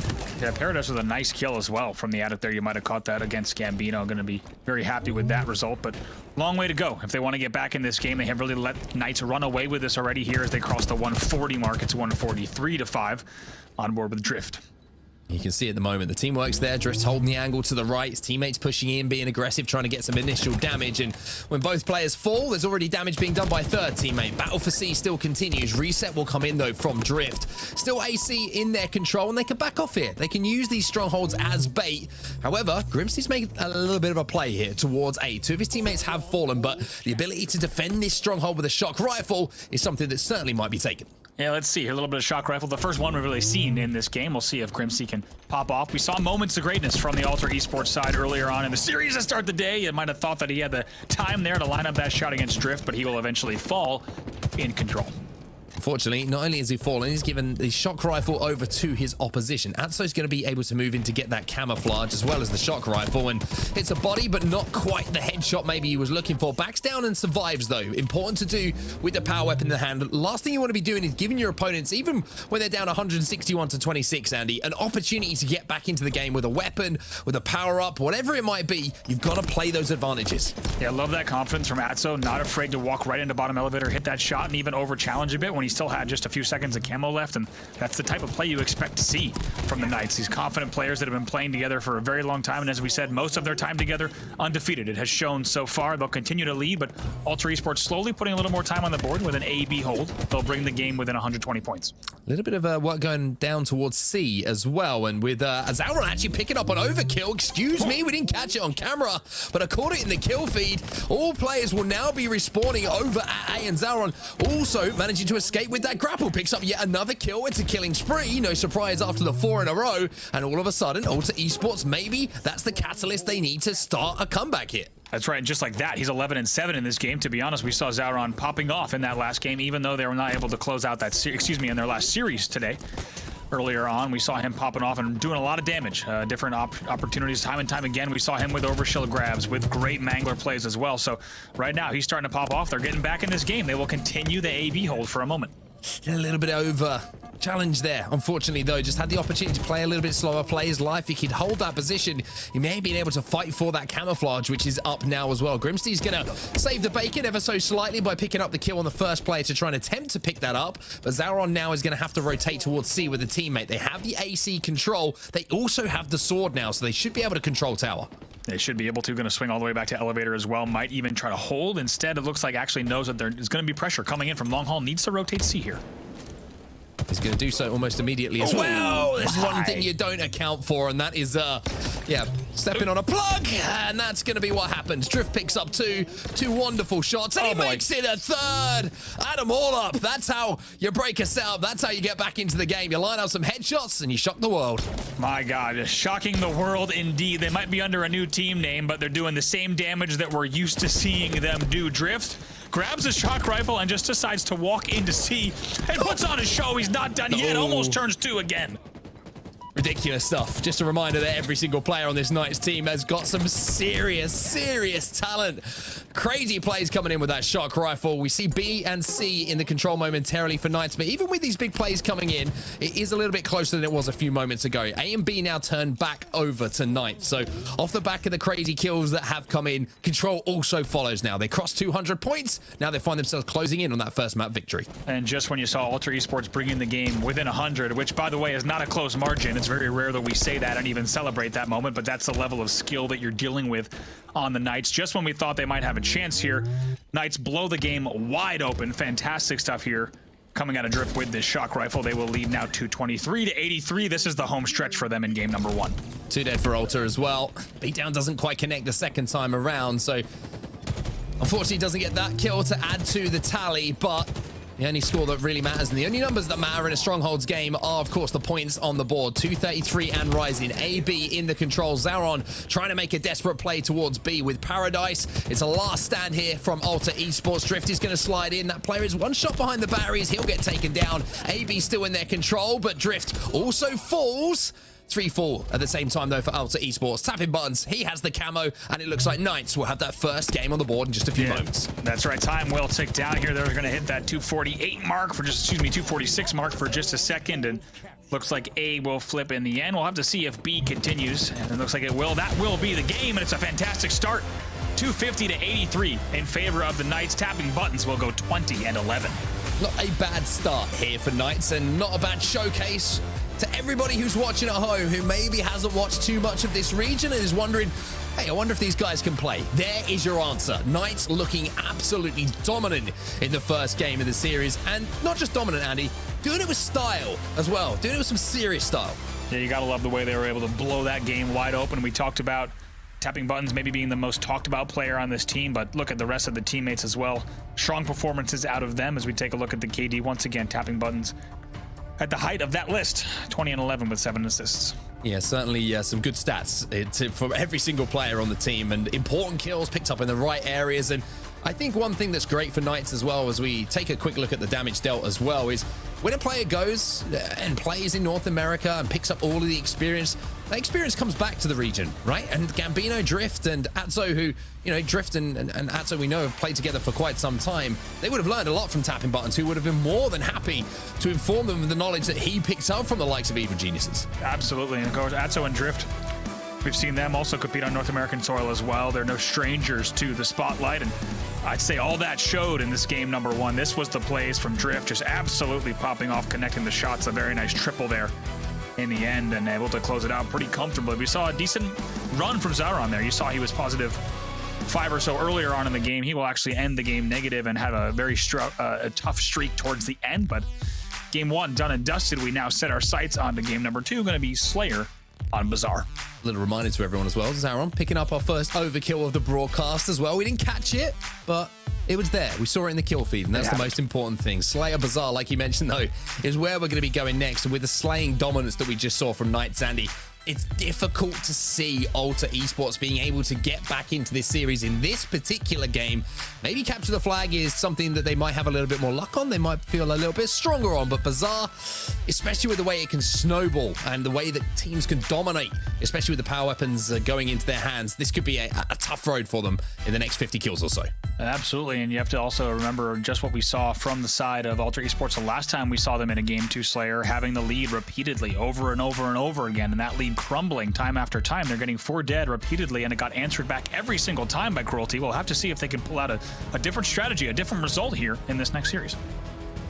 Let's see if they can turn this one around. Opening strategy on Bazaar is so important for the reasons that I mentioned previously, Andy. The snowball effect, if you can get the rockets and the overshield, which is a tough ask, let's be real, both teams are contesting them off the break, you do have the opportunity to control the map at the start. You can pick up 6, 7, 8 kills. So for Ultra Esports, they've got to keep that in mind. See what they do here off the opening. All eyes on that overshield, and right away it's Paradise who tries to go for the fast grab. Now, the first time we've seen that in this region, players trying to get the sneaky fast grab. It doesn't ever work every time, and it's going to be an early overshield for Drift. early overshield, and more worryingly here for Alter Esports, early 4 dead. And now you are seeing the pressure being put on. Drift picks up yet another kill on the respawner. He spotted Zauron out as well. The pings are going to come in, and I tell you what, he's getting sizzled in the back of the base. It is like an egg being fried in the summer sun as it's 6-0 right now. Alter Esports, this is the nightmare start. There's no other way to put it. The nightmare scenario. However, Grimsty is going to take at least one player down and pick up a rocket, but the trade immediately comes through. Tapping tries to sneak away with the rockets as well. That'll be the Rockets and the Bulldog down there on the bottom Rocket side. So 8-3. It might have been even bigger lead if we hadn't seen that switch around. But based off of what we know about the Knights and based off of the Slayer performance that I saw from Alter Esports earlier that was not very convincing, I am certainly worried about what we're going to see for them. It's a killing spree for Drift to start off the game. Drift has just planted a rocket in between the eyes of that player. There's a couple of ways to die. He kind of quick scope with the rockets. There's a couple of ways to die to rockets, right? You get the splash damage, all of that. You walk away with a rocket lodged in between your eyeballs. It's not a good look, trust me, but it certainly is effective if you're the one firing the rockets. But 12-6 is scored, doubling up at the moment. Tapping buttons, controlling the top of the rockets with the mangler in his hands. The man has been tapping buttons for a long time, and he generally knows which buttons to tap and when. That has certainly shown on the scoreboard so far. He's 5-2 off of the opening. We'll have to see what Zauron and Alter can do to try to fight back. Once again, they need to slow this game down. Already 14-8. Do have a little bit of mid-map control, though, Alter Esports here. Even though the Dynamo Grenade is going to give the position away of Zauron, he does have the Bulldog, so if anyone tries to push the damage that was done, it's going to be a fierce battle for sure. And this is going to be a battle that should be won as well, but no, there's a thrust. Wow. No! It will not be won. Tapping buttons, like you say, tapping all the buttons in the right order, and the thrust getting him out of dodge as Atso picks up the overshield. Tell you what, this man can tap my buttons anytime. Atso now with the overshield in And you hand. don't say that to many people. It's true. Just gonna say that. I really don't. That's not. Some people might say that to a lot of people. I would not say that to many Halo players, but so far so good for the side of Knights, really picking up where they left off in that last game and also taking advantage of this overshield as well. And you could just tell by the map movement, they are able to go wherever they want, however they want. Atso comes in with the flying right hook. That's going to be a double kill killing spree for him as well. This man's playing a different video game to the one that I play.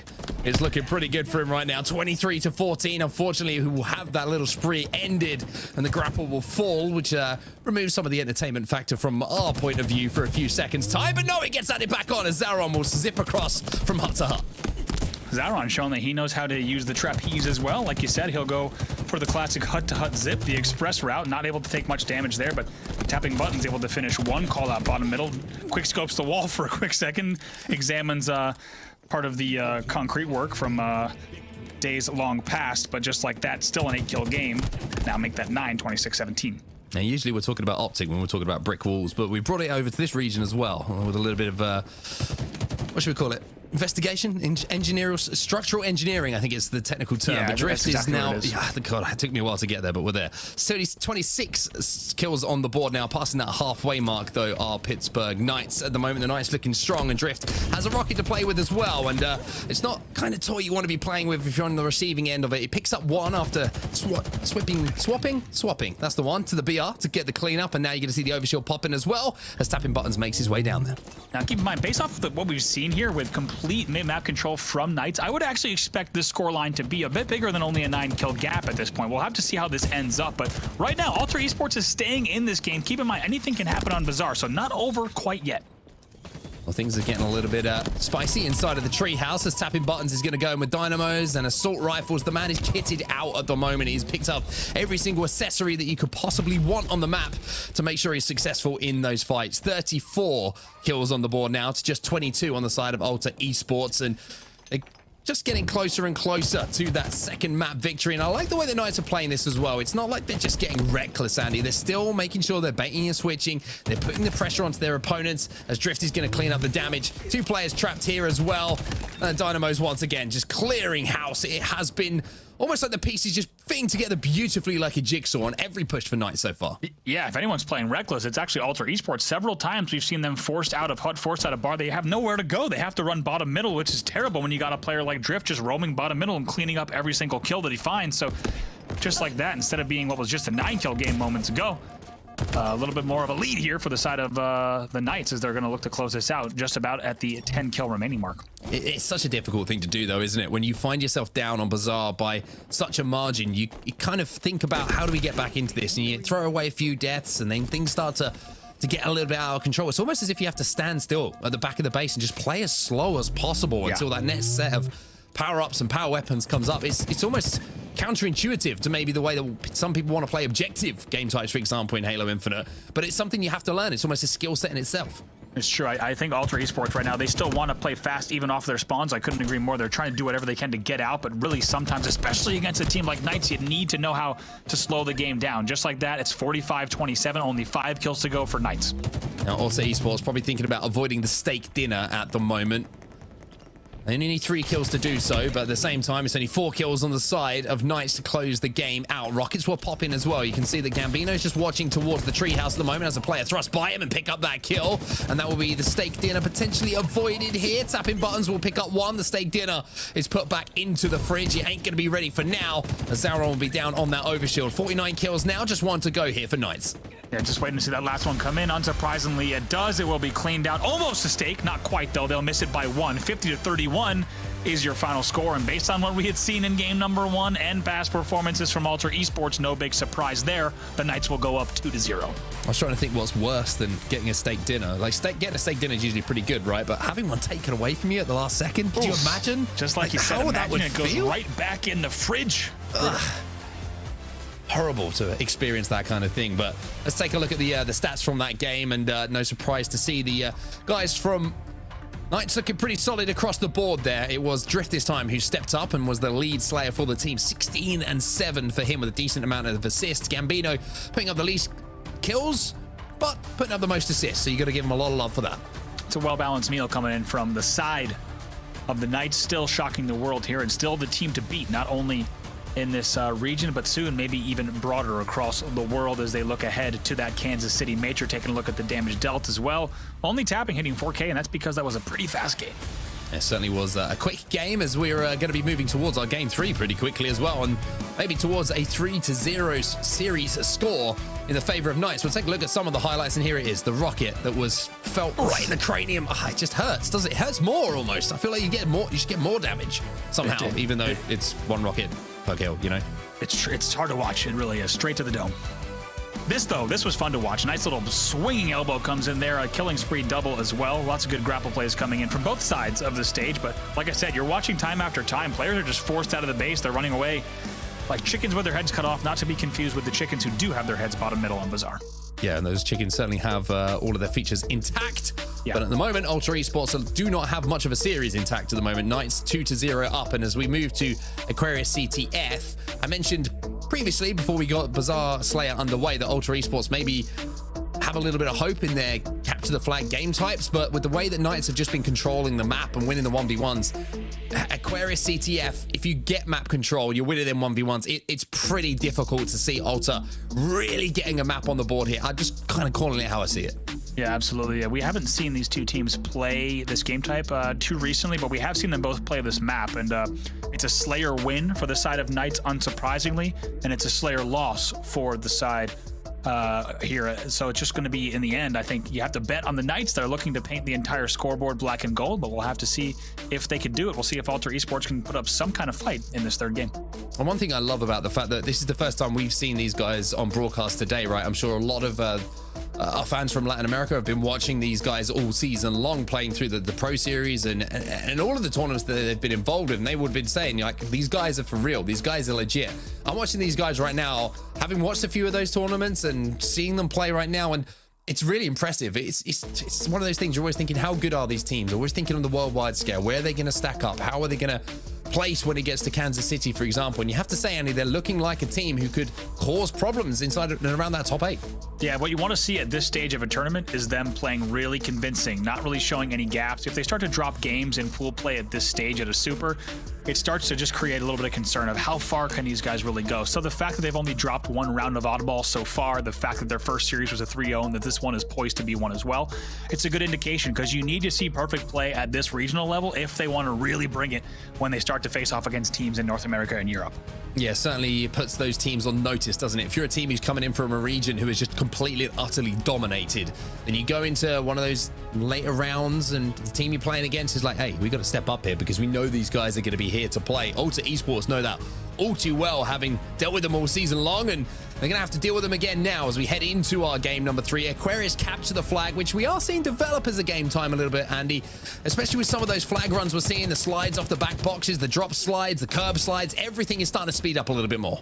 Yes, speaking of speed, expecting to see Knights play this game type very fast. I don't think they're going to waste any time. I think they're going to be very efficient with their pushes, with their camo grabs. Nice job there, though, to answer back right away. Comes in from the other side. Tapping buttons, though, will stay alive. Bottom middle, but expecting to see Knights have the foot on the gas this entire game and not really give any patience, any remorse to the side of Alter Esports. Yeah, the one thing that Knights have got to be careful, maybe a little bit here with, is just complacency, right? You go up 2 in a series, things are feeling good, things are feeling comfortable, you're kind of dominating. You can't let those little things that you do when you're playing against some of the best teams, the little bits of communication, the ability to back off in those fights when you know you're down, can't ego challenge, all those little things you've got to be careful for, because one game slips through the fingers, Alter Esports will start to believe a little bit.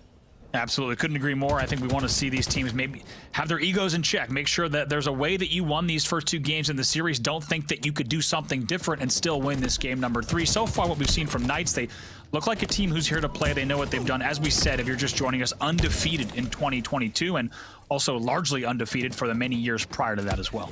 We're seeing at the moment, most of the fights are happening on the Alter Esports side of the map.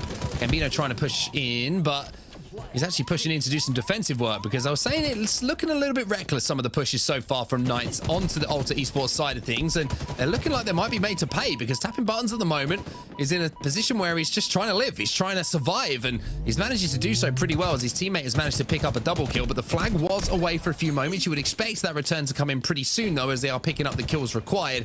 Gambino looks like the player tasked with moving in on that flag to get that re and send it back home. Great example of just how tough of a kill Tapping is. That was a little bit of Pistola-esque, just dropping around and being a total nuisance, picking up those kills. Gambino with an awkward fight there in utility, but just a good example of how difficult Tapping Buttons can be to kill, and also how hesitant his opponents are to drop down on him if they don't know the exact angle that they need to approach at. Double kill here for Drift. Drift picks up 2. That should create at least a little bit of space. There's another player here on the fridge as well. A couple of nice frag grenades are going to tag that player up, but by doing so, might have just blocked that spawn for a few seconds. So Knights are going to have to be aware of maybe back base spawns here, and it looks like they are. That's a good play coming in from Tapping Button, showing that he's got his head on a swivel. Now they've moved out of fridge. They've got that flag moving. Now those spawns should be coming in on the pink side of the map.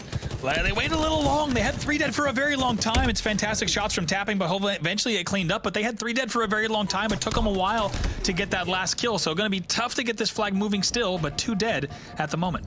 2 dead. Overextenders are already on that side of the map and inside of the base of the Knights. You see Paradise kind of scarpering through. Drift's great awareness and great communication now coming in from Knights. He's got the heat wave, but he's also got the knowledge and the information that player was flanking around. Car 1 picks up yet another kill at the moment, and he's just trying to slay out here. Picks up another assist on his way forward, but that flag's still stuck down in utility. 2 dead per side. Someone should be able to go. They've got enough kills here. Great job there from the side of Knights to clean out those kills, and Tapping knows he's got the time. He can pick up these kills. He's got a teammate as well in utility. They will comfortably take their time to bring this flag.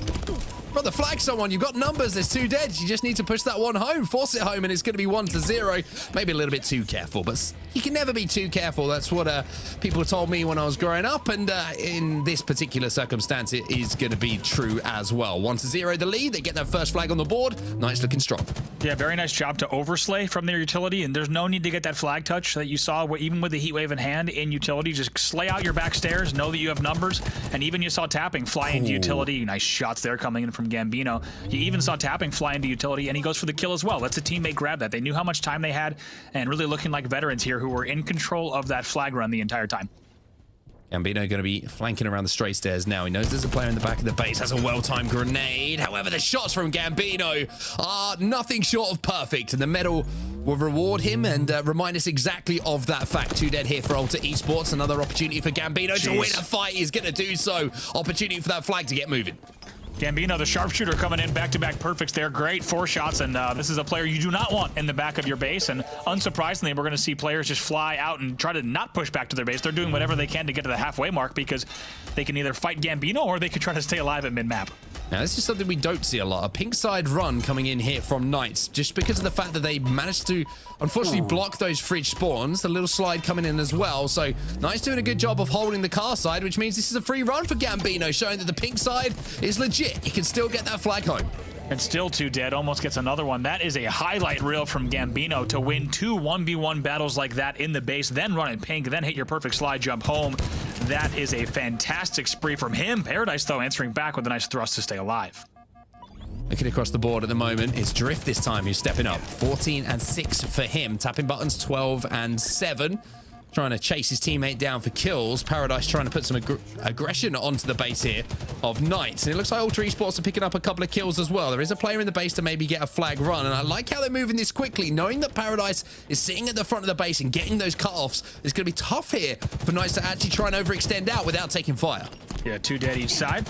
See if Paradise able to clean that up, but it will get traded out. Still 2 dead once again for either side. Here comes that flag, though. Flag might be forced home as well. You can see there's a couple of players there. Drift is going to be caught now in the courtyard. He does have the thrust to play with. Goes for the beatdown and uses that thrust to get the secondary damage down to get the headshot for the kill. But Ultra Esports, like I said, I liked how they got that flag moving. I like the efficiency that we see from them, but I also like those shots coming in from Gambino, but even better ones from Paradise. Yeah, Paradise answers back. Atso will grab the camo, so might be able to collapse on this utility here, take advantage of those players that were weak, but signs of life certainly for the side of Ultra Esports. And if you're a fan of these players, you like to see a flag on the board, maybe they could do something to stay alive in this series, now only down by 1 flag. Atso just trying to see if there's any players around for him to cause a problem with. His teammate's going to start running that flag, and now he can be a nuisance. Still has that camo to play with, and now he's going to have the cutoffs P1. You can see he's got players who are going to be aware, though. Great awareness coming in from Ultra Esports. They also get a flag pulled towards the pink side. Tapping Buttons has got some work to do here. Yeah. Some decisions to be made. 2 players on the return. It looks like he's going to have to give this one up. 2 dead there still for the moment, so yeah, I'll have to see. That flag should continue on, and here it goes. Tapping needs to get the stop. He gets 2. And he might get that return as well. I'm not sure if he knows where this last player is. Yes, he does. It's a 1v1 with Paradise. Tapping Buttons gets 3. He jumps onto the re. But is that one going to be sent home? Yes, it is. 3-1 now. Knights will convert their flag. Wow, who else do you want to send? But Tapping Buttons there does what he needed to do on set. You set it up perfectly. He had a lot of work cut out for him, and he was the man for the job. Picks up those 3 kills, also picks up the re with some help, and it's a killing spree to round out those plays. Yeah, as impressive as the play was from Tapping Buttons, and I'm taking nothing away from him, he did absolutely everything perfect. I think Ultra Esports have made a little bit of a misstep there. You can't let one player just command to the top of the pink tower and flank around and, you know, without at least doing some damage to cause problems. You know, you can't let him do what he did, essentially. But Tapping Buttons now has another problem, and that's the fact that he's got to return this flag because he's in the base and he's got a player in front of him. He's jumping on that re, and he's not going to be able to do it, so that flag will be sent home, and it looks like the flag might be put home here. Drift is trying to get that re. He's jumping up and down. He's trying to get desperate, but no. It's going to be 3-2 as Ultra Esports. Even though things didn't go well a second ago, they take advantage of the kills they pick up, and they bring this to a 1 flag game. Yeah, somehow bring this to a 1 flag game. They've got only 1 minute left, but that's enough time for them to get a flag on the board. They've performed very well here in this game number 3, and you have to wonder, based on the stats that we're seeing on set, Drift right now 23-11, Tapping 20-10. How on earth is this a 1 flag game? Ultra Esports, a little more objective efficiency than the side of Knights, without a doubt. Camo in the hands of Atso here, but completely agree with what you're saying. The objective efficiency has been there. Only 2 real opportunities to pull a flag. Both have been converted. Now Atso has the opportunity to maybe look to create an opening for a flag to be converted here for Knights. And at 4-2 with 3 minutes and 20 seconds left, like you say, 4 dead should be the perfect opportunity for them to do so. Not even anyone halfway across the map at the moment. And with Atso patrolling top middle with the camo, Tapping Buttons picking up the first kill in the fight, this should be 4-2 here for Knights. Yeah, if we see more kills on the feed, this could actually be another back-to-back set of caps, and this could actually end the game here. That flag should go in. There it is, just as you say, 4-2 there, and moments of hope, bright moments for Ultra Esports, shut down immediately as we see another answer back, and Knights only 1 flag away from closing out the game. Tapping Buttons moving in. Yeah, another kill falls here for Knights. No way did he get that stick. Oh my goodness me. Only players like tapping buttons could do things like that. And not many players in the world can do things like that. He's one of them. Atso saying, thank you very much, my friend. That was a nice kill to pick up. I got a flag, and I got the series victory in my hands. Knights looking dominant. 3-0, the final score in the series. 5-2 here on Aquarius flag.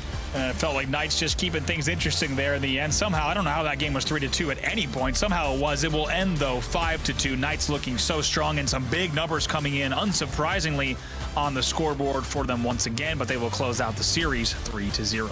They're very, very dominant from them as well. And when things click for Knights, you can see that every single piece looks like it's working as intended. Here are some of those stats, and whew, we were talking about tapping buttons, but Drift is saying, hey boys, let's talk about me a little bit more. 28-12 for Drift. Monster numbers. There's nothing else to call it.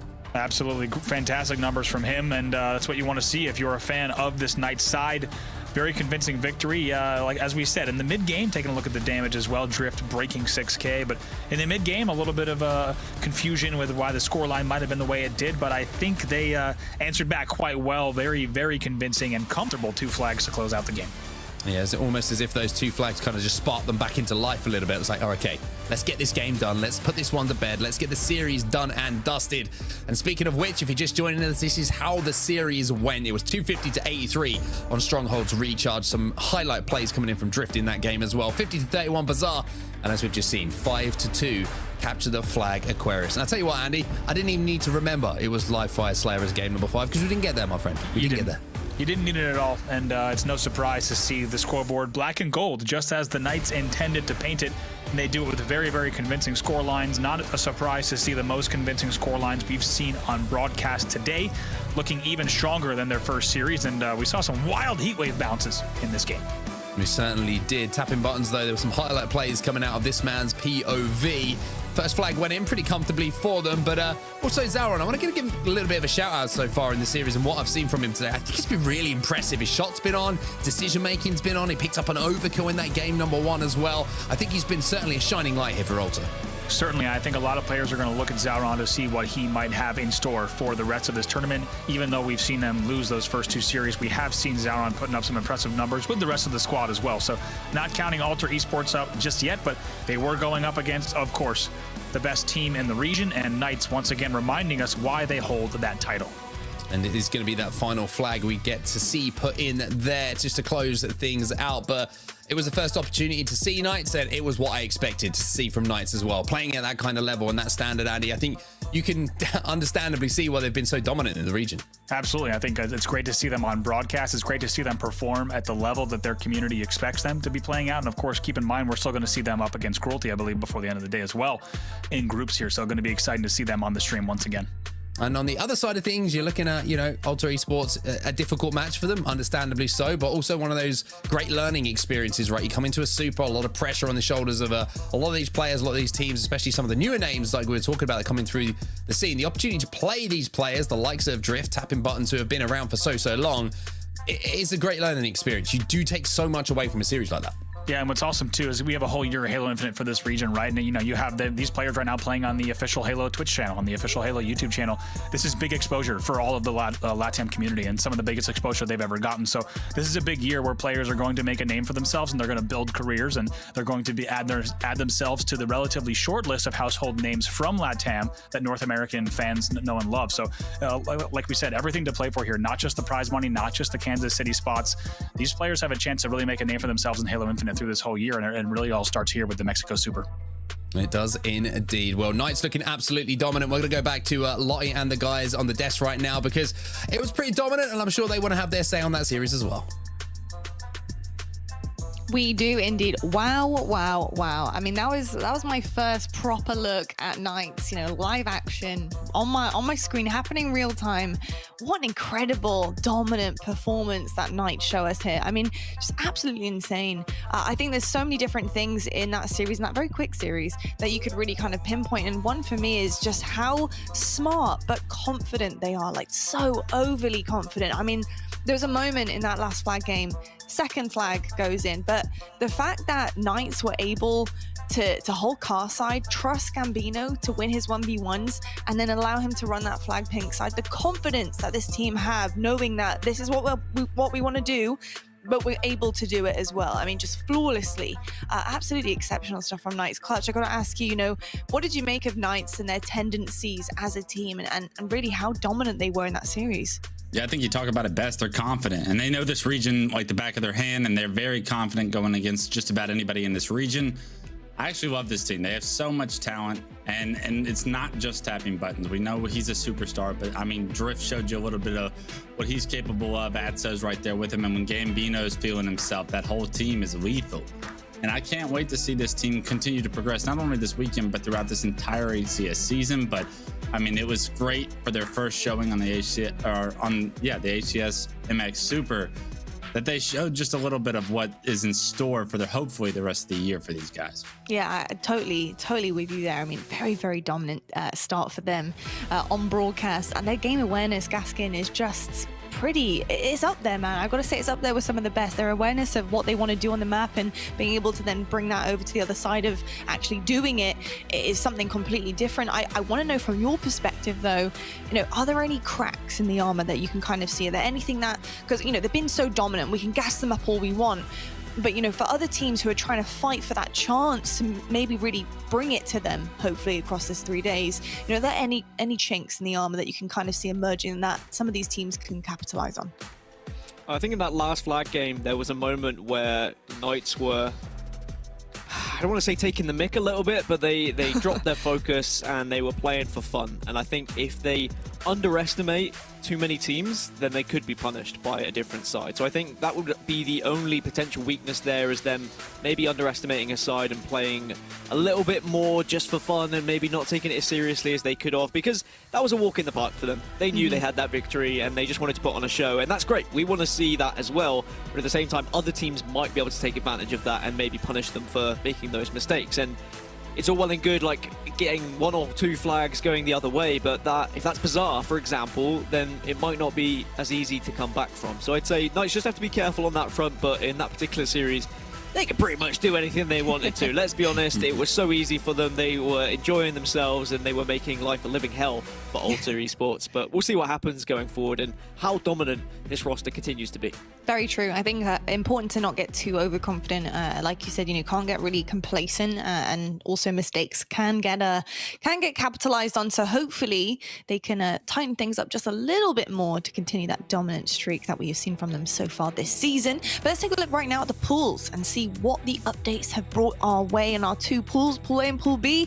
As you can see, Knights, a lovely 2-0 on the board after that game versus Alter Esports. Unfortunately, Alter find themselves 0 for 2 in their pool so far. And then Pool B, we have some work to be done here. This hasn't been updated yet, but slowly but surely we're going to be updating it with you guys here. And I'm excited to see kind of our first and second seeds here. Rebel had the most incredible reverse sweep before the game we just saw here.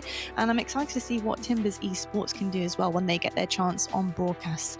But we're going to actually head to a quick break right now. Clutch, Gaskin, I'm really excited to see what we have coming our way next.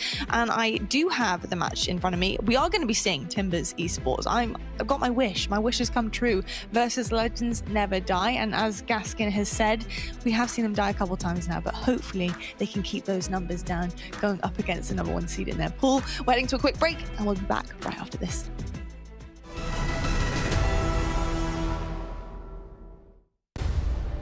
Master Chief recovered something. Sacred ring. Halo. When I touched the object, it felt different. What does one do with a superhuman you're not sure you can trust?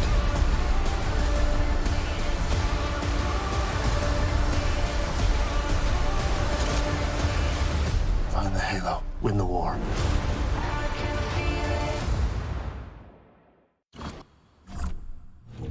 I've got you under my skin. I've got you deep in the heart of me. So deep in my heart that you're really a part of me. I've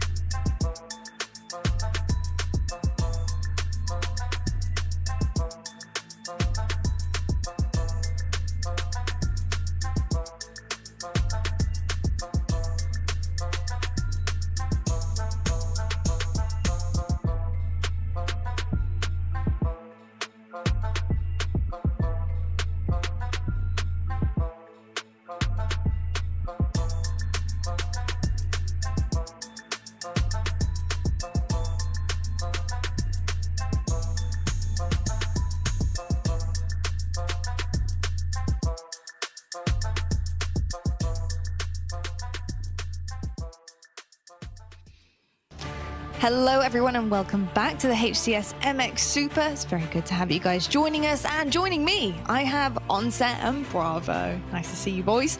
I tell you what though, we do have one hell of a match coming our way now for Pool B to see exactly what Timbers Esports and what Legends Never Die have to show for us in this match. So I'm actually excited to talk about this because I've been wanting to pick your brains about Timbers Esports.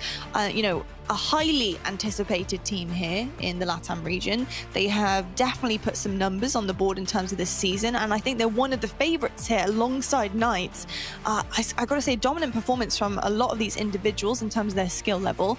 Onset, talk to me about maybe somebody to watch on this team. Who can we keep an eye on if we are new to the LATAM scene? Go on. I don't want to pick a player right now, but if I have to, I'm going with Noble. And the reason is, you look at these statistics, right? And I also because the graphic came up, so I'm going to go with that. But the one thing I want to see here from this series, just to quickly talk about these stats. Obviously, 1.39 KD from Noble, amazing stuff. Average damage, superb. Look at that accuracy, by the way, above 50%. Says everything you need to know about him. But the thing I wanted to say about this Timbers Esports lineup is we've just seen Knights, right? They are kind of the shining star, the one that everyone's talking about. They're the team that's up on the billboards. This is the team that keeps matching them in the finals. This is the team that keeps coming up against them, that takes the odd game, that pushes them, the furthest they can. This series is important for the fact that we've just seen how dominant Knights were. Noble need to do the same here. Noble need to be just as dominant as what we've seen from Knights. Timbers need to be just as dominant as what we've just seen from Knights for me to believe that maybe if they meet up a little bit later in the tournament, they'll actually be able to push them towards, a game 5, 6, 7 if they're in that final, and potentially upset the team who has been the shining light in the region for so long. Yeah, no, this is very true, and I think this is going to make a bit of a statement. It's funny because we're kind of seeing the kind of verses of pools at the moment. Like you said, we're kind of seeing the way that Knights have started off on broadcast. I'm going to be seeing the way that Timbers are starting off on broadcast. And I think, in terms of Legends Never Die, though, on the other side of things, Bravo, they had quite a hot start against Rebel. They did get reverse swept, which just feels bad, man. It really does feel bad. But they have hot starts in terms of a series from what we've seen so far. What do you expect out of Legends Never Die going up against such a dominant first seed in their pool?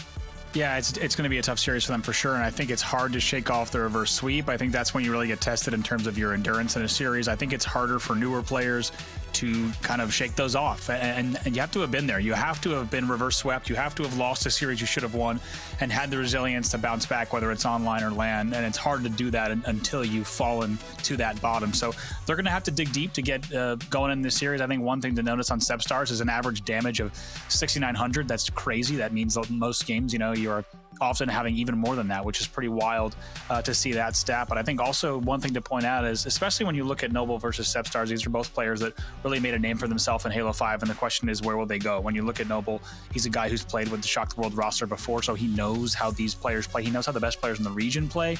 And for me, the question is, which team is going to rise to the occasion? Because like we said, there's a lot to play for here in terms of players that started with Halo 5 and now have a huge opportunity ahead of them in Halo Infinite. Very true. We've seen our player versus player in terms of stats, and now we're going to be seeing our team versus team in their head-to-head in this series, and we're handing over to Gaskin and Clutch to get things going. Thank you, Watt. And Dan, we have another series in front of us, and this is going to be a big one in pool play because this is where Pool B is going to really be decided in the sense of how dominant is Timbers going to be, because yes, Legends Never Die did lose a series, And now they're on the brink of going third place at best in their pool if they're not able to pull this one off. And unfortunately, the deck's going to be stacked against them because Timbers Esports is that second ranked team here in the MX region. Dan, when you look at these two teams and how they've competed against each other to get to this point, to have these seedings, how are these two teams stacking up against each other? It's not so great on the side of Legends Never Die. They've never beaten Timbers in HCS competition. Pro Series 1, Pro Series 2, Pro Series 3. Timbers were able to take down Legends Never Die every single time. And actually, Legends Never Die have only ever taken one map away from Timbers. So we'll see whether they can change things here going into the competition today. Maybe they've learned something from all of those losses. I will say that a lot of the games were close. So even though the series has looked very one-sided previously, LLNNM or Legends Never Die, which is far easier to say, may I add, they definitely have a chance here. All right, well, if they're able to start this series hot like they were against Rebel, maybe there's a chance, but they got to start taking games because like you said, Dan, the biggest thing when you look at the stats between these two teams is the difference in the actual games won and lost, not the scores of the games themselves. Closing the doors on games is something Legends Never Dies was not able to do in the first series of broadcast, but now Timbers Esports already shock rifle in hand, already putting it to work. It's Noble finding the first kill, bottom BR, and that was a big kill to help his team secure some map control. Unfortunately, he's going to lose his life as he tried to play his life bottom middle. Great job by Legends Never Die to finish that kill off, to have good communication, but unfortunately for Timbers Esports, it's actually Sebstars with the shock rifle and camo, one in his hand. Can he get the second? He gets a nice body shot, some good damage, but unfortunately, even better plays out of Pelu right there. And the rest of Timbers Esports to secure that shock rifle, to eliminate camo, and to get an early lead. Certainly the rumors are true that every player in this region seems to be cracked out of their mind when it comes to using the shock rifle, the sniper rifle. They hit everything. But at the moment, the early stages, Timbers have been able to put on the points. Certainly when these two players have competed against each other on Recharge Slayer and Recharge Ball, it's usually gone in favor of Timbers. They haven't played Strongholds against each other in a competitive environment, but it does suggest that Timbers are more comfortable on this map. But what a response that is from Legends Never Die. After going 30 points down, they do recover B, and they will at least put some points on the board here.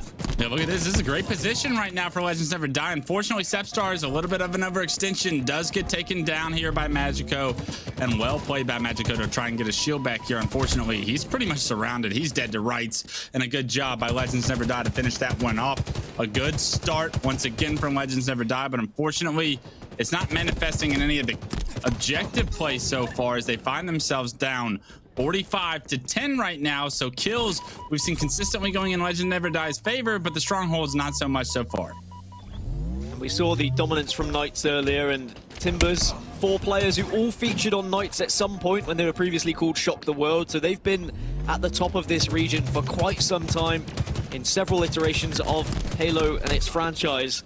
And we can see why already in the early stages of this game. So confident in their 1v1 performances. They're always hitting their shots, but their teamwork is also incredibly impressive. There is always a player within the vicinity to trade a kill at the very least, and that's why we've seen them have so much success.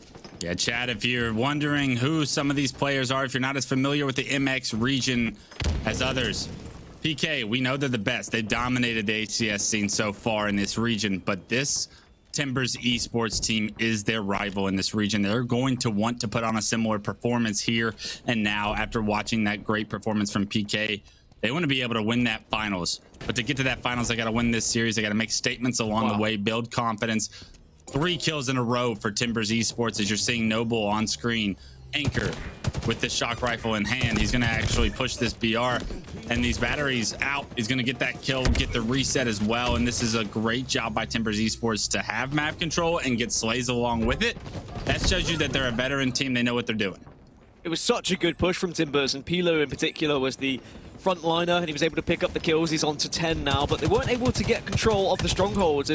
As much as we're praising Timbers and as impressive as they've been, Legends Never Die do have the lead, and they are holding on to the lead. Blue Oxide picking up a double kill, looking to try and make it 3, but maybe gets a little bit too ambitious with the challenge, but at least Nugget is there to clean things up. We will see now Legends Never Die finally lose that control, so Timbers are doing well at pushing out and taking B when they need to. Yeah, great job so far from Legends Never Die to get back into this one. They had a rough start, but looks like the score is actually going to go in their favor as they're able to transfer B. Great job by Nugget to stay alive behind this battery. trying to get his shield back. Is anybody focused on him? Doesn't look to be it, but unfortunately he is going to be losing A in the process. So looks like C is going to be the primary focus for Legends Never Die. And now, oh my, Magico staying alive for too long. Bottom middle causes multiple resources to be forced to attend to him, and unfortunately it's caused all of this chaos bottom middle, and it's resulted in several strongholds going in Timbers Esports favor, and just like that, the right back and scoring points. So unfortunately, Legends Never Die, the battle for Camo was lost. Although Camo was burned, it looks like the map control was what we saw Timbers Esports capitalize on there. Sepstar's just about to stay alive. Sepstar's the newest addition to this squad, a squad that has had a lot of team changes throughout Halo Infinite's lifespan, but it seems like they've found something that works now. But as we move over to Pilu, a player who used to feature on the PK roster, will not get the triple, but will still be eliminating every player that goes into his sights. The Timbers roster, it has, for me, a lot of question marks about it. I ask who is going to be that kind of leader, who is going to be the main slayer, and I do think that Pilo is the star player of this squad when it comes to the ability to actually get kills. Wait a minute. Oh my goodness. Oh my god. Hey, Pilu making it work right there. The grapple to relocate. Nobody from Legends Never Die expected him to be there that quickly, and because of it, they're able to sandwich those players top elevator, get A control, keep C in the meantime, and an AC control continues on for Timbers Esports for now, but kills do come through. They get C and transfer it over, but just in the meantime, they are continuing to lose B, so it's a battle of rotations that we're watching right now. Who's going to get the better of him? It does look like Timbers Esports has gotten it for now, but Lou Derek happens to get a nice back smack kill. It's good when things go your way and the timings work out, as he picks up one to give his team numbers advantage. They have two in their favor, and they look to push a trip cap. Risky play with the repulsor, but at least he's able to rectify it and assist the rest of the team over towards C plat. no. But there was total control temporarily there for Legends Never Die. And they need it, to be honest, to get back into this game. They're about 40 points down, but they're slowly trickling the points through. I think what's important is they stop this barrage of kills coming through from Pilu, who just seems to be winning every engagement that he finds himself in. If Legends Never Die can shut him down and make him a little bit less confident in his engagements, then maybe there is a chance they could come back into it. There you go. Pilu got that camo, was able to secure it, but unfortunately immediately taken down. It's a big kill from Legends Never Die. Lou Derek doing it all right now. Finds a second one as well. Nice. Make it a third. And that's a double kill in the feed, but the damage he's done in this lifespan has been so much to get his team right back into this. And he makes another player no shield as well. So everything Lou Derek could do, he is doing, and because of it, you're seeing their little bit of control get them right back into this. The score not out of hand just yet, and with Timbers Esports, you would think that they would have a much more dominant start to this series, especially after Legends Never Dies comes off that game 5, kind of kicking themselves, but it looks like they've rebounded strong. They're able to compete for now. A and B kept as well, so Blue Oxide in a very important position with this shock rifle and battle rifle top red. Gonna want to reposition, gonna want to try and find a pick to give his team numbers quickly so that maybe they can push another trip cap. Legends Never Die have just been far more efficient at breaking out of setups and stopping the control of Timbers, whereas when Timbers are behind, they seem to be a little bit lost at the moment, and Legends Never Die seem to be matching up quite well, and I think this is why these two teams have been so closely contested in games. Even though Timbers Esports usually get the better of Legends Never Die, who have always got the better of them, the games have been so close that it just can come down to one push, one kill, that could just turn Legends Never Die from being a team who consistently loses to Timbers to suddenly breaking through and being that victory side here today. Blue Oxide trying to get involved in this combat, going over towards Glass. Trades are coming through, and trades are benefiting Legends Never Die so well, as they've got a 40-point lead to their names right now. A player does push past him, kills the teammate, but immediately another trade coming through, another trade top A, I believe, and that's awesome for Legends Never Die fans, as they are still in control. You have seen Blue Oxide. He hasn't even pulled the shock rifle out to really put it to work, but he has denied it from Timbers Esports' hands, and he has kept his life so well so far in this pipes area. Does finally try to land one of those headshots with the shock rifle. Unfortunately is taken down eventually, but not without a ton of damage done in that one life. And look at this, Timbers Esports is going to have to show some resilience here in game 1. They're going to go for the trip cap, and they're going to try and assert some dominance, and I want to see why Timbers Esports are the number 2 seed here. They are down by about 60 points, and now Legends Never Die are also going to be trying to retake B and C here. We need to see something different from Timbers, which is all down to anchoring. It has to be said, the one time they found success is when one player was anchoring at either top gold or at top mangler just to shoot across the map. They've not been able to do that. They've all been running around looking for those individual fights, thinking they're better than Legends Never Die. And, you know, that may be the case when it comes to the 1v1 fights, but it's all about the teamwork when it comes to recharge strongholds. You've got to position yourself to help every single player on the map. Yeah, these rotations and staying alive are so important. We saw how good of a job Blue Oxide was able to do that in the pipe situation. Noble doing a good job here controlling this trippy corner. We see some of the professional North American teams calling it, I'm sure. Sounds like our MX teams, I'm sure our MX teams aren't necessarily calling it that, but it is a very strong position. And look at those strong shots from Noble as he decides to finally push, finds the opening pick, lands 4 perfect shots, and with that, he should be able to hop and see here and potentially give his team another stronghold cap. Disruptor in the back pocket as well. So important to have that weapon on this map, because especially when players are in the B stronghold, you can shoot the stronghold point, you can get that electric energy from the Disruptor to give you the information and also do damage with the shock power. But on this occasion, Noble's just going to dive right in and contest straight away, maybe just getting information from the rest of the squad. Unfortunately, he gets knocked the node shield from that player's top elevator. That's a great angle that you have to force out if you want to get in there safely. Unfortunately, Noble tried to get in there too quickly, and because of it, lost his life. And with it, camo coming up right now, it's going to go in the hands of Bullets as Combat still trying to resolve bottom middle. A player is going to be double sights flying at him, and unfortunately, he's forced to burn that camo. But a burned camo, maybe not the worst thing in the world. But I'll tell you what is bad is Timbers Esports' control right now for Legends Never Die fans. You see B Stronghold is the only thing that they control, and that's a very difficult situation to get out of, especially when you're stuck on batteries. Noble getting 2 of his own, trying to be a difficult kill, doing his best to stay alive there. And Pelu with 27 right now has got his team right back in this with the lead. Blue Oxide walking straight into some shots there, just sliding in, maybe unaware of the fact that there was a player underneath his teammate. Sometimes that information needs to be relayed quicker so that then the kill can be had, but after being so far behind, Timbers have come back into things and made it a close game. And, you know, this just goes back to the form book. It was, what, 250 to 226 the last time these played on any Strongholds game, and it's going to be a scoreline quite similar here.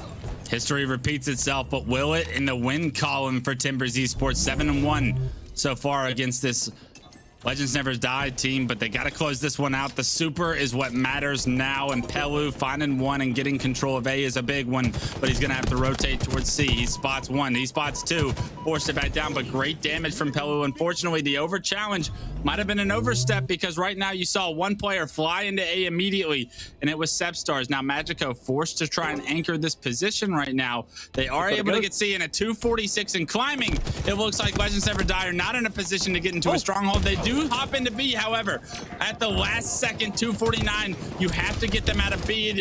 Multiple players going down. Timbers Esports loses 2. Legends Never Die lose 2 as well, and 249 still continuing trades across the board. Blue Oxide is the last guy alive on the map, but he's done it. They've transferred B. They have A control as well. They're starting to score. How long can they keep this going? They're denying Catwalk. It's predictive nades. They get the first kill. They have numbers in their advantage. Can they press these numbers and in this game in their favor? They were a millisecond away from losing this game, but they fight so hard to keep B. And now it flips over to Timbers Esports to make a push, but look how lost they look. Every single player pushing out 1 by 1. They're trying to take B. You've got to take the fight to them right here, right now. Player hops in B. It's Noble with camo. He's able to transfer it over, but C is immediately hopped in. Blue Oxide across the map. Can he get over there? Noble finds 1. They get the reset, and the game ends. Timbers Esports clutch up on behalf of Noble's play with the camo. Those 2 crucial kills we saw on stream couldn't have been bigger for this team, and these teams couldn't have made it any closer there in game 1. Timbers Esports sweating it out, but getting the job done in game 1. You wouldn't have thought that was 2nd seed against 6th seed, I'll tell you that, with the performance we've just seen from Legends Never Die. But I wonder, similarly to what we saw in their performance a little bit earlier against Rebel, where they came so close but then got reverse swept, does that just take the wind out of your sails a little bit now that you could have been 1-0 up against the 2nd seed Timbers? You could have taken a map for only the 2nd time ever in HCS competition against this squad, but instead you come so close, but in the end it is a 14-point difference that goes in favor of the blue team. Pelu getting 31 kills. He really was just racking them up time and time again, but they weren't necessarily getting the time to go alongside those kills. It has to be said that even though the Slays were there, on the other side for LLNM, they really had the objective efficiency. They knew exactly how they wanted to play when they had the control. But unfortunately, all that we're going to see is a victory on the side of Timbers when we look back at that game. As we take a look at some of the highlights coming up here, Dan, I struggle for Legends Never Die. They've already been reverse swept today. They cannot lose close games. It's going to be heartbreaking. It's going to be a day. It's going to be a weekend of should have, could haves, didn'ts. And teams are going to be kicking themselves if they let this opportunity slip through their hands anymore. So Legends Never Die need to show me some more in the clutch opportunities that they're having in some of these series. And already we're seeing it come back to bite them in their second showing here on the broadcast. In England, we'd say shoulda, woulda, coulda, because that is going to be the scenario they find themselves in, that they're going to be so close yet so far. And if they don't buck their ideas up a little bit, then they might find themselves losing 3-0 in a series again, where they're so close to these games, but the overall series score looks like a dominant one. And they don't want to be that team. You don't want to be those guys who is always getting so close and always the bridesmaid but never the bride, right? You have to make sure you close out these games when you have the opportunity. Timbers, it has to be said that at least they had that clutch factor, right? They almost threw it away at the end when they allowed Legends Never Die to get into that stronghold, but they played for that camouflage. Noble made a brilliant heads-up play. He saw a couple of his teammates running out maybe unnecessarily, and he said, look, we need to get that camo. He prioritized it, and because of that, he was able to get into B and force Legends Never Die to do something different. But we move into map number 2 then, which is going to be Bazaar Slayer. Again, another game type that these two haven't faced up against each other in HCS competition, but we have only seen Legends Never Die win a Slayer against Timber Esports. It was never an objective game, so perhaps that's something to go off here. This is a big one for Legends Never Die as they go into this game 2, having lost 4 games in a row here in pool play. After winning the first 2 against Rebel, it's been all downhill, and that was a heartbreaker, man. Those ones keep you up at night. When you get that first pick, especially when you get that first pick and you have 2 of the strongholds, you're thinking you can close the door with just one more round of slays potentially, maybe push a trip cap even, and somehow, some way, we saw Timbers Esports fight from a disadvantaged position, down numbers, to overcome them at the end to get that last and final point. Things like that cannot happen if you're on a Legends Never Die squad, so you got to stop letting things that can't happen if you want to have some success here this weekend. And time's running out, but Bazaar Slayer, first to 50, it's going to be up to Legends Never Died to get back in this series. And unfortunately, we saw them play a semi-strong Bazaar CTF game, but it really was Rebel that controlled the entire flow of the map, I feel like, in that Bazaar CTF. And if that says anything about how they play on Bazaar at all, I think Timbers Esports is going into this one just as confident. And now, even though they've not played each other in Bazaar Slayer, they have faced up against each other on Bazaar CTF a couple of times throughout the Pro Series. Every time it's gone in favor of Timbers, but it was only a 3-2 and a 2-1. So really closely contested capture the flag games, but Slayer is an entirely different story. You don't have to worry about that objective. Instead, it's all about the map control. It's about pushing your advantages and, of course, controlling the middle of the map where you get all of those goodies like power weapons and grapple and overshield. Everything's there for you. All right, so we're on board with Noble as game 2's kicking off. Pelu, Noble, they find 2 of their own. Noble finds a second even. 3 go down, and the last guy alive is going to be Nuggets with that overshield. Overshield's immediately assassinated. 4 dead. Perfect start for Timbers. They got rockets in hand and all the room to work with. This is a similar start to what we witnessed in the series before when Knights were playing on this game type, and they had a 5, 6, 7 kill lead. And I wonder whether Timbers are going to put on a similar performance here where, you know, game 1 was a little bit dicey. They were warming up perhaps and getting the feel of how Legends Never Die are going to approach the game. But now it looks like they are feeling themselves a little bit more. A double kill with the Rockets. That's what you'd expect from a Rocket player. And he manages to get the trade there. Big kills coming out from Timbers. Good damage from Noble all around from the start of the game. Those 3 kills are going to create so much space, so much opportunity to press the rest of the respawners 4. Legends never die, and Timbers Esports just showing you legends can die more than once in a day.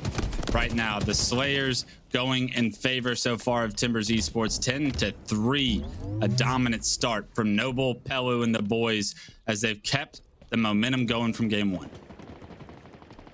10-3. Magico just holding and just listening, and the teamwork is on point for Timbers. You can tell that every single push is coordinated. There is a reason behind it. Small talk is very evident to me. Even without being able to hear the communications, you know by the way they're moving around the map that every little thing is being detailed as the grapple eventually gets him out, but unfortunately just gets him into more trouble, out of the frying pan and into the fire. Yeah, that's a big kill though. Getting the shotgun out of his hands, getting grapple out of his hands as the second overshield's coming up. Legends never die. Need to make a play for this overshield and put it to use to get back into this one. Already down 7 kills. Noble fighting for his life.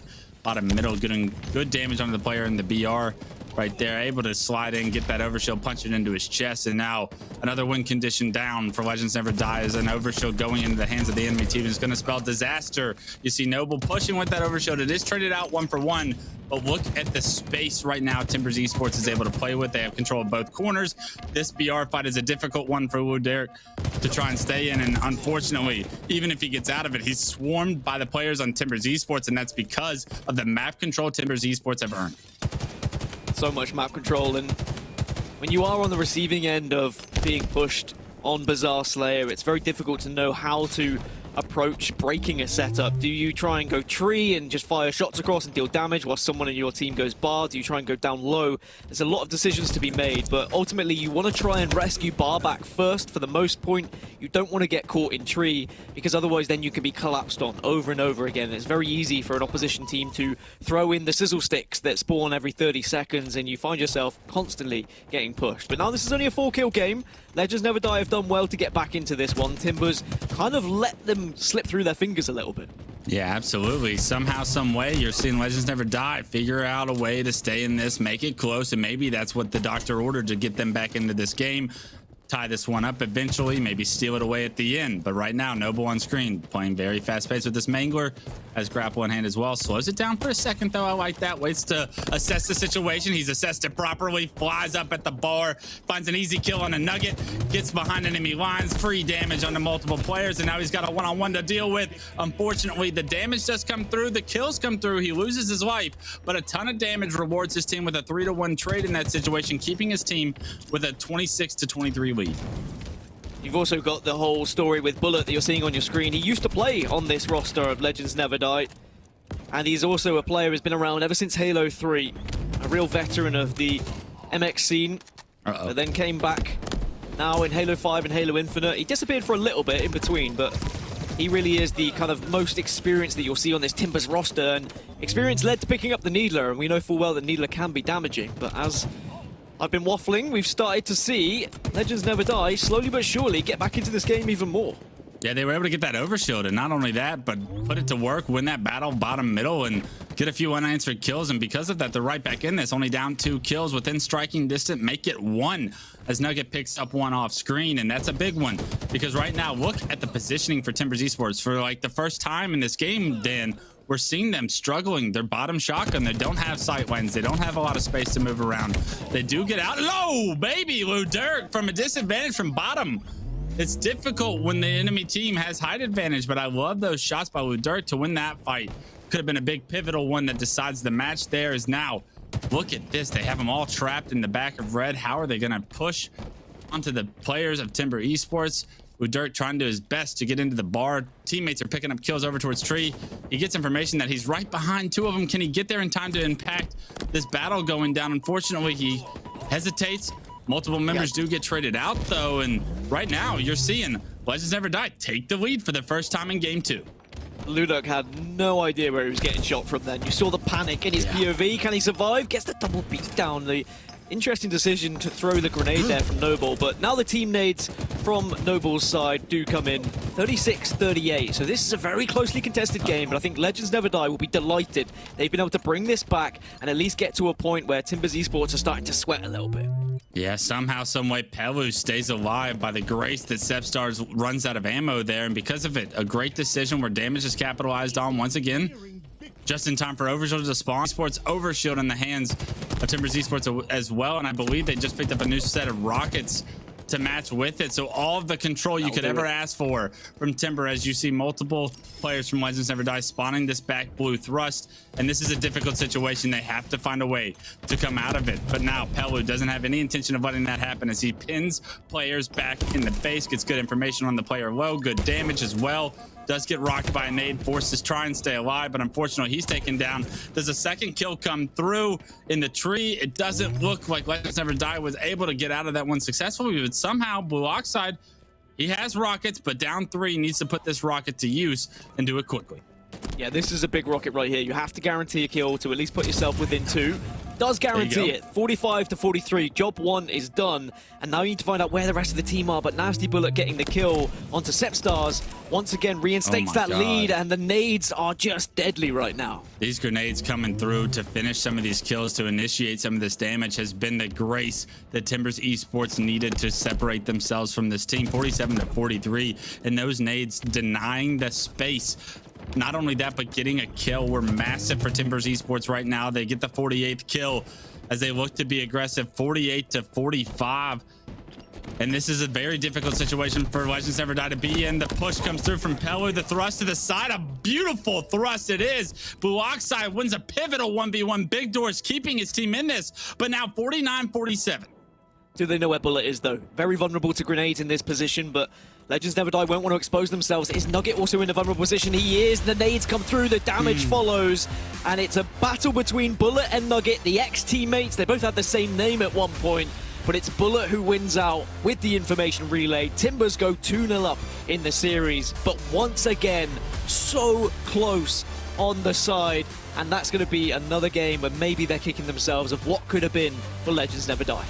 100% they will be kicking themselves. They did not pull out game 1 or 2. With these close games, you can tell how close the competition here is in the MX scene between the 2nd and the 6th seed. But unfortunately, the series, it's no longer close, Dan. It is 2-0, and we see Timbers Esports 1 game away from shutting the door and making slight work of Legends Never Die. And it's unfortunate because this Legends Never Die team, they show so much promise throughout today so far, but they do not have the results as of yet that would match that statistic. Yeah, and as you say, if they lose the series, the most they can play for is 3rd place in the pool, which would put them into winners bracket round 1. Still, at least they wouldn't be dropping down to the elimination bracket. There's the damage for you. Pelu really being that key initiator for the squad with 4.6k damage, but Noble also 4.5.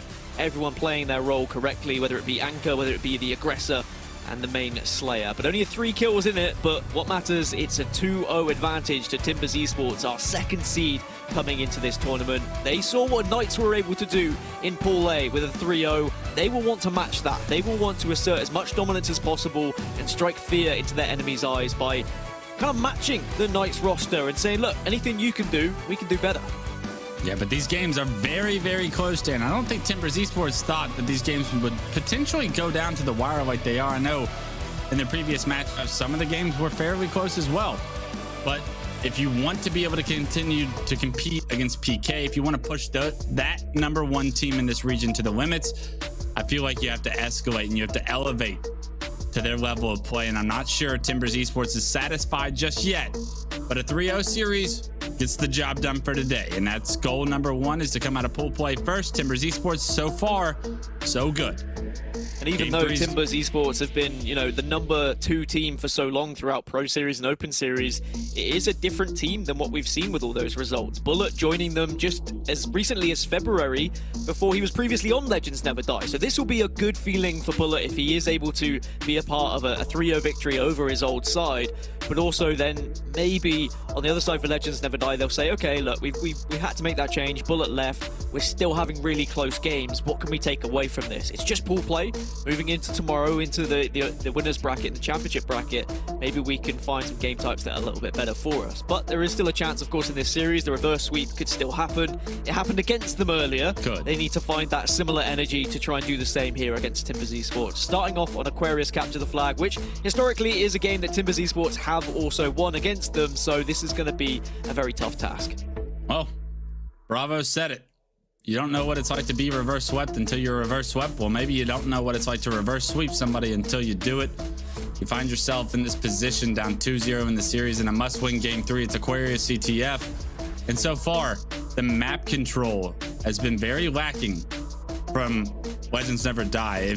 If you're asking me, Dan, what do they need to do better? They got to focus on getting some map control, because it's so difficult to try and fight out of disadvantageous positions the entire game. And it feels like even though they were having some success doing it in game 2, I didn't see enough out of Timber, or I didn't see enough out of them as far as control is concerned in order to have success at the levels to pull out games and series wins.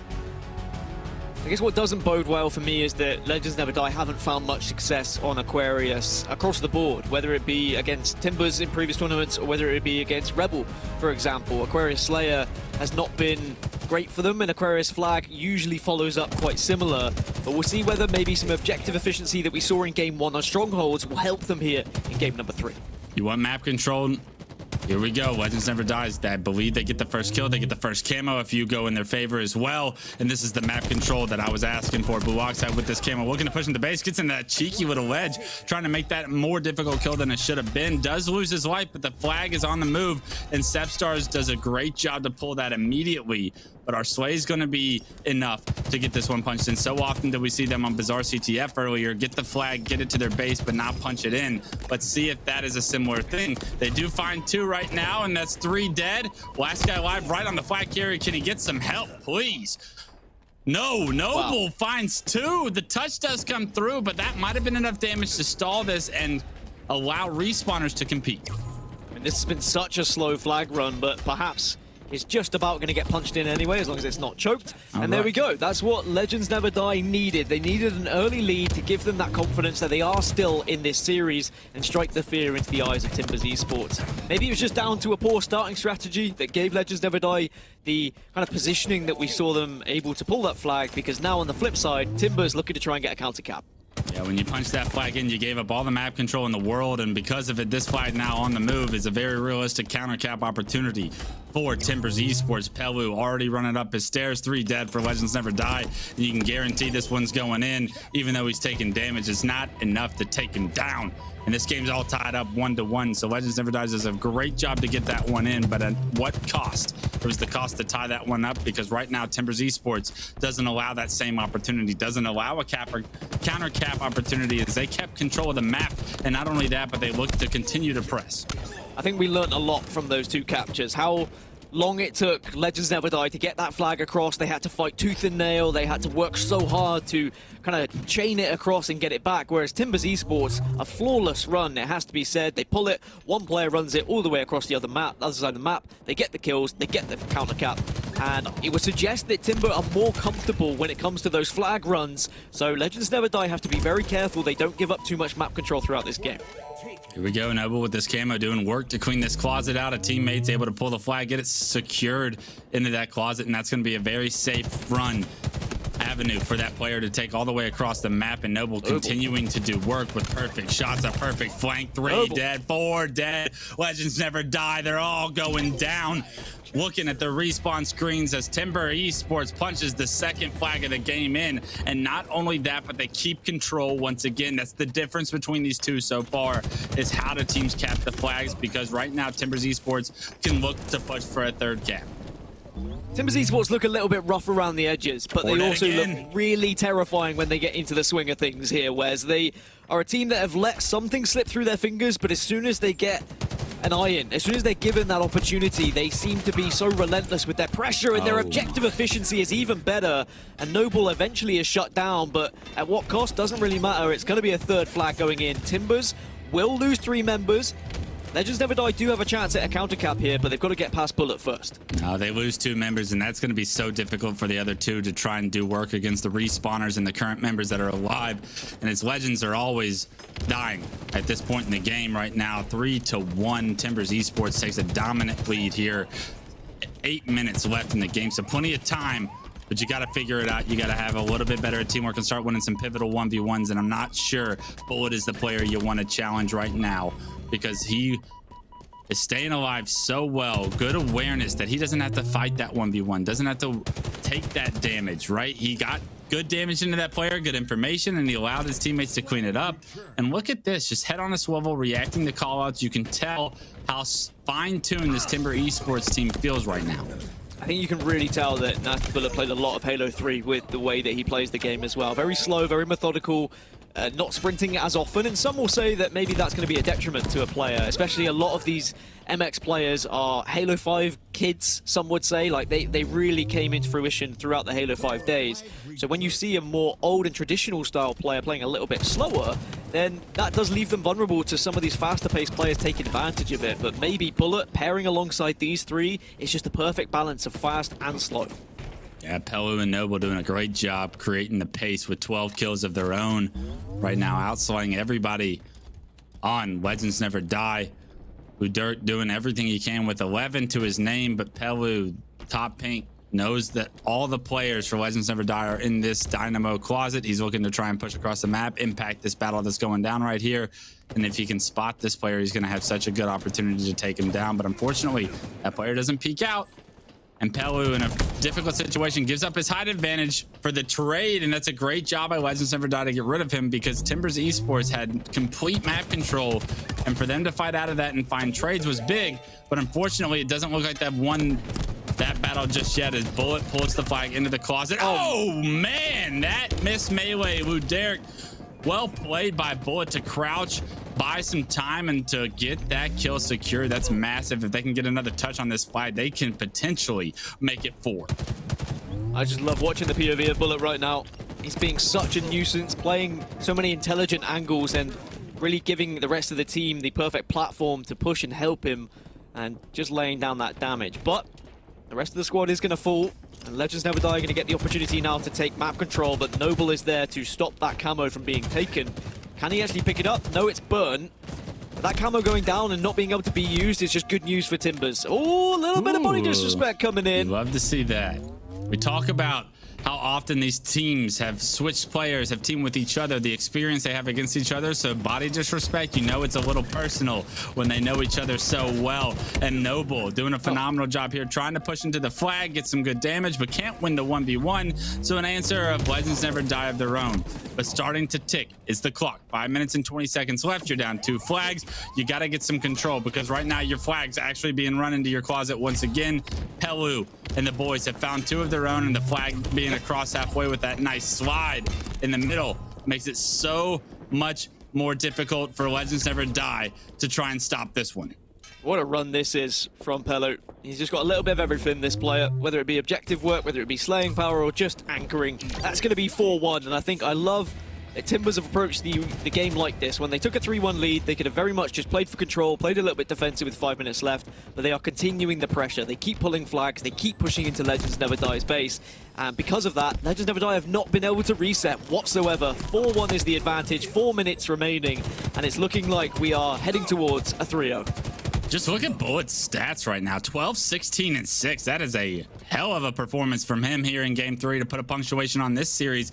If you wondered if his play style was going to transfer over to Halo Infinite right now against Legends Never Dies, he's having a great time here on Aquarius CTF, putting in all the work. 16 assists shows you how much teamwork this Timbers Esports has, as they're able to capitalize on all of the damage he's been able to do. Noble on screen with his heat wave. Buddy with him pushes into the enemy flag. Unfortunately, his teammate, I believe, was taken down, but Noble able to fry that player alive with the heat wave, able to get a touch of his own. Unfortunately, he's surrounded both Pink and Dynamo's side, so he's got to choose one, and he's knocked to no shield, so it makes his life an impossible one to play in that situation. But Magico, he's going to follow up on some of the damage from his teammates as well, trading a few kills out. And like you said, Dan, time is ticking. 3 minutes and 40 seconds, and you're down 3 flags. It would be a complete swing of momentum if Legends Never Die want to get back into this one. Yeah, well, if they're going to do it, they need to be getting the control of these kind of weapons. Get the heat wave in your hands so that you can be a real nuisance in close quarters combat. But as we say that, the flag is going to be pulled. Magico, though, is going to be in the perfect spot to at least watch and maybe pull a flag of his own. So Legends Never Die need to take down Magico before anything else happens here. Yeah, I like Magico's position. I like how much pressure he's forcing on the map. He throws the flag out. He decides to slay, knowing he's got such a significant advantage to play with. A power weapon in hand, finds 3 kills in that lifespan in the back flag. And because of it, he makes this so difficult for Legends Never Die. Nugget does get the touch, but immediately gets taken off of it. And because of it, Timbers Esports are going to be able to get that return. Clock continuing to tick. Unfortunately, Timbers Esports still in control, so Legends Never Die. They're against the ropes, and it looks like they don't have an answer because this heat wave is continuously switching hands to multiple members of Timbers Esports, and they are doing work with it in this base. Yeah, they've got the push, and they're going to be running another flag car side. And again, you get so much protection on this side that I'd imagine if they get 1 or 2 more slays, which they do, this is probably going to be the game. Yeah, there is one player overextending. You see him get into the base, so they know it's there. It's going to be up to Nugget to try and keep his team in this series. He does get a touch on the flag. Can they take him out of the window, though, is the big question. He's immediately removed, and that's a great first pick. Make it a second as well as 2 go down for Legends Never Die. 1 player in the closet. Bullet says, I'll deal with him myself. Actually gets a little bit of help as well, and I love how Bullet just backs down from some of these fights. The return comes through. That's going to be the 5th flag being punched on the board behind us, and that's going to do it. Timbers Esports says, Butch, you called us out for not dominating game 1 and 2. We're going to show you what we're made of in game 3. They dominate game 3, and maybe they did just enough to make a statement to PK that we are here to play this weekend. Rough around the edges, as I say. A few kind of jitters from Timbers Esports, and maybe not as clean as they would like, but we have to remember Bullet has only joined them as recently as February, so there's just a few things to iron out for this squad. But when it comes down to it, it's a 3-0 win. This game in particular was one-sided. They had so much control here on Aquarius Capture the Flag that they will be super happy with that performance, and they put themselves very firmly at the top of their pool with 1 game left to play. So they're guaranteed at least top 2 in the pool, so they're definitely going to be starting from the winners bracket when we come to the bracket later on in the tournament. On the other side, for Legends Never Die, they find themselves in a position where they can only fight for 3rd, right? They've got to play that 4th place team and hope that they don't start in the elimination bracket tomorrow. It's a tough spot for them to be in, but there are things from today that they can take away and they can walk away with and say, hey, we can be successful for the rest of the weekend, but we got to step it up and we have to clutch up in those moments.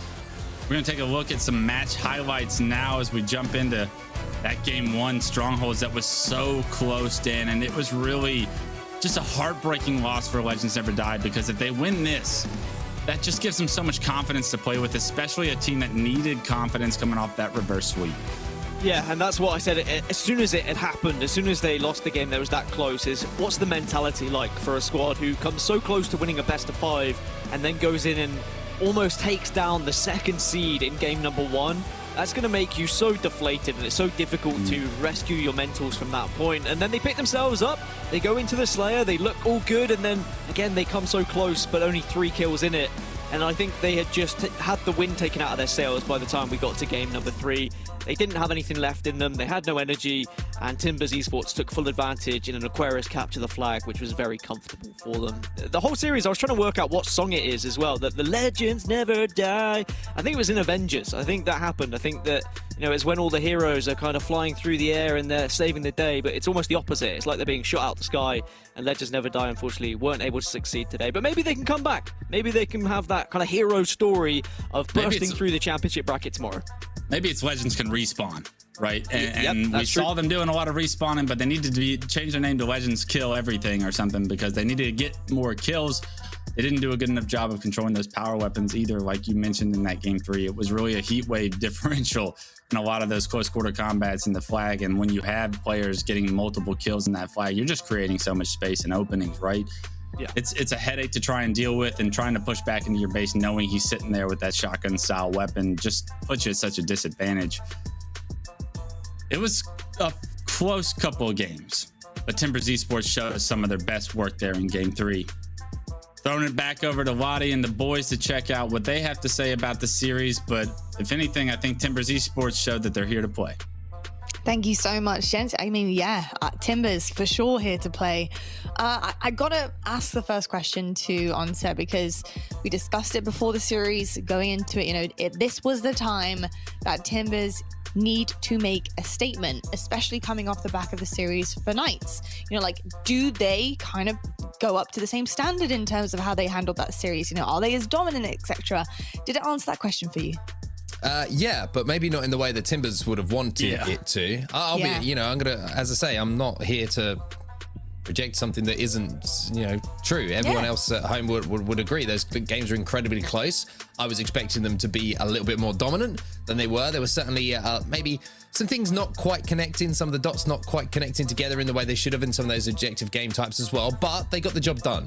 And that's the most important thing, right? Get the win on the board. It's a 3-0. It's job done. We move on and we look at the VODs maybe overnight and we try and put some of those things right. But it was not the same kind of performance that we saw from Knights. Knights was dominant. That was good. But is good enough to beat Knights? That performance, it doesn't suggest to me that they will be able to. Yeah, definitely. I think also looking at the matchups there as well, you know, how much does it play into the fact that Legends Never Die put up a really good fight in some situations there, bar that final map of the series. You know, Brav, they were so close yet so far as well at times. So, you know, how much can we feed into that kind of aspect of it? You know, are Timber Esports dominant, but was it that Legends Never Die really just took it to them as hard as they possibly could? Yeah, I think it's a great question. I think you'd have to look really at those two teams and exactly they're two different series, so it's a little bit of apples to oranges. Though I do largely agree with Mark. I think overall, even considering your point, certainly Lottie, which is super valid, that you're looking at two very different teams in terms of their opponents. I think I agree with both of your points in that it's a different series. However, I'm not convinced with that series that we saw. But it's Friday, it's early. We'll have to see if they can clean things up by Sunday. Yeah, we certainly will have to see that. And I'm excited to see potentially a dominant Timber Esports as well, because I want to see head-to-heads happen. I want to see some of the best in matchups. So really exciting stuff. But let's have a look at the update to the pools. We do have our two pools, and if you're just tuning in, welcome. It's lovely to have you here for the MX Super. We've got Pool A and Pool B, and you can see the two #1 seeds of their pools. Knights, Timbers Esports have dominated their pools so far. We still have a few matches to go though, and coming up next we are going to be seeing Knights go up against Cruelty. So I'm looking forward to see whether Knights can make that a 3-0, whether Cruelty, who is second seed in their pool, are able to put up a bit of a fight. We'll find out right after this quick break, and when we come back we have our next match of pool play for you guys. We'll see you right after this.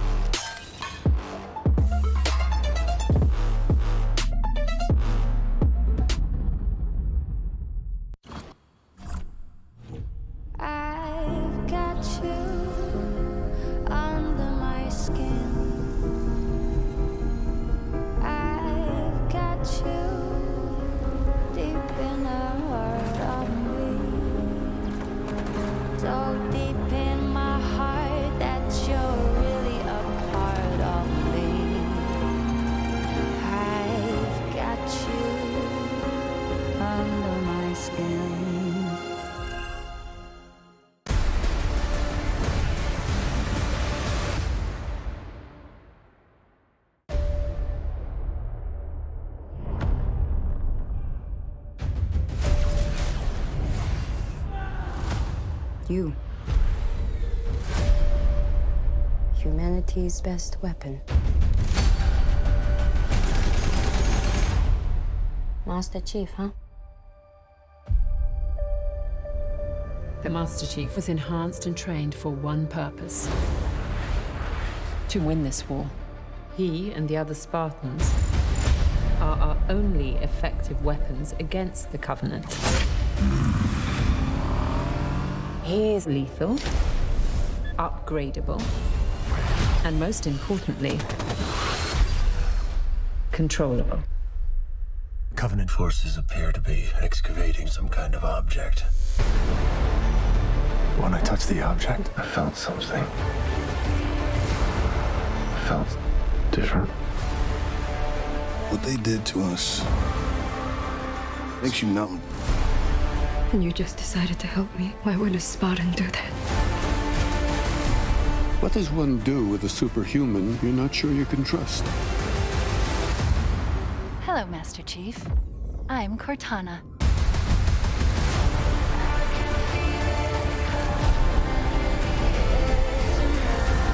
Master Chief recovered something. Sacred ring. Halo.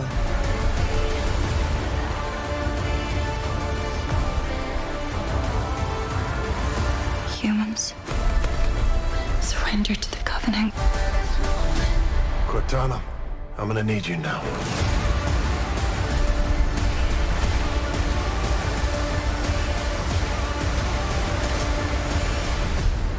Find the Halo. Win the war.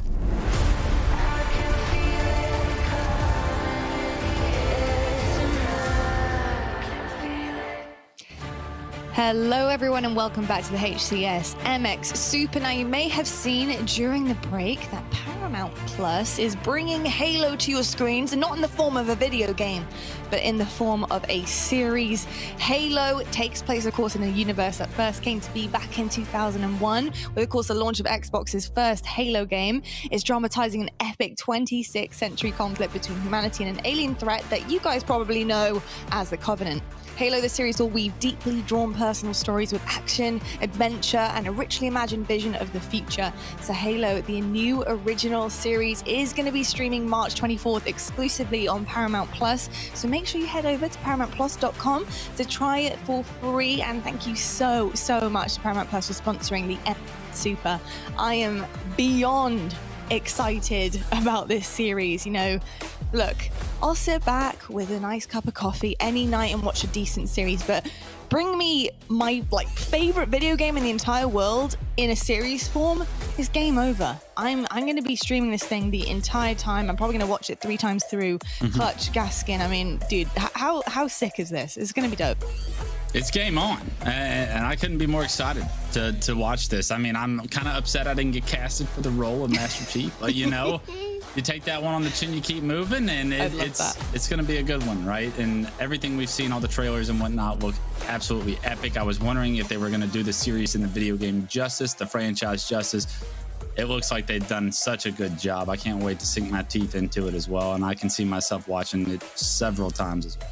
I'm just trying to work out where it is that Master Chief was ever from, Texas or any kind of southern state. I stand a southern Master Chief. Tennessee. I mean, hey, give them all a southern twang. Never hurt anybody. Similar accents. I do see that you could have applied for Cortana though. That's something. Sergeant Johnson had a southern accent. Cortana. I would love also a West Clutch Price southern Cortana as well as a southern Master Chief. Gents, thank you so much. We're going to pass it on over to Onset and Bravo. Do you stand a southern Master Chief, boys? Tell us.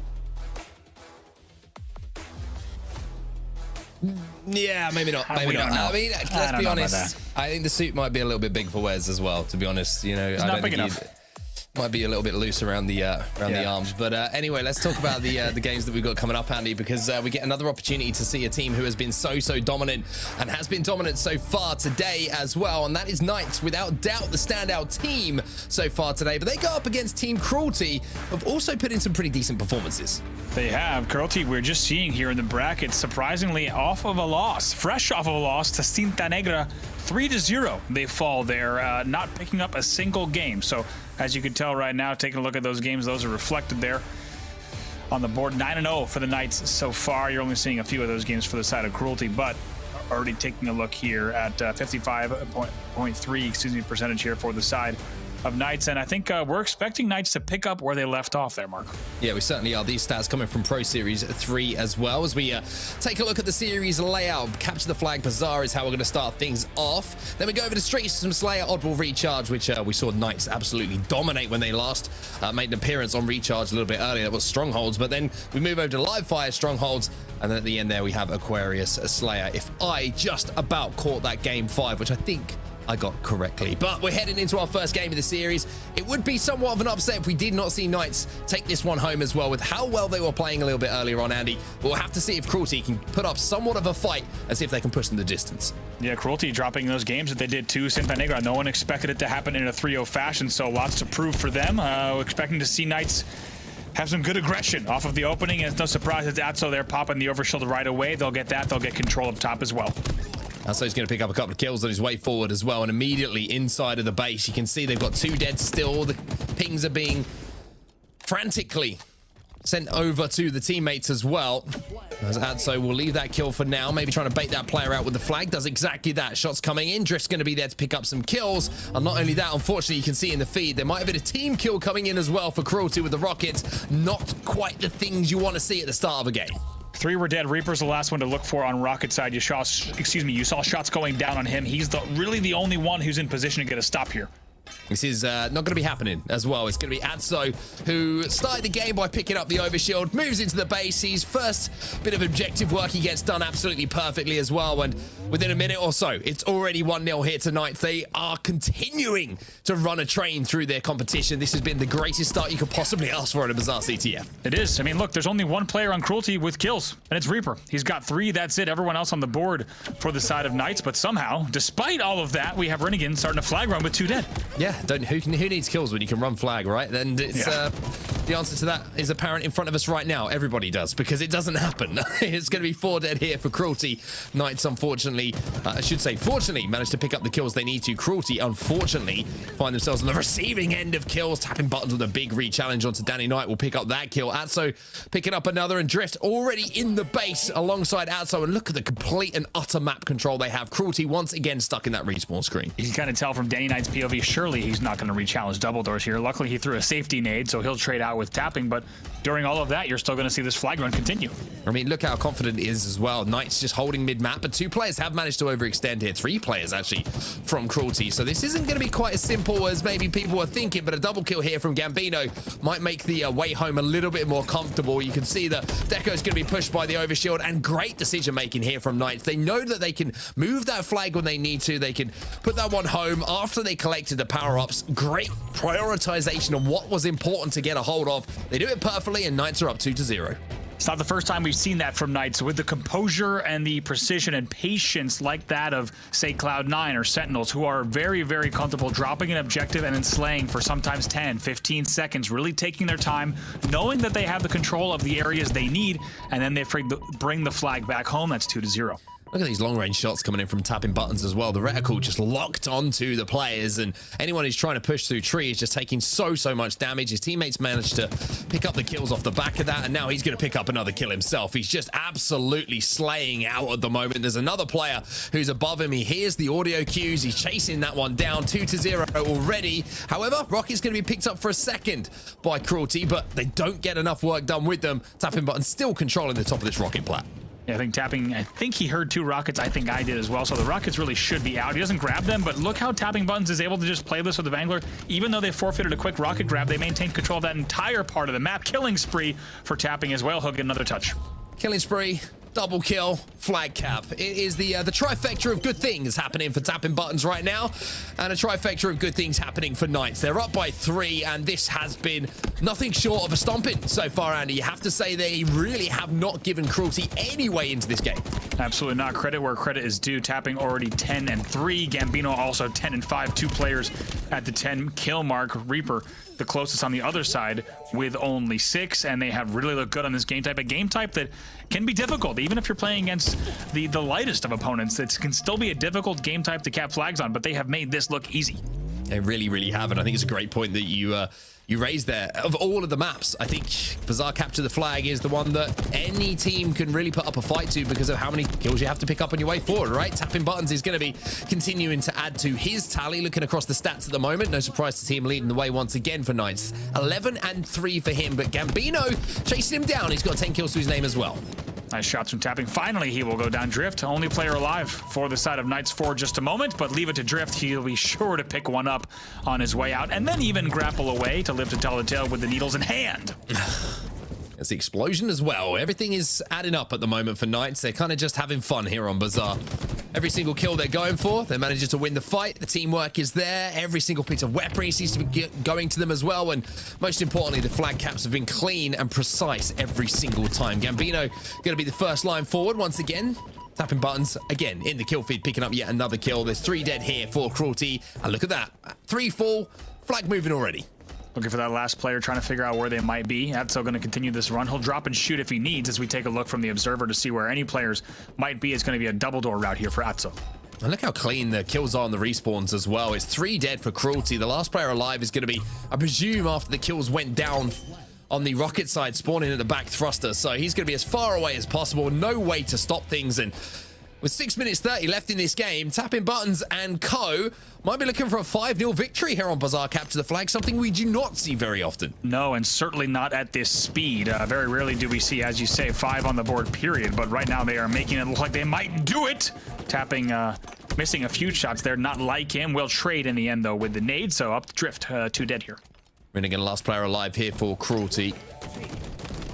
And Cruelty is kind of what this game feels like at the moment. Knights are just dominating that much. Looking across the stats on the other side, Rinnigan only 4 kills to his name. Everybody pretty big neg on the side of Cruelty, as you would imagine. The flag already moving once more. 2 players have fallen. Danny Knight and Rinnigan, the last player alive, and Gambino's got an overshield. He's going to try and force this one across mid-map, and with his teammates once again picking up kills, he can afford to take a little bit of damage through these double doors as he looks to run this one home and make it a 5-0 sweep here for the side of Knights. That's going to be the case. It's 5-0. They're 1-0 up in the series, and that is the definition of dominance. Wow, dominance and efficiency and beautiful play. 5-0 in favor of Knights that will close out Bazaar CTF, and I think Onset the fastest Bazaar CTF you and I may have ever casted in Halo Infinite. I think it's safe to say. In my memory, yeah, 100%. That was, I mean, I can't remember, with all due, I can't remember a 5-0 on Bazaar Capture the Flag.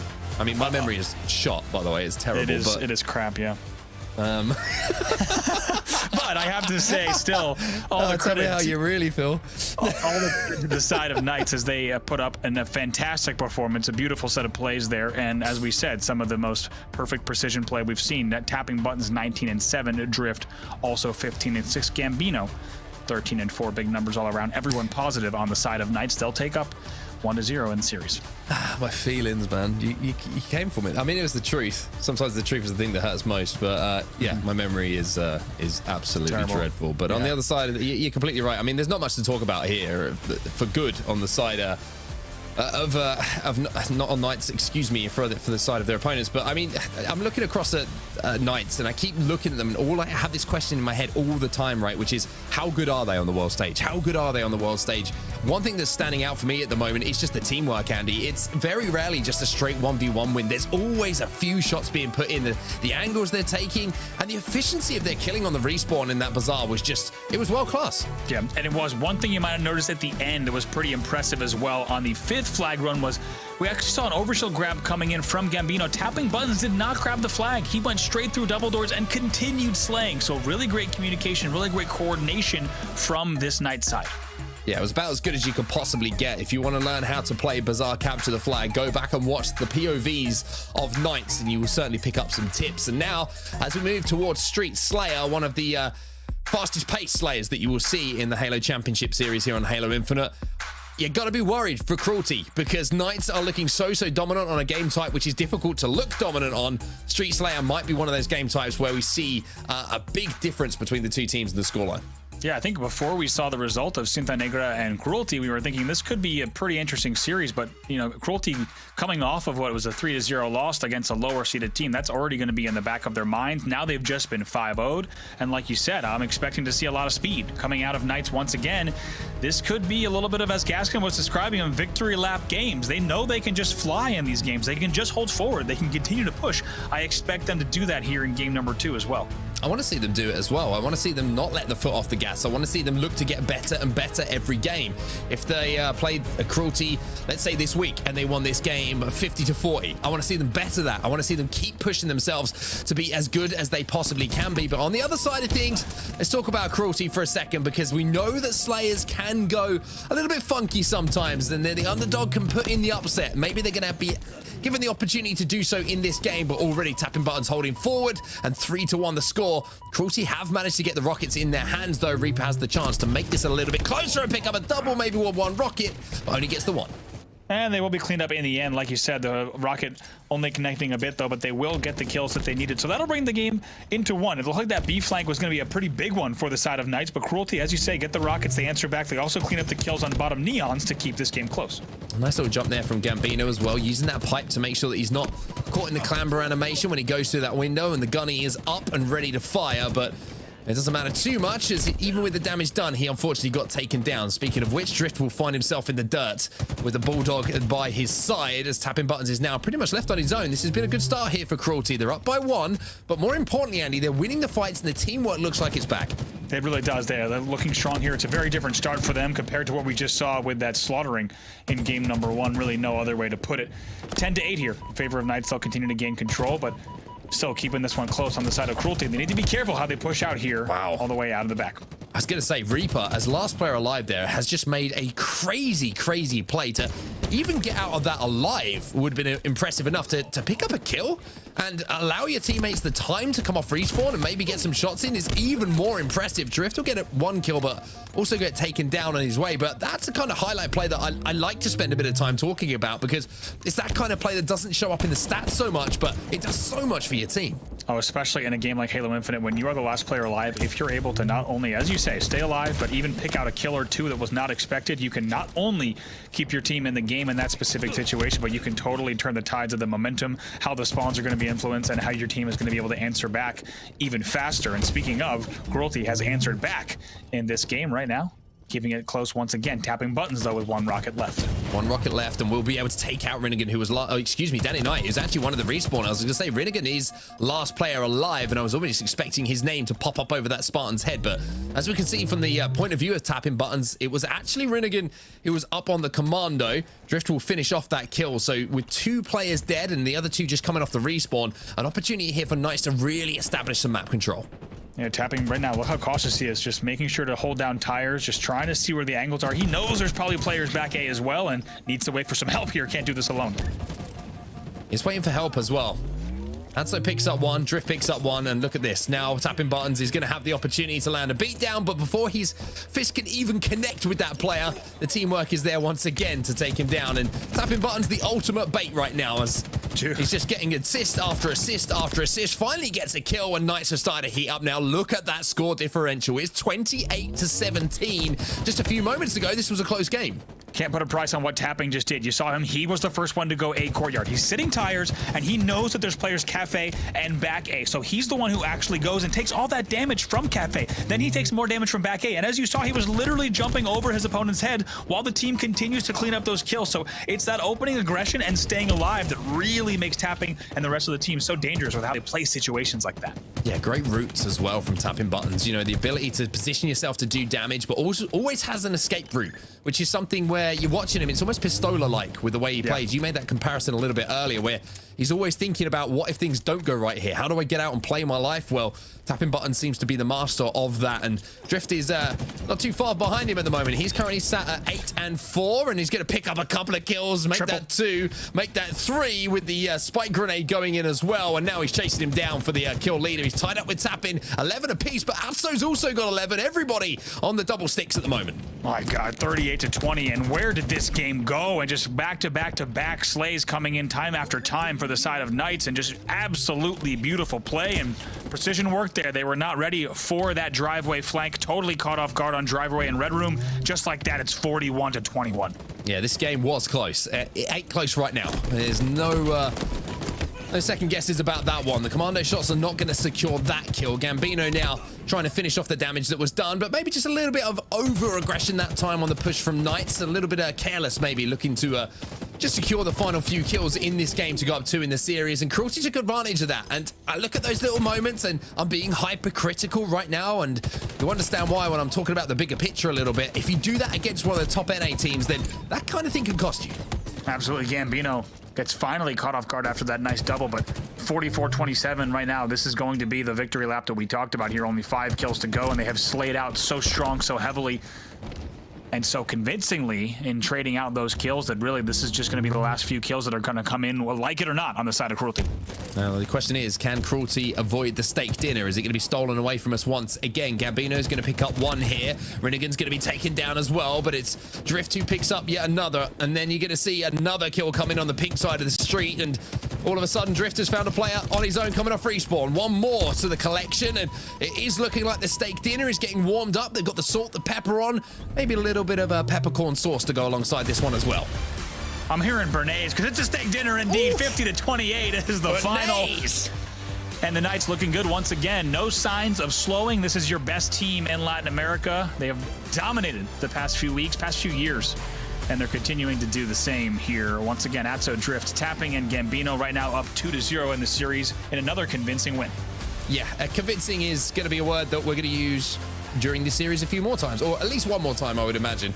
That was very impressive when they were on the front foot there. The first time that they got a 3 or 4 dead, I think it was, in that game, all of a sudden the game just spiraled out of their control. The ability to rotate spawns cycles and make sure they were consistently doing damage was something that some of the best in the world do. And tapping buttons alongside Atso, Drift, and Gambino just worked so well together in all of those scenarios. It was fluid Halo to watch, Andy. Yeah, look at Atso. They're 15-7. We haven't talked about Atso enough today. The guy popping off in that game. We'll take a look at damage as well, but really great stuff. As we said, steak not only back on the menu, but it is now fully served with, to be honest, whatever sauce you like. We can serve that up because that's a steak dinner any way you fry it. Don't be a ketchup guy with your steak, though. No, I'm going to say that right now. No, Do you know what I mean? Like, don't be that guy. Sorry. Yeah. Any sauce you want at home that's not ketchup. Yeah, okay, good. Whew. I knew we'd align on that one, but I was a little bit worried. I just had to put it out there to make sure that, the duo was still, sane, essentially. Absolutely. I mean, we would never allow that. We just want to make sure any of you watching at home are not doing something like that. That's not allowed. Yeah, 100%. Well, let's take a look at some of the highlights, and it's all going to be from the point of view of Knights, as you would expect. One thing that stood out to me as well, Andy, is the bait and switch in and using mid-map very effectively. That middle lane is something that more and more teams are using to just, when there's a push on the pink street and you're kind of playing your life and you're waiting for support, if a player runs up mid, you can really get some good angles very, very quickly, especially with a couple of the drop slides that you can hit to get across the map nice and quickly.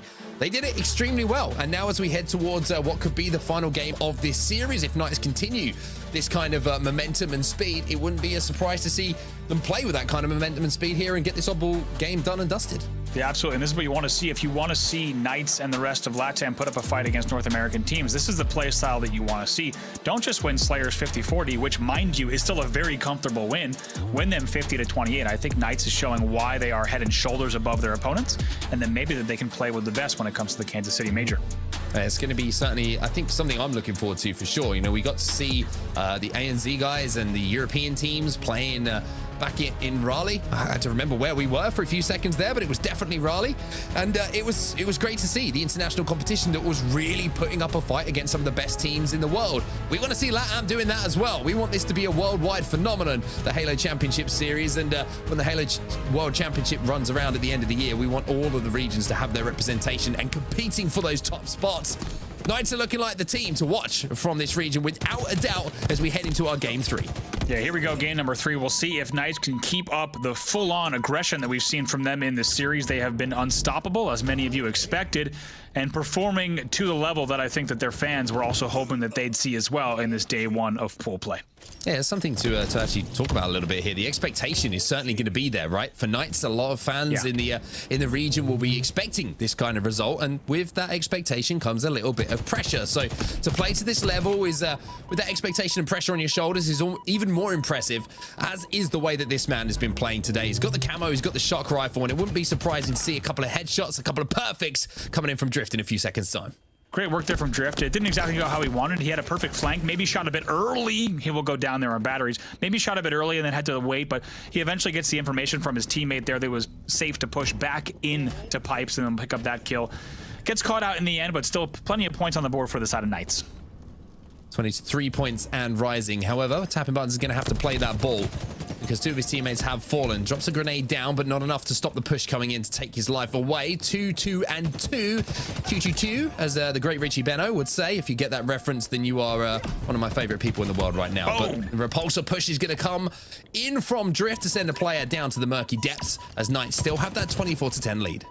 One thing we got to talk about is normally in any other series, as you heard earlier today, we'd be talking about players like Danny Knight, players like Deco. First one being, a community favorite. Deco being a really big up-and-comer past few years, really putting a name for himself, especially coming from H5 as well. But they've been shut down completely in this series onset. Knights have just really been running away with the entire series, not even giving any of the guys on Cruelty any room to start to create any sort of story.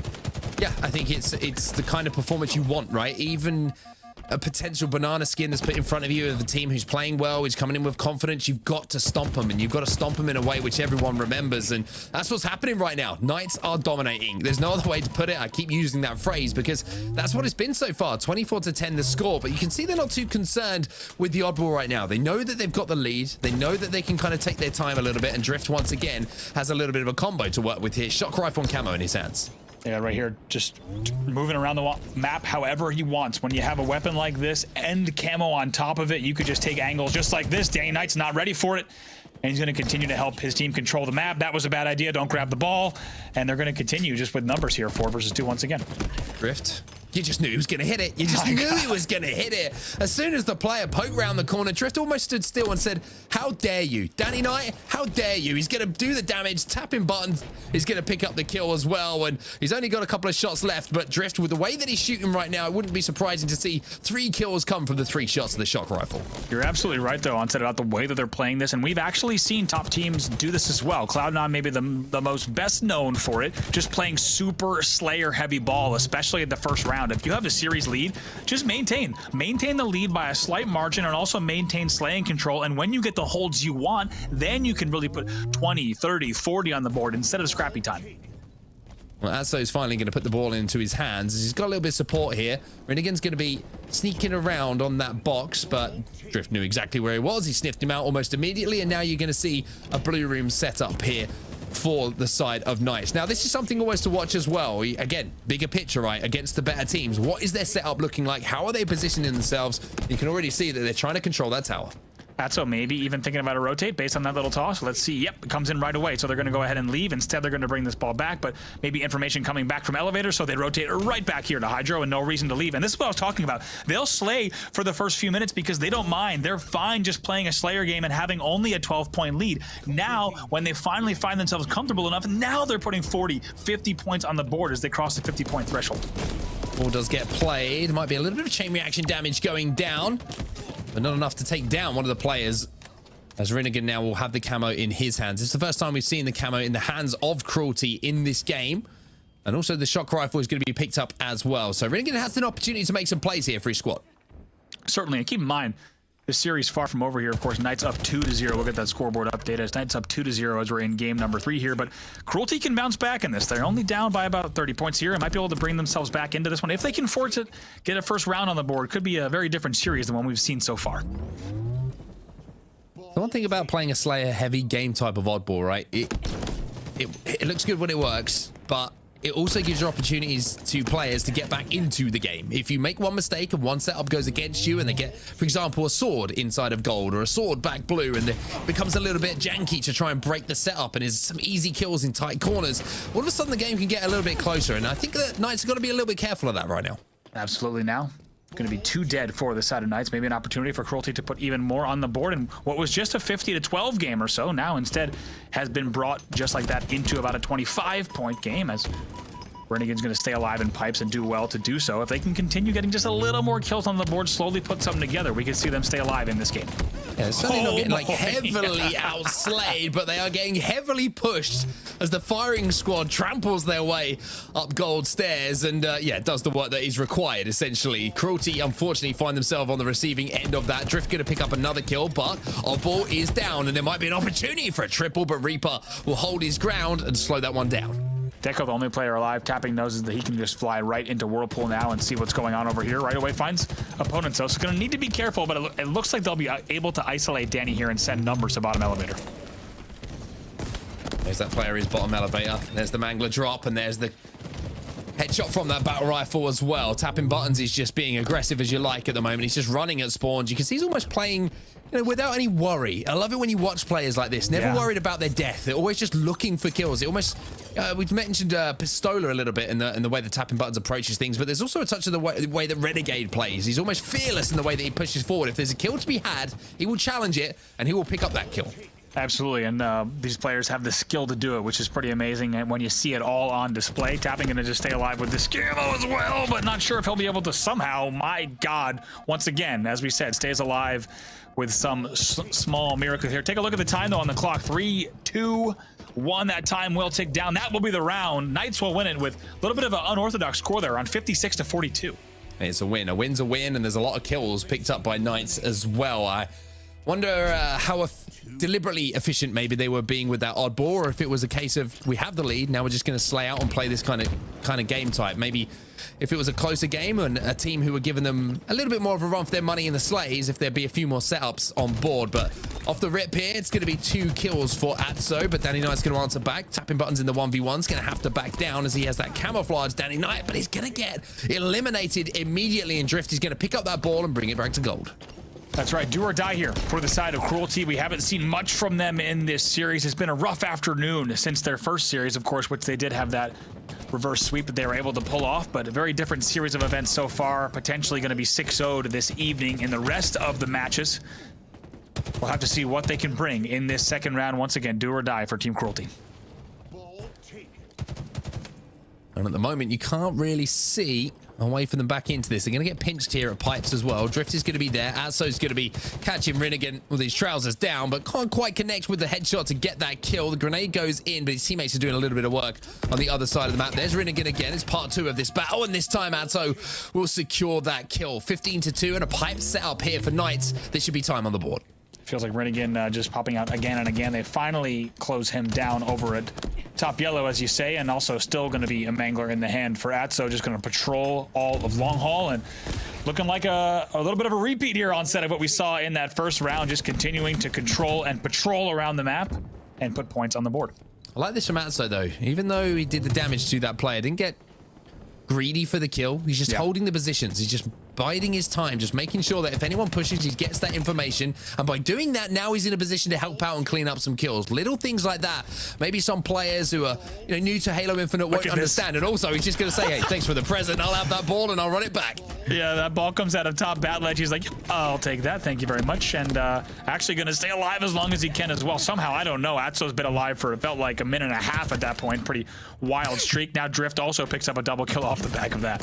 It felt like he was alive a minute and a half longer than he should have been as well. It just seemed like he kept living. The man just kept living. Drift now going to pick up that camouflage, and Knights just looking like they're just kind of waltzing their way towards a series victory here in a 3-0 fashion. Drift's going to be maybe searching around for some... Oh, no. I was going to say weapons, but at the moment, it's just going to be kills. There's a grenade. There's one. There's going to be 2 as well. Beautiful stuff coming in from Drift. That's how you use a camo, my friends.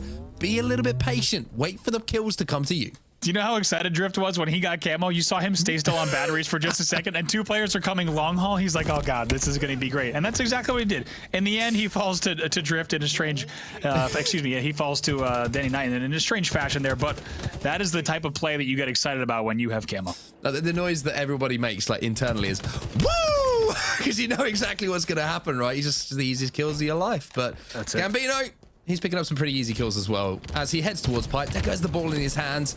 Going to go for the remote detonation. That's not going to work, but with tapping buttons and Co doing the killing in front of him, it's just going to be working towards that oddball and seeing if he can pick that up and add a bit of time to his tally as well. Yeah, beautiful little slide there from Gambino. Going to bring him straight to the ball. Eventually, he'll fall, but not before putting, once again, a ton of points on the board, 64-20. And Cruelty going to have to pull out something really special if they want to get back in this game. This looks all too easy for the side of Knights. It does. It does look easy, but it's easy because they're playing extremely well. This is the thing to kind of keep in mind. It's not that Cruelty aren't playing well. It's just that Knights are a level above. It's pretty nuts to see, and with Drift hitting shots like that, it's kind of an indication of what I'm talking about. Gambino is going to bring that ball back to his teammate as well, and they have complete control of the setup at the moment. You can see the respawns coming in, and they're all towards C. There's Stronghold C and Blue, and that's just a difficult position to push from. They've got all the angles covered, 77-20. Shock rifle in the hands of Drift, and he's going to look for a double. Surprisingly misses that shot, but he'll clean it up with a BR, you'd imagine. By the way, all that, Atso stays alive with camo through all that. If you notice, he was able to get all the way to bottom control. Drift keeps him alive by putting pressure on that player as well. So just so many things being managed right now by the side of Pittsburgh Knights, as you say. Not only are they leading on the scoreboard, but complete shock rifle control, camo control as well. It's a killing spree double on the way out as well, and a double kill on the side of Atso. That will be 4 dead. There, 1 spawner will pop up, but more points on the board for Knights. That's going to be it. That is going to be the points they need to secure not only the second round, but a 2-0 victory and the series in a 3-0 fashion. Knights are here to play, everybody. They're looking like the best team in the region without a doubt from what we've seen today. I'm sure there's a few teams around the world who are watching right now and thinking, hey, these guys look pretty good. They do look good indeed. And one thing, right, we've looked at other regions outside of North America before. It's one thing to be the best in your region, but the way that Knights is doing it, it really does make a statement. They're playing very efficient Halo and really, honestly, impressive Halo, the way they're approaching this game. If you had their lower nameplates removed, you might think that this is one of the top North American teams based on the way that they play. Here's a look at the stats. Yeah, and there's one stat that stands out for me, and that is Drift. 30 and 13, a 30 bomb. Coming in from Drift, and that is about all you could ask for in that kind of game type. A 21.7 KDA, by the way. That is wild. It's a big number to see in that column. It absolutely is, especially when it's 10 times the highest KDA of anyone on the other side. Yeah. That is nuts. Pretty ridiculous. And Knights continuing their charge forward. We'll take a look at the damage as well. I want to see how much damage the Drift did as well. Oh, he just shaved it. Shaved it on tapping buttons. Tapping buttons choking the 7k. Drift not choking it. 7k damage for him. But also look at the damage taken. Lowest on his team as well. The man, he was popping off. He's popping off. He was weaving and bobbing and somehow just staying alive so long. A great performance from him. Great performance from the entire team. As we said, if you're a fan of this team, even if you just want to see what this region can do, you have to be happy with how Knights looks on day number 1. Keep in mind, this is pool play. They didn't need to play at 110% today, but I think they did, and they came out swinging. It's been an impressive day from them.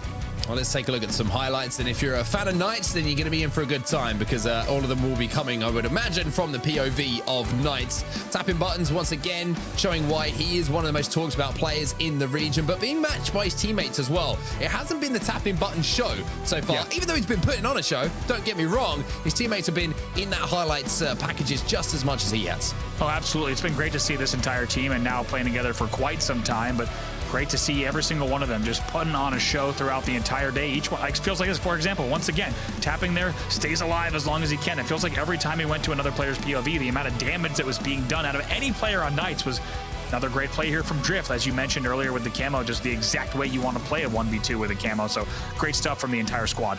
Yeah, really, really impressive stuff from Knights. There's not really too many holes you can pick in it, to be honest with you. You deal with the opponent that is in front of you, and dealing with them in some fashion they did as well. Here is your results from the series. There's a little recap for you all at home.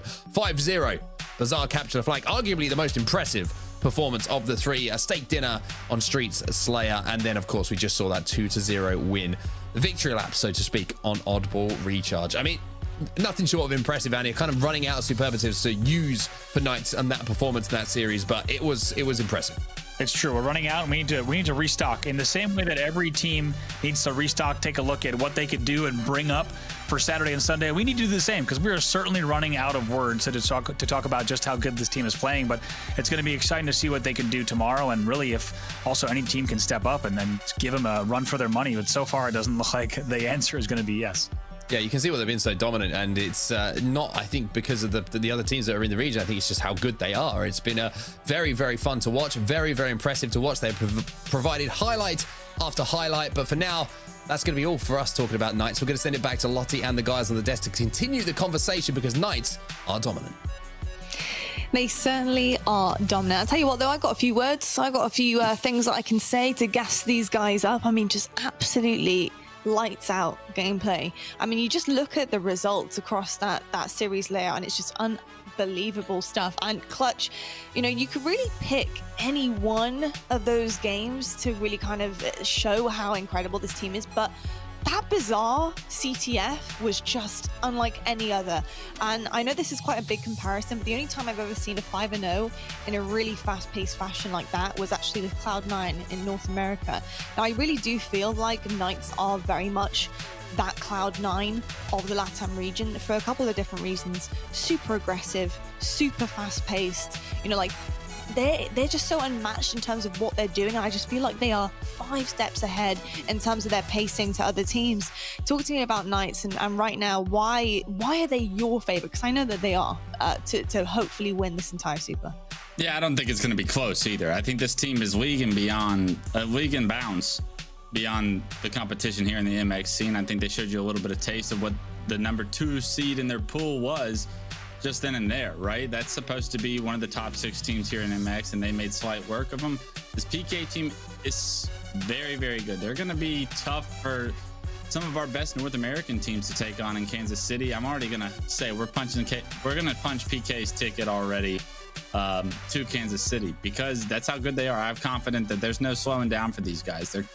They're dominant when it comes to individual skill. They're dominant team-wise, strategy-wise. Like you said, they're kind of the Cloud9 of this region, but in my opinion, they're more dominant than Cloud9 is in their own respective region. I know Cloud9's on like a 6-peater with something ridiculous, but they at least drop games. Like some games are much closer than what PK is doing to their competition. It's all retrospect, obviously, but PK, there's a lot of excitement around this team in the MX region. There's a lot of good reason for that excitement too, because this is probably historically the best team we've seen from this region.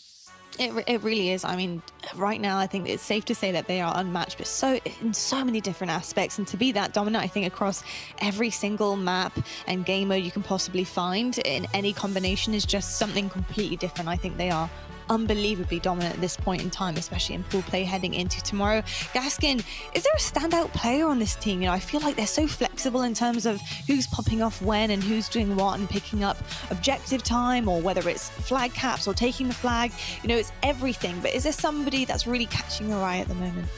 I think it's hard to go against tapping buttons. I think that everyone knows he is the kind of player to look out for in this squad. I mean, he's been doing it in the NA scene back in the day when he got picked up by Evil Geniuses. Like, he's a player who's competed on the very highest level, and now he's bringing this team through to a point where maybe they could also break into the, you know, top 12 or top 8 of the international scene. So I'm really excited to see where this team can go.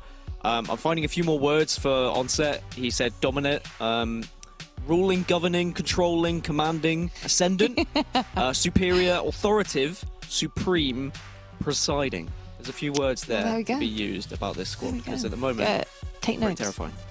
They are. I think that's honestly the best word of them all. Terrifying. It really is terrifying. It's terrifying for the rest of the competition here. And I think you put it perfectly, Gaskin. I would love to see where these guys kind of fare in North America and the likes of the rest of the regions that we have here in the HCS. But with that being said, that's another result to go on the board of our pools. Let's see exactly what the updates are. And they are in. Here we go. Knights. They do have that perfect 3-0 score in their pool A right at the top there. And as you can see, Cruelty will take the L for that one, so that's 2 against them. But Cinta Negra, I gotta say, 1 for 1 currently, so fantastic stuff from them being able to take down Cruelty earlier on. And then Pool B, we're actually landing on a little bit of an even pack here, but that's going to change in a second, because Timbers Esports is going to be going up against a Rebel. So one of these guys is going to take the L, and one is going to have that perfect score by the end of the night. And we're going to find out who that's going to be right after the break. We're going to head to one right now, but when we come back, we do have our final match of pool play here for the first day of the MX Super. Stick with us, and we'll see you right after this.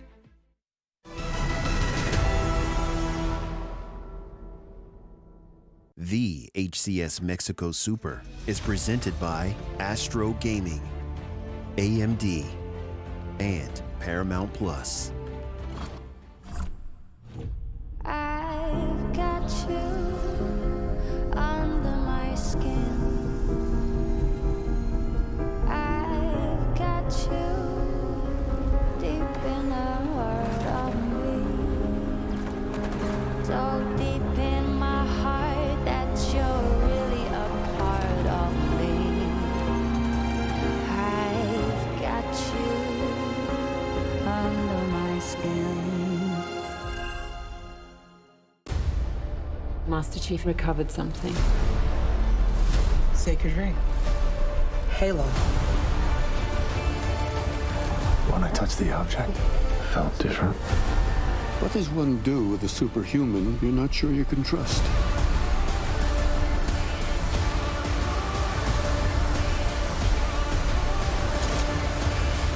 Find the Halo. Win the war.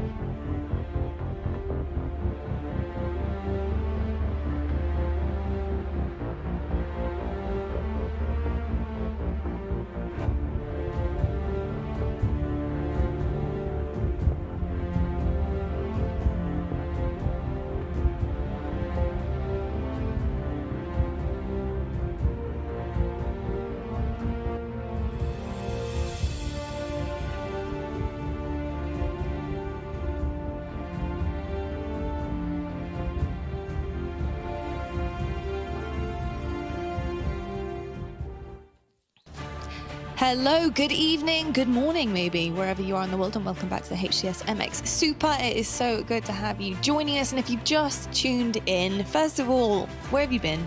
And second of all, don't worry, we have still another game to get through tonight. It's the last one of the night, though, so make sure you stick with us to watch the action. And we're going to be seeing two incredible teams actually battle it out here. Timbers Esports versus Rebel. But before we get into that matchup, on set, Brav, I hope you guys are ready for this, because we got Kansas City around the corner. Boy. We have another LAN coming to the world. I'm so excited about this as well. It's another major, of course, and you guys could be there too. So this is your warning. This is your preparation warning from me. We're actually going to be announcing VIP, spectator, and team passes very soon. They're going to be available very soon, so make sure you guys are keeping your eye out on Twitter. I don't actually have the dates or the time or anything yet. It's all still in the works, but it will be very soon, so make sure you guys are checking out, get the notifications on, whatever it may be, at HCS on Twitter, to make sure you guys are the first to know, so you can get your hands on all of those as well. But gents, I'm so excited about LAN. On set, have you been dreaming of LAN? I know you have. You always dream of LAN. You want to be there. I mean, it's what I wake up for, right? It's what gets me out of bed every single morning. But I think the thing that is the biggest thing that you just said, right? Spectator passes is back. We missed you all in Anaheim, you know, situation. Yeah. It was what it was, but Raleigh was amazing. If you watched Raleigh, you want to be part of that, make sure you get one of those spectator passes. Let's make this even bigger and better and louder than it was back in Raleigh. This is a celebration of Halo. Every time we have a major coming around, you have teams from all over the world. It is the biggest event that you want to be a part of. So make sure you get a ticket.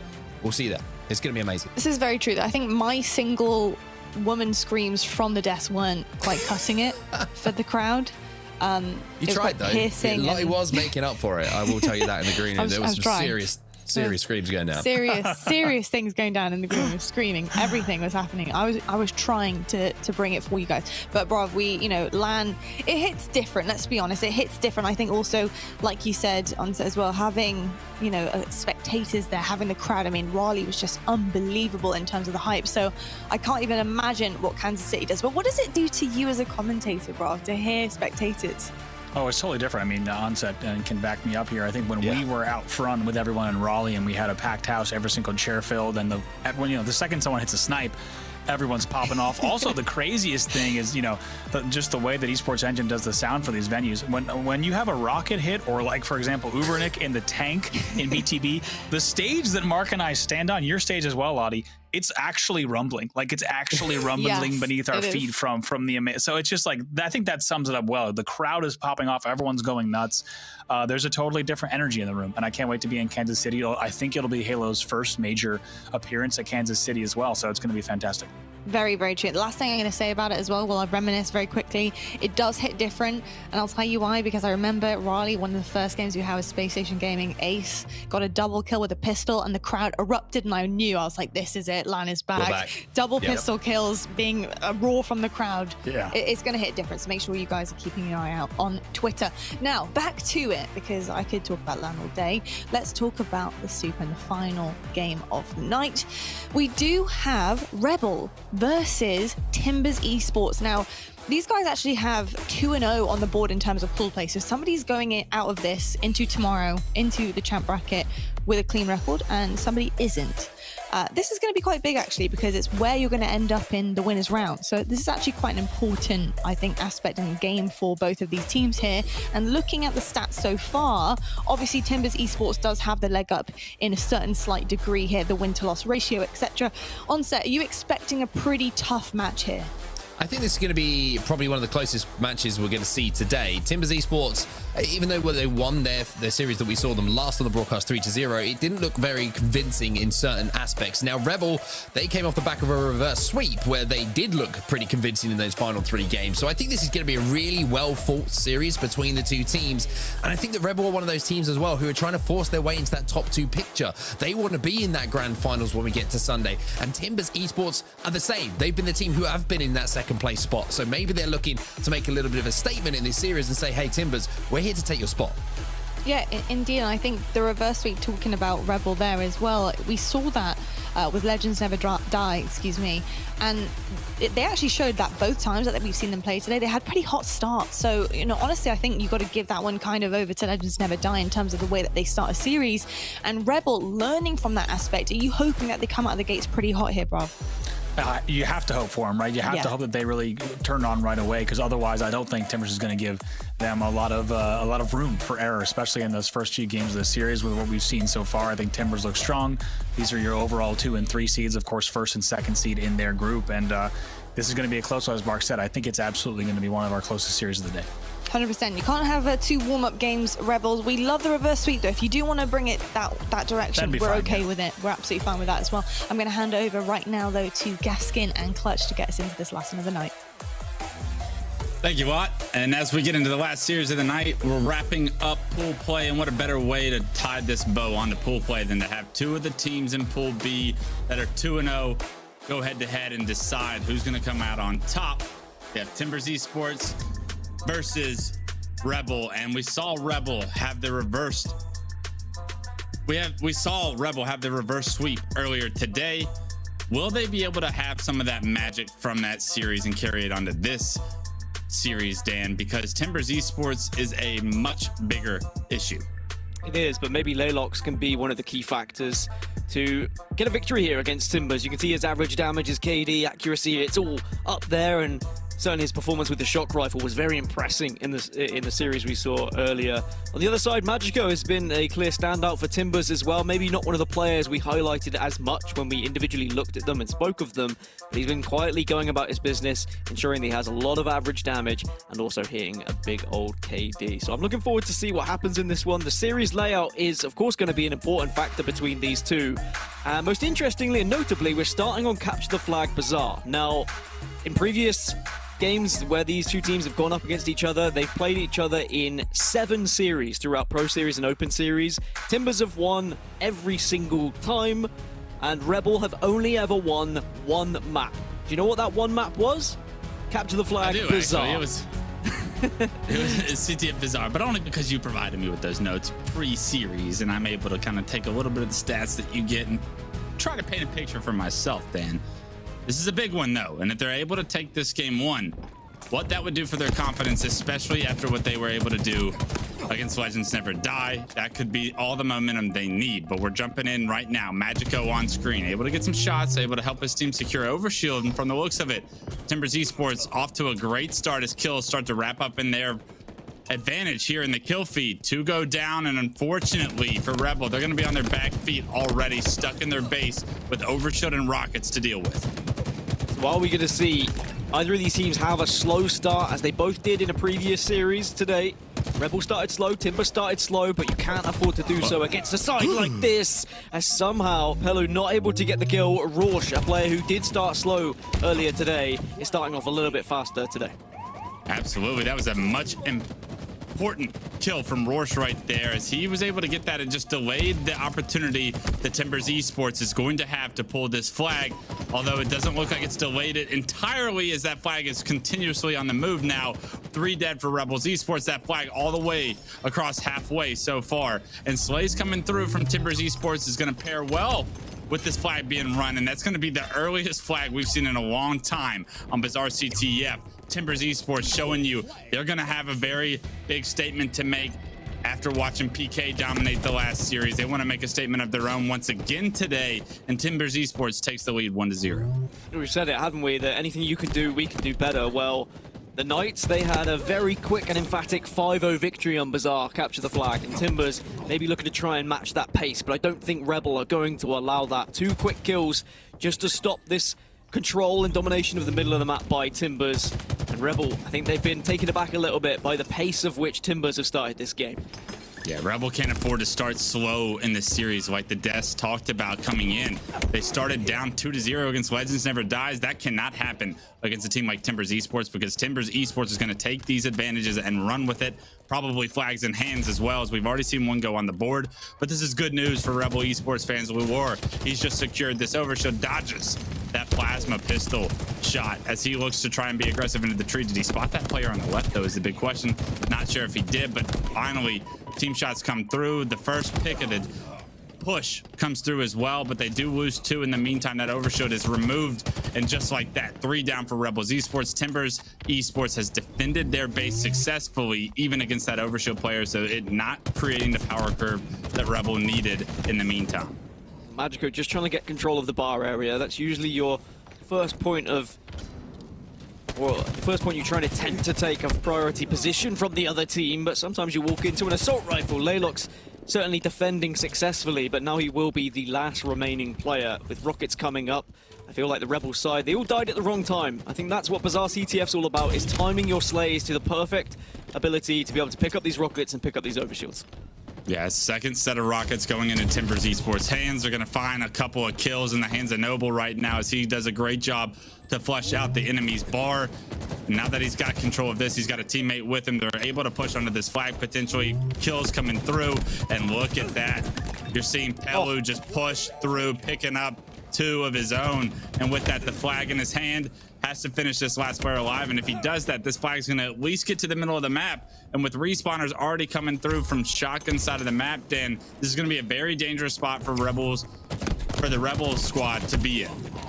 Tries to get the grapple just to get in the melee, but not able to find any success. 1 player down on both sides, make it 2 down on both sides, and now Timbers have just lost 1 more. So a lot of responsibility for Noble, but he is going to be double teamed. The flag going to be returned here for Rebel. So they're able to stop that one. Timbers trying to force it maybe a little bit too much with only 2 players out, and because of it, they've lost an overshield.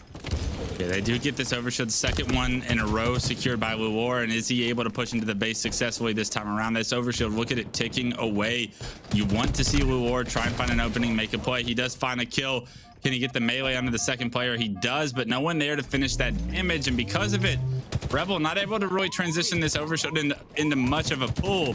They do get a touch, however, from a player in Laylock's across the map, and the cavalry is there to help Laylock not only stay alive, but potentially continue this flag run. So maybe the overshield did find the entry pick now that the dust is settled. Spawners over towards the shotgun area are going to be difficult to deal with. We saw Rebel struggle with this in the first series, but they may be able to overcome this if they can get to the middle of the map. You want to see Laylock try and push out for his teammate, but look at that. Already noticing that players have gotten into his own bar, and that's going to be a very difficult situation to try and deal with. I actually like this play by Laylock to slow this one down, but you need to figure out a way to get a numbers advantage if you want this fight to continue to move. Such good damage coming out from Noble on the opposition side. Rebel were forced back into Timber's base, and they were cowering with their tails between their legs because so much damage was being emitted by the likes of Noble and the rest of Timbers. And now they can look to try and take advantage of the damage that they previously did by now taking control of their base once more and then regaining mid-map control as the next set of rockets and overshield will look to be spawning soon.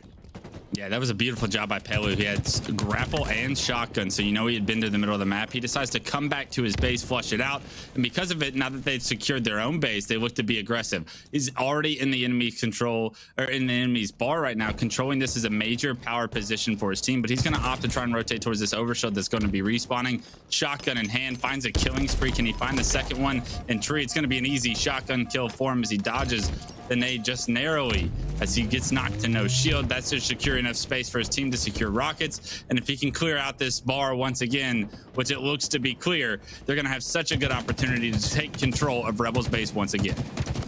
Kills coming out though on the side of Rebel somehow, despite the fact that they should have had OV and rocket control, you'd think, but rockets now go into the hands of Rebel. Lure's going to have them, and he has responsibility to get at least 1 kill with this rocket launcher. And it's about Rebel just trying to take some map control away from Timbers, try and get some slays on the board, get them on that spawn cycle, so then they can try and get into a position where they run that flag effectively.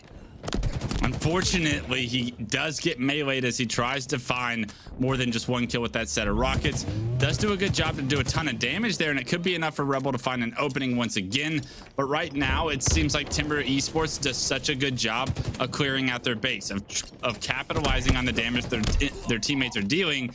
And just like that, you see a double melee come through, but is anyone there in a position to capitalize? No. That's the difference so far in this game, is Timbers Esports has been in great positions to capitalize on some of the damage. Unfortunately, Rebel don't have the numbers in that situation to do so, and because of it, those 2 melees, their net gain is so little in this game that it's very difficult for them to get anything going as of yet.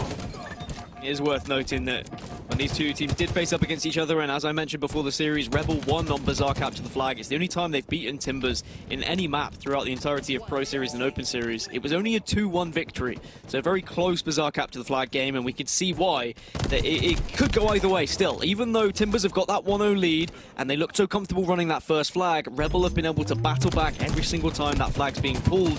They've been able to contest the middle of map control, but maybe that'll be enough of an opening here for Magico to get this flag out.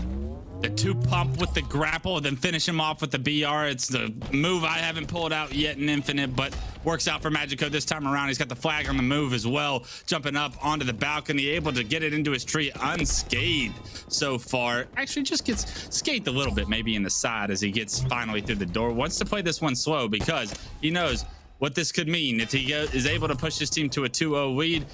Taking it a little bit too slow in my opinion, but the job gets done nonetheless in a 2-0 lead for Timbers Esports. So just when you think Rebel have weathered the storm, have played enough defense to stay in this one to where it might not be a blowout, Timbers Esports answers right back with a beautiful run and paired with that grapple for Magico.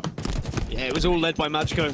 Just the initiative being pushed on his side and making sure he got that kill allowed them to get that flag run, but the support came from everyone else, and now he's on the back foot and does have to try and stay alive. But with only 3 minutes left, Timbers can afford to just play map control here. They don't need to push for a third flag. They don't need to try and impress anyone by getting more flags on the board. Sure, I'm all for pulling flags and keeping Rebel back at their own base, but 1, 2, 3, 4 down for Timbers, and Rebel are going to have the chance to really control everything on the map now. Yeah, but this is where we've seen Rebels have such little success so far here in game one. It's pushing into the base. It's not getting control of the middle of the map. Can they get the entry picks they need in order to do so? I like this play by Bullet to push out in front of his base. Nobody expects it, especially not Strikey or Waylocks as they get taken down simultaneously. A great push from Bullet has once again regained some space now that Timbers Esports gets to work with. Look at this, Bullet just pushing out. Recognizing they don't have much control, they're on the back foot, but he tries to be a nuisance by getting into the opposition's tree. This is a big fight. If Bullet can win this, then he could maybe be a thorn in the side, but with him going down, maybe that's an opening now for Rebel to potentially pull this flag on the other side. As Luo has been able to pick up kills, Rebel are starting to put some pressure on Timbers. They needed it. 2 minutes to go. One of these flags has to start moving soon. Yeah, 2 minutes. You need 2 caps to at least get you to an overtime situation. Waylocks gets a kill. 2 go down for Timbers Esports. Another is spotted on Overshield. Maybe this kill on the Magico could be a big one for Waylocks to get. Unfortunately, that player just activates an Overshield right in your face, and that's going to be an even more difficult kill to achieve. But the plasma pistol from the teammate from Tree comes through. The Overshield, it's removed from the situation, and now multiple members of Timbers Esports are spotted, desperating bottom middle to try and get this return. And in the meantime, it looks like Rebels may have done enough to get this flag across halfway and keep it alive, but the clock is ticking. 1 minute and 30. You cannot afford to let this flag return, and it looks like Timbers Esports have gotten a few kills of their own now in the middle of the map to where this flag should be returned if they're able to hop on. Flag does just about get returned. Luo gets a double kill, but it's too late, and with 1 minute and 13 seconds left, maybe that's the hope of a comeback from Rebel, just washed away in front of them. 4 members of Timbers were temporarily down, but Laylox, you've got to get a move on, but he knows full well there's going to be spawners. That's not the best spike grenade either. Not the best spike grenade, and unfortunately that flag probably had all the hopes and dreams of Rebel to try and get back into this game one, and when it was returned, that might have been their hopes and dreams leaving, because right now 47 seconds and to get a flag across the map 2 times, or at least get 1 and then a second pull to get that pie chart and keep it alive is such a difficult realistic possibility to try and imagine. We're trying to get into the base, but he's spotted out, and look how strong Timbers Esports defense is right now, Dan. Every single time they try and enter from a different doorway, from a different avenue, they're shut down immediately.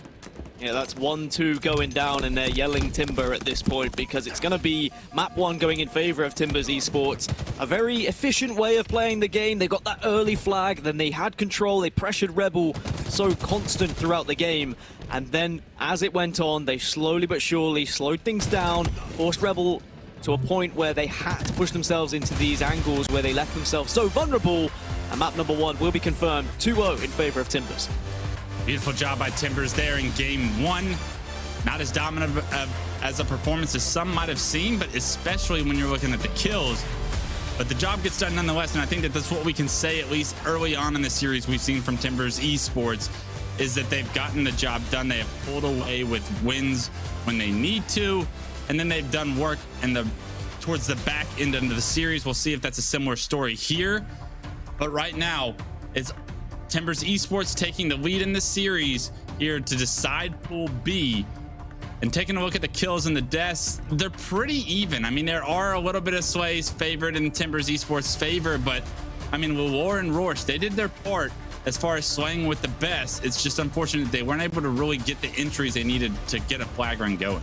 Yeah, a lot of the kills that Rebel were able to get was on their own side of the map. It was very rarely when they were pushing into the base of Timbers, and I think that was really their downfall. The flag pools that did come out eventually just came of nothing because there was always somewhere or someone from Timbers to stop it. There's the damage for you as well. 3 members over 6k on the side of Timbers. They really were destroying the Rebel side when it came to those statistics, but at the same time, a lot of damage done on the other team for Rebel. Just unfortunately, the damage not being as important and the kills not at the right time, because a lot of those overshields and rockets very much firmly were finding themselves in the hands of Timbers. So not looking too good for Rebel. If you consider the fact that in all the Pro Series, all the Open Series, the only map they've ever won is Bazaar CTF. They just lost that to start the series. This means their back's already very firmly against the wall here.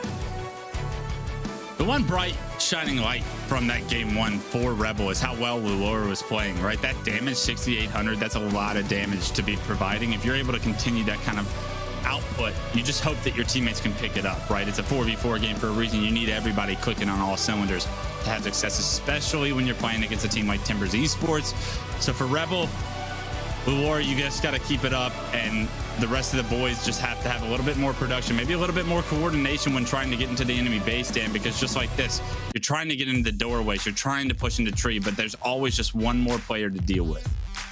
So even though Slayer Streets is not a game they've played against each other in competitive HCS competition, Streets has very firmly been one of Timber's better game types in this series against Rebel. So I'm leaning that way, and I'm leaning towards Timbers taking this one and going into Obble Recharge as a 2-0 advantage, but I do think that what we saw earlier from Rebel on Streets, even though they lost the Strongholds game, they did demonstrate that their slaying ability is definitely there. Oh no, yeah, that's when they clutched up. Their slaying ability was definitely there, even though objectively, like, it was a bit dicey at times. The kills they were finding were extremely important. So if they could take something away from that and find that same success, maybe they could tie this series up 1-1.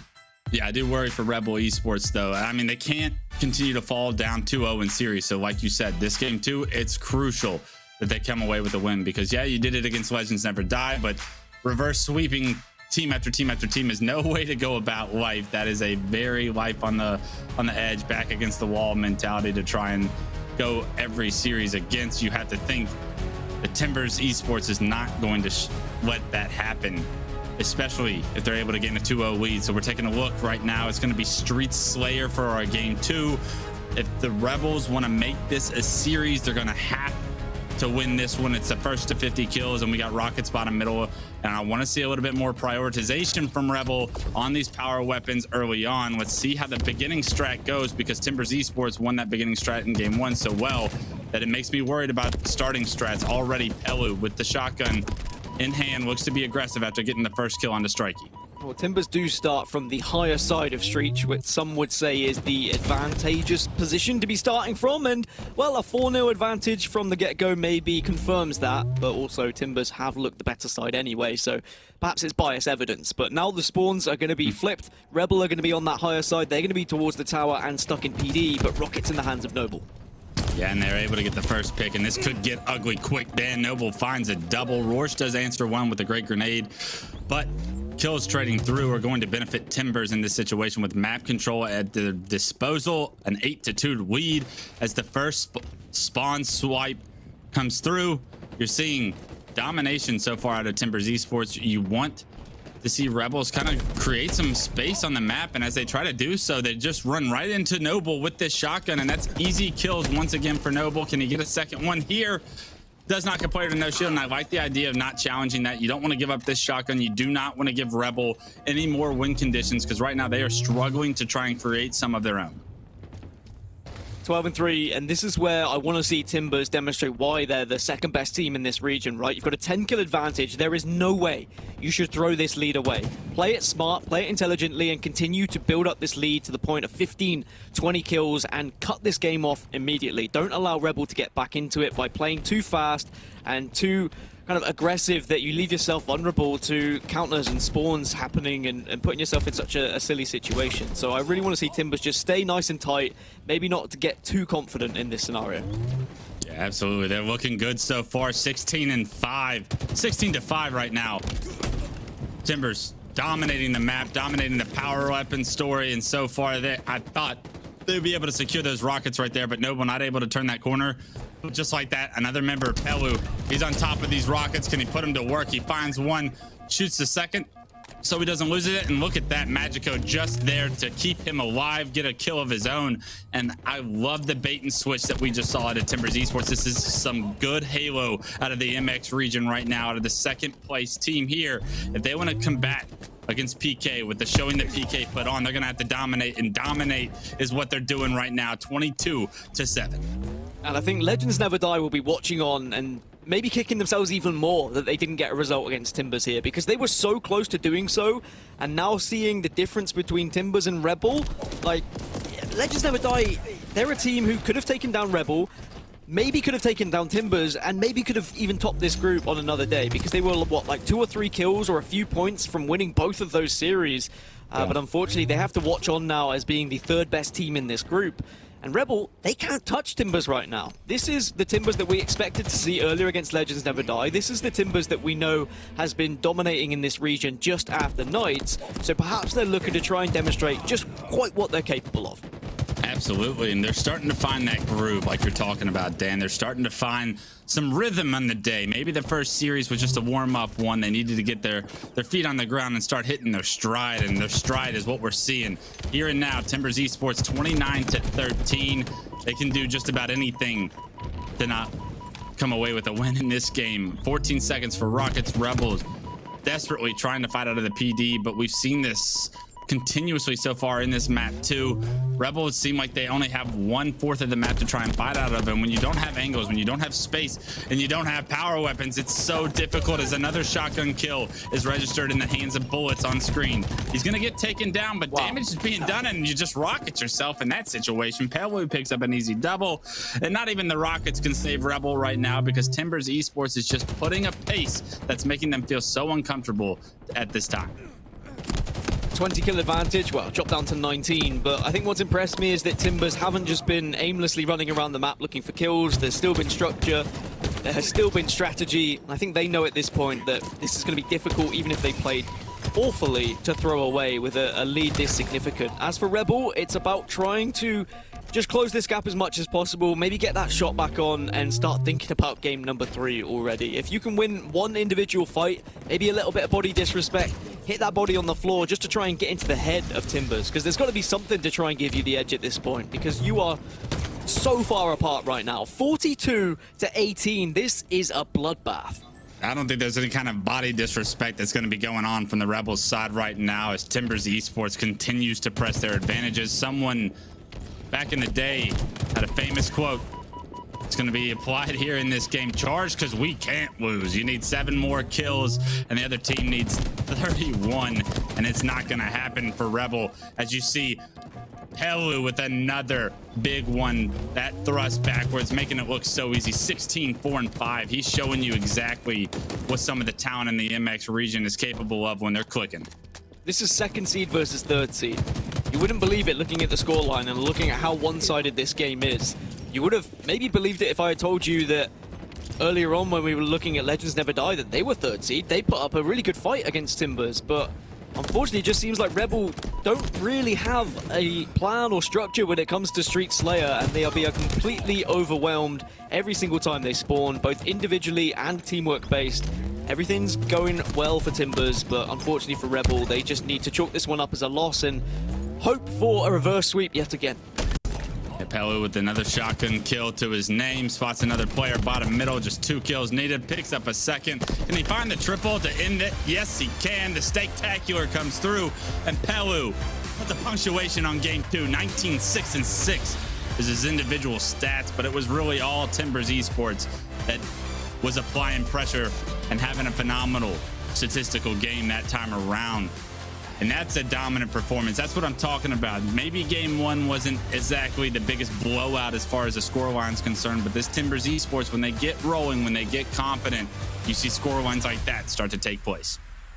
A very impressive display from our second seed, and something that I think Onset was wanting to see. He was saying earlier when we watched Timbers, they didn't look as impressive as Knights did when it came to the competition they were playing against in the seeds below. Maybe this is more of a clear demonstration of what they're capable of when it comes to these games. 19 kills for Pelu, really stepping up at Street Slayer. He was having a field day. Everything he looked at seemed to fall to the ground. On the other side, only 25 kills to share between the 4 players. It's not a game that they would like to remember. And I mean, looking at what went wrong, Wes, it honestly came down to the starting strategy for one. You already went 4-0 down. You lost the Rockets. You then lost 3 more. You were down by 7. At that point, you're constantly trying to go uphill. You're constantly fighting a battle that has almost already been lost.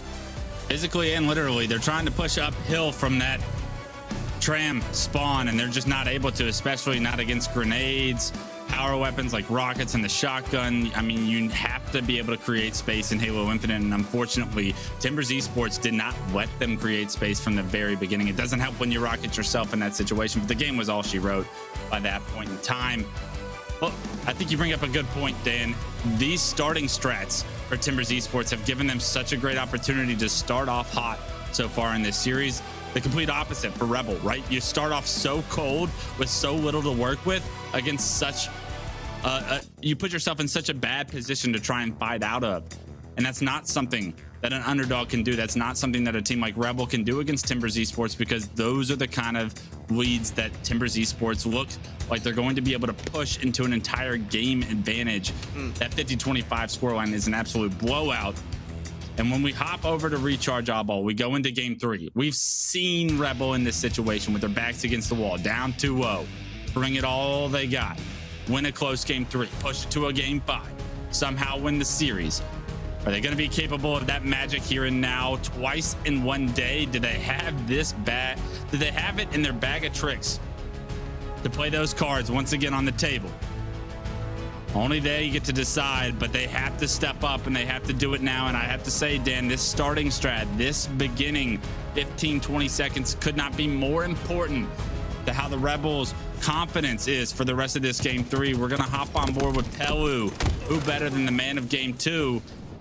Little bit of lag going on there, but he loses his life, and for the first time, Rebel get the first kill, get first blood, and because of it, they may be able to secure camo as well. Just a month ago in the Open Series, this game type did feature in one of the series where these teams played against each other. They actually played against each other twice in Open 8, in both the winners bracket and lower bracket, and Timbers won it 3-0 and 2-0. Recharge Oddball was one of them, and it was a dominant performance and a dominant victory for Timbers, so that will give them good stead and a good idea of how this one's going to go. As for Rebel, maybe they learned something from that Open Series. Maybe they were able to analyze it. Lure's going to have to start something with the camouflage here. Yeah, somehow you get camo, you get a few kills to your name, but unfortunately the ball in the hands of the enemy. You got to get over there and take him down. Good job of Rebel to end that setup of Timbers Esports. For now, they killed 2. They got ball in hand of Lure.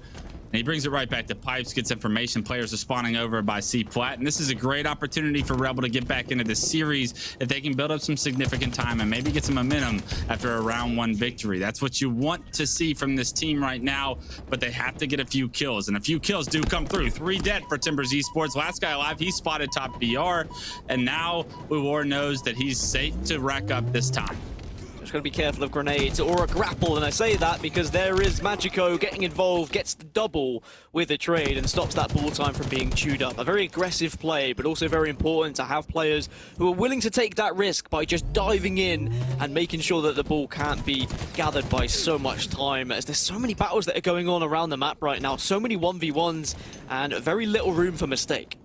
Yeah, it felt like those 3 kills were going to give Rebel a great opportunity to continue that setup, but right off respawn, you saw 3 kills come through. Rebel's setup was broken. Timbers actually have gotten some ball time of their own, and now it's just a 3-point game as Magico gets a kill, picks up the ball, and that was 3 dead once again for Rebels. A great repulsive back onto the player with that Mangler in pipes to get him away. Does not want to get meleeed after receiving that damage. It would have costed him his life.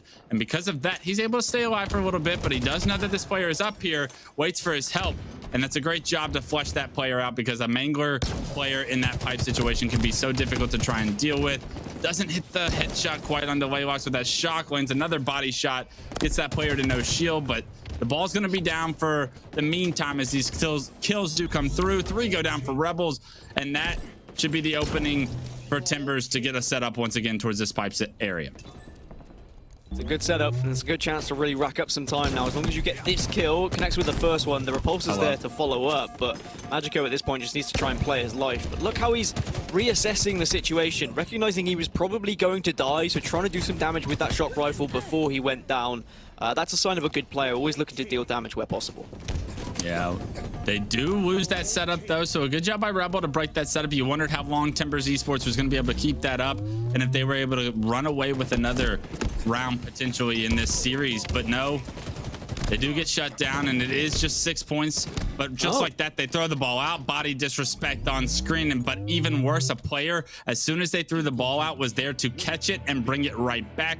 Because of that, they've capitalized on playing such efficient objective. They got this lead up to 20 points, and it's going to start climbing if Rebel do not break this setup soon. Noble, dropping the bag twice. Trying to show what he's made of, trying to just assert a little bit of extra dominance here against Rebel and maybe get in the heads even more, because they want to close this one out, Timbers. They don't want to be on the receiving end of a reverse sweep like Legends Never Die were, so they need to get it done here and now and not choke like we saw happen previously in the objective in game number 3 from Legends Never Die. So Rebel, they've racked up some good points. They've got 34 on the board, but Timbers, you feel like one more setup here and they should be able to close out round 1. You need nearly perfect halo from Rebel from here on out. You got to get your wins, you got to get your pivotal kills, and you got to get numbers and a setup to get right back into this round. They do get ball into pipe, so this is step 1 from Rorsch to get this secured. Able to make this just a 20-point game here in a couple of seconds. But you want to see kills come through to match this setup, because it's not for long, especially when Luoro goes down. That's been the big player for them in this series so far. Just like that, Laylocks falls. 3 go down for Rebel, and a setup that once looked like an opportunity is now removed, as well as the face of one of the players from Timbers Esports. But just like that, Strikey says, I got mine, but it's not enough. And the setup, once again, for Timbers Esports looks to be a realistic opportunity to end round 1. That was my only worry when Rebel did bring that ball over towards gold. If they didn't play it, then they would leave themselves vulnerable to just giving away a little bit of time once Timbers eventually were able to collapse and break that setup. It's actually Timbers who decided to throw that ball out when they were under pressure, so maybe they had a better idea of players pushing them and from where. But scrappy time is now being found by Timbers, and Bullet has also found himself a little cheeky sword to work with. Yeah, finds the first kill, looks to be aggressive towards the long haul to deny this ball from getting any further. Able to finish off a nice, easy kill thanks to his teammates' damage.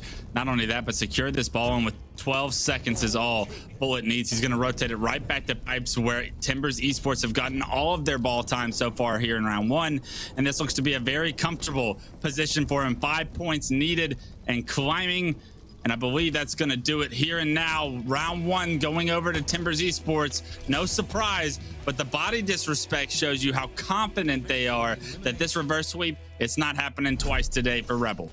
Yeah, they are 1 round away from winning this series and winning this group and putting themselves into a position where they will be the 2nd seed in championship bracket, of course, just behind Knights, and setting us up for a potential final, of course, with Knights, because they would be on the opposite side of that bracket. So that's, I think, what everyone would want to see if you're a fan of the LATAM scene and you know full well that these are the 2 top sides at the moment. But at the same time, I think there's a lot of neutrals who will be hoping that Rebel have got what it takes to try and get back into this. And I say they do have the ability, they do have the skill to do so, but I think that because, well, I think they do if Timbers weren't on top of their game. But I think this is a Timbers that is very different to the side that we saw earlier on today. Yeah, I worry about this because looking at how this round 2 has started, it's been Timbers Esports in the kill feed several times. I believe they had the first 5 kills of the round, and because of that, maybe not some ball time, but look at all the power weapons and positioning advantage that Timbers Esports have been able to gain so far. It's going to transition into ball time, you would have to think, if these kills continue to come through. And just like that, 2 go down for Rebel, but 2 are down for Timbers. So it's a 2v2 situation now. Bullet looking to push this player keep numbers in his team's advantage. That ball is in a very difficult spot to get out of, but maybe it's just in the right position for Bullet to rotate towards the turbine as he's knocked to no shield as well. I love the objective efficiency we're seeing out of Timber. And oh yeah, dodges the nade with the repulsor. It's not often you see it used in a vertical manner like that to dodge grenades, but a phenomenal job by him to play his life for a little bit longer. But now Rebel have capitalized on a few kills of their own, and they've got ball towards elevator, so this could be where they get back into the series, the last shining hope, I would say. If they're going to do it, it's here and now. At least it's not in gold as well. I think that was their downfall, was they were setting up in gold, and that's where Timbers was most comfortable to break setups and also set up themselves. Now we're going to have to see what Timbers have to say when it comes to breaking the A setup, as it were, or the elevator setup. It looks like they are just funneling themselves through the top of A and leaving themselves very vulnerable to these grenades. But here comes Pello, the last remaining player to be a thorn in the side of Rebel. And that's always going to be the concern. Where is that fourth player? Have we been able to put ourselves in a position to stop him from breaking through? That was actually a massive kill from Pello to deny ball time during that time span where his teammates were dead. They're able to come off respawn and potentially break the setup right now of Rebel. But if he's not able to get that kill, you would have seen Rebel jump out to a bit of an early lead here, as they are still continuing to hold on to this ball. Although it was stalled, it has not been halted all the same. 30 points and climbing right now is their lead, and this is exactly what you need to see from Rebel right now. But for how long can they continue this level of slays against Timbers Esports is the big question, because if they can turn this series around, it's going to have to be throughout the next 3 games, the next 2 rounds here in game 3 at the very least, to push this to a game 4. And just like that, they lose a few lives, and the ball now back in the hands of Timbers Esports as Pello picks up that mangler and looks to be a serious issue for Rebel to once again deal with. Yeah, this is an interesting setup at the moment. They've got kind of in between gold and elevator. I think they're waiting to see where these spawns are before they eventually set up truly, but because Pello's got such a commanding position with the mangler right now at elevator, they don't want to set up towards gold too heavily. So instead, he's looking to see if anyone's leaked through to see whether he can pick up those kills. And in this meantime, 34 seconds was racked up for Timbers. An incredible setup, really, that Rebel just weren't able to stop, and they still haven't stopped, but now finally they forced the play. Yeah, they do play the ball, a preemptive play before anybody typically goes down, but 3 go down, so a great job by Timbers Esports to put that ball into a difficult spot for Rebels to grab. Unfortunately for Timbers Esports, they do grab that and get it right back at the pipes. But like you said, from round 1, this is where Timbers Esports really thrive in this pipe situation. Well, we see that story play out again, because 3 immediately go down once the ball gets in there for Rebel. Last guy alive is knocked to no shield. And once again, Timbers Esports capitalizing, coming off respawn when Rebel have this pipe set up with the ball. If you're Rebel, you want to get the ball as far away as possible from this, because you've had such little success compared to what Timbers Esports has showed us so far. It's another camouflage that goes into the hands of Magico and Timbers, and they've got, well, they did have ball, but it looks like Rebel have done enough just to stall that ball time from being gathered. Sword is up if Magico wants to go for it, but a mangler will do, if I'm honest, and he's got a great flank right now. The great flank, finds the first, finds the second with the drop mechanic, and I love that by Magico, showing you that he's expanded his skill set to match some of the top North American players, as that double kill looked very easy with the mangler, finished off with the BR, and a beautiful flank by him has awarded his team not only a great setup, but the lead now, and starting to climb out of hand, almost up to 20 points, as Rebel coming off spawn have to act quickly because their series life is on the line. Magico just desperate to get involved with the action. He was trying to look for info and hold if anyone was going to push through C, but it looked like they wanted different routes, did Rebel, and they're able to stop the ball time, so at least that's job number 1 being achieved. But unfortunately, still too many members from Timbers who are going to be able to at least set up around that ball to deny Rebel. And with only 27 seconds remaining for Timbers to win this series, Rebel cannot afford to go 4 down one more time. If they do, it's probably over, it's probably a 3-0, and they'll just have to bow down as second place in this pool. Yeah, I'm not seeing enough life out of Rebel so far. Someone is really going to have to step up and make a play for them to stay in this, to push this to a round 3, down 30 seconds just about here in round 2. On match point, Timbers Esports look to press their advantages. They have this pipe's control. They want to push out Glass. They know Waylox is down here somewhere, finds a nice easy melee. Doesn't get the back smack though, so this kill a little bit more difficult than maybe it should have been. And in the meantime, Strikey has got that ball into pipes, turns the corner, and turning the corner there is massive, because he's going to be able to rack up time right now is Timbers Esports coming off respawn, not in a position to kill that ball carrier just yet, but assists do come through. 2 kills go in their favor, and now this is going to be a very large task for the rest of the Rebel members to try and deal with. If he had died with that ball, I would have questioned the decision to pick it up, but I can understand Rebel are getting a little bit more desperate to get some ball time and get a setup on the go, because they've noticed the clock down at the bottom. They've noticed that they are running out of time and chances to get a setup happening, so they're trying to force it now by picking up that ball. But the double from Magico, the ball being in control, almost a triple as well. It's starting to look like the beginning of the end right here, right now. Yeah, this is the beginning of the end. 13 points needed for Timbers to end this game in this series and take their full 3-0 fashion. Bullet makes his way towards that ball as well. He's going to get it once again into pipes, where we know Timbers Esports has had so much success here in game 3. Is going to immediately have some pressure, but a teammate right behind that player is going to get an easy kill. 3 dead for Rebels, and 98-99 make it 100. Timbers Esports do it once again in dominant fashion here in game 3. Put a punctuation on not only the series, but on pool play in its own, and they're going to advance first in their pool today. These guys maybe started a little bit shaky, maybe not as dominant as we thought, but the second seed in the MX region came to play as this series developed.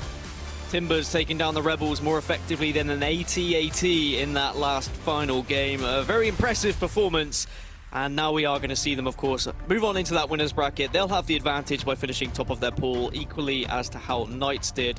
On the other side for Rebel, okay, they came second. I think when they looked at that pool, they probably expected a second place anyway, so they're not going to be too disheartened. But what worries me is the clear gap between third seed and second seed right now. They need to find something to change that going into this weekend's competition to try and give themselves that opportunity of breaking into that top 2.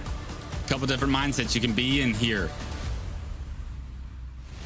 You can either say there's 3 seeds that get to go to Kansas City. Maybe we're a top 3 team, but very clearly, like you said, Dan, the top 2 have risen above the rest, at least in pool play here today. They have shown their true colors and they've shown their dominance. Both PK Knights and Timbers Esports look to be destined to see each other in the winners bracket finals tomorrow. But I mean, this series was all Timbers Esports. They showed you that they may have what it takes to compete with that PK Knight team later on. I think what we've learned from today's pool play is that from seed 3 down to 7, I think is anyone's game. And maybe I'm being unfair on the 8th seed there by potentially not thinking that they can actually make a difference and they can break through. But I do think that K9 Sintenegra looked better than Sintenegra today. But there is always that opportunity of making an upset, you know, when we get to bracket play. However, absolutely, seeds 1 and 2 are very firmly the drivers of this region, and we know full well that Timbers and Knights are the 2 mainstayers. I just think we need to see someone like Rebel or Cruelty, Alter, one of them just try and take them down a peg a little bit. Win a couple of maps, try and make them believe that actually they're not as good as they think they are. But certainly I've been very impressed with this region, Timbers and Knights in particular, but I also loved how close some of the games were between seeds 3 and downward. Yeah, I think that's what we see in a lot of regions, right? We see that dominant team up front, or maybe that dominant set a couple of teams, but it's like, where's the rest of the pack? The rest of the pack is so close to each other as they're running this race that third ticket to Kansas City is up for grabs, like you said, and this bracket play continues tomorrow and into Sunday.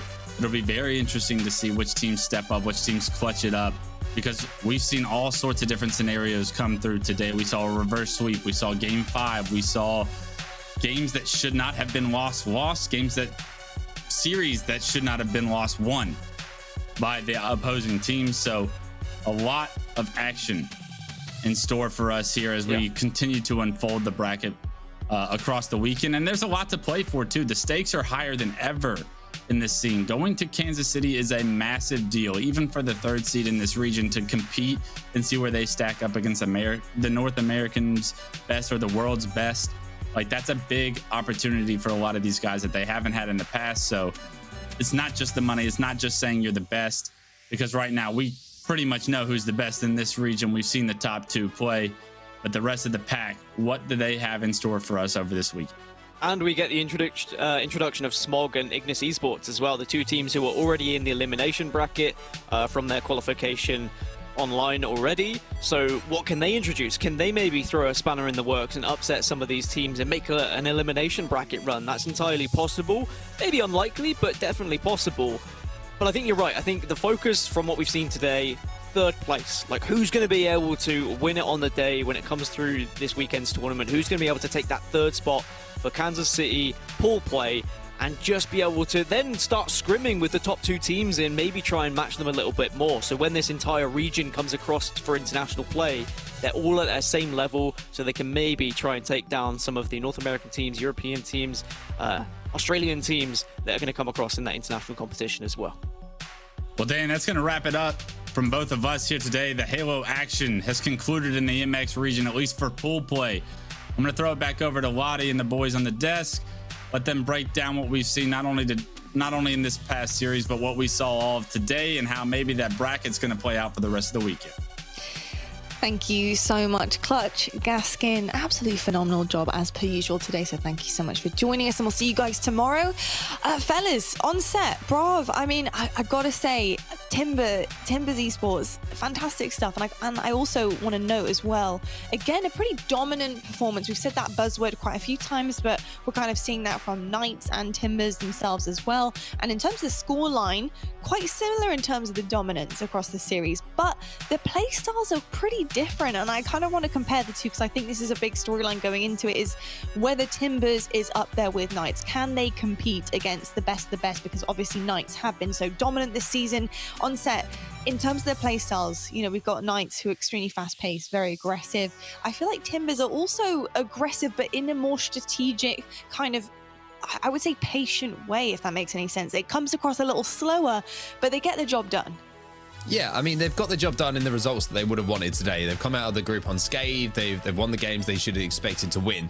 Going back to your point, which I think is a very good point and a very valid point, I just see Knights a level above, and that what I mean by that is they're able to play at an increased speed. It's one thing to be able to play the game very well and play confidently and play a little bit slow at times, but if you're continually playing at a high pace in the game, that means you're making a lot of decisions correctly and making them very quickly and decisively.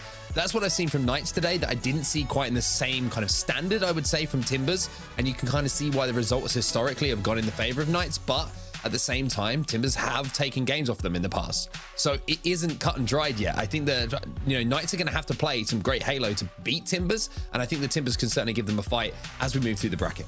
For sure, and I think continuing on that storyline of, you know, Timbers versus Knights and potentially getting there, even though we're getting ahead of ourselves here just a little bit, but in terms of what we have to go off and how our two teams, the top-seeded teams for both of our pools, have performed today, especially with the clean sweeps in their pools. You know, Brav, we talk about a lot in Halo, and I hear this from a lot of players in interviews, you know, we're just playing our own game. We're playing our game. We're not thinking about anyone else. We're doing what we do best as a team.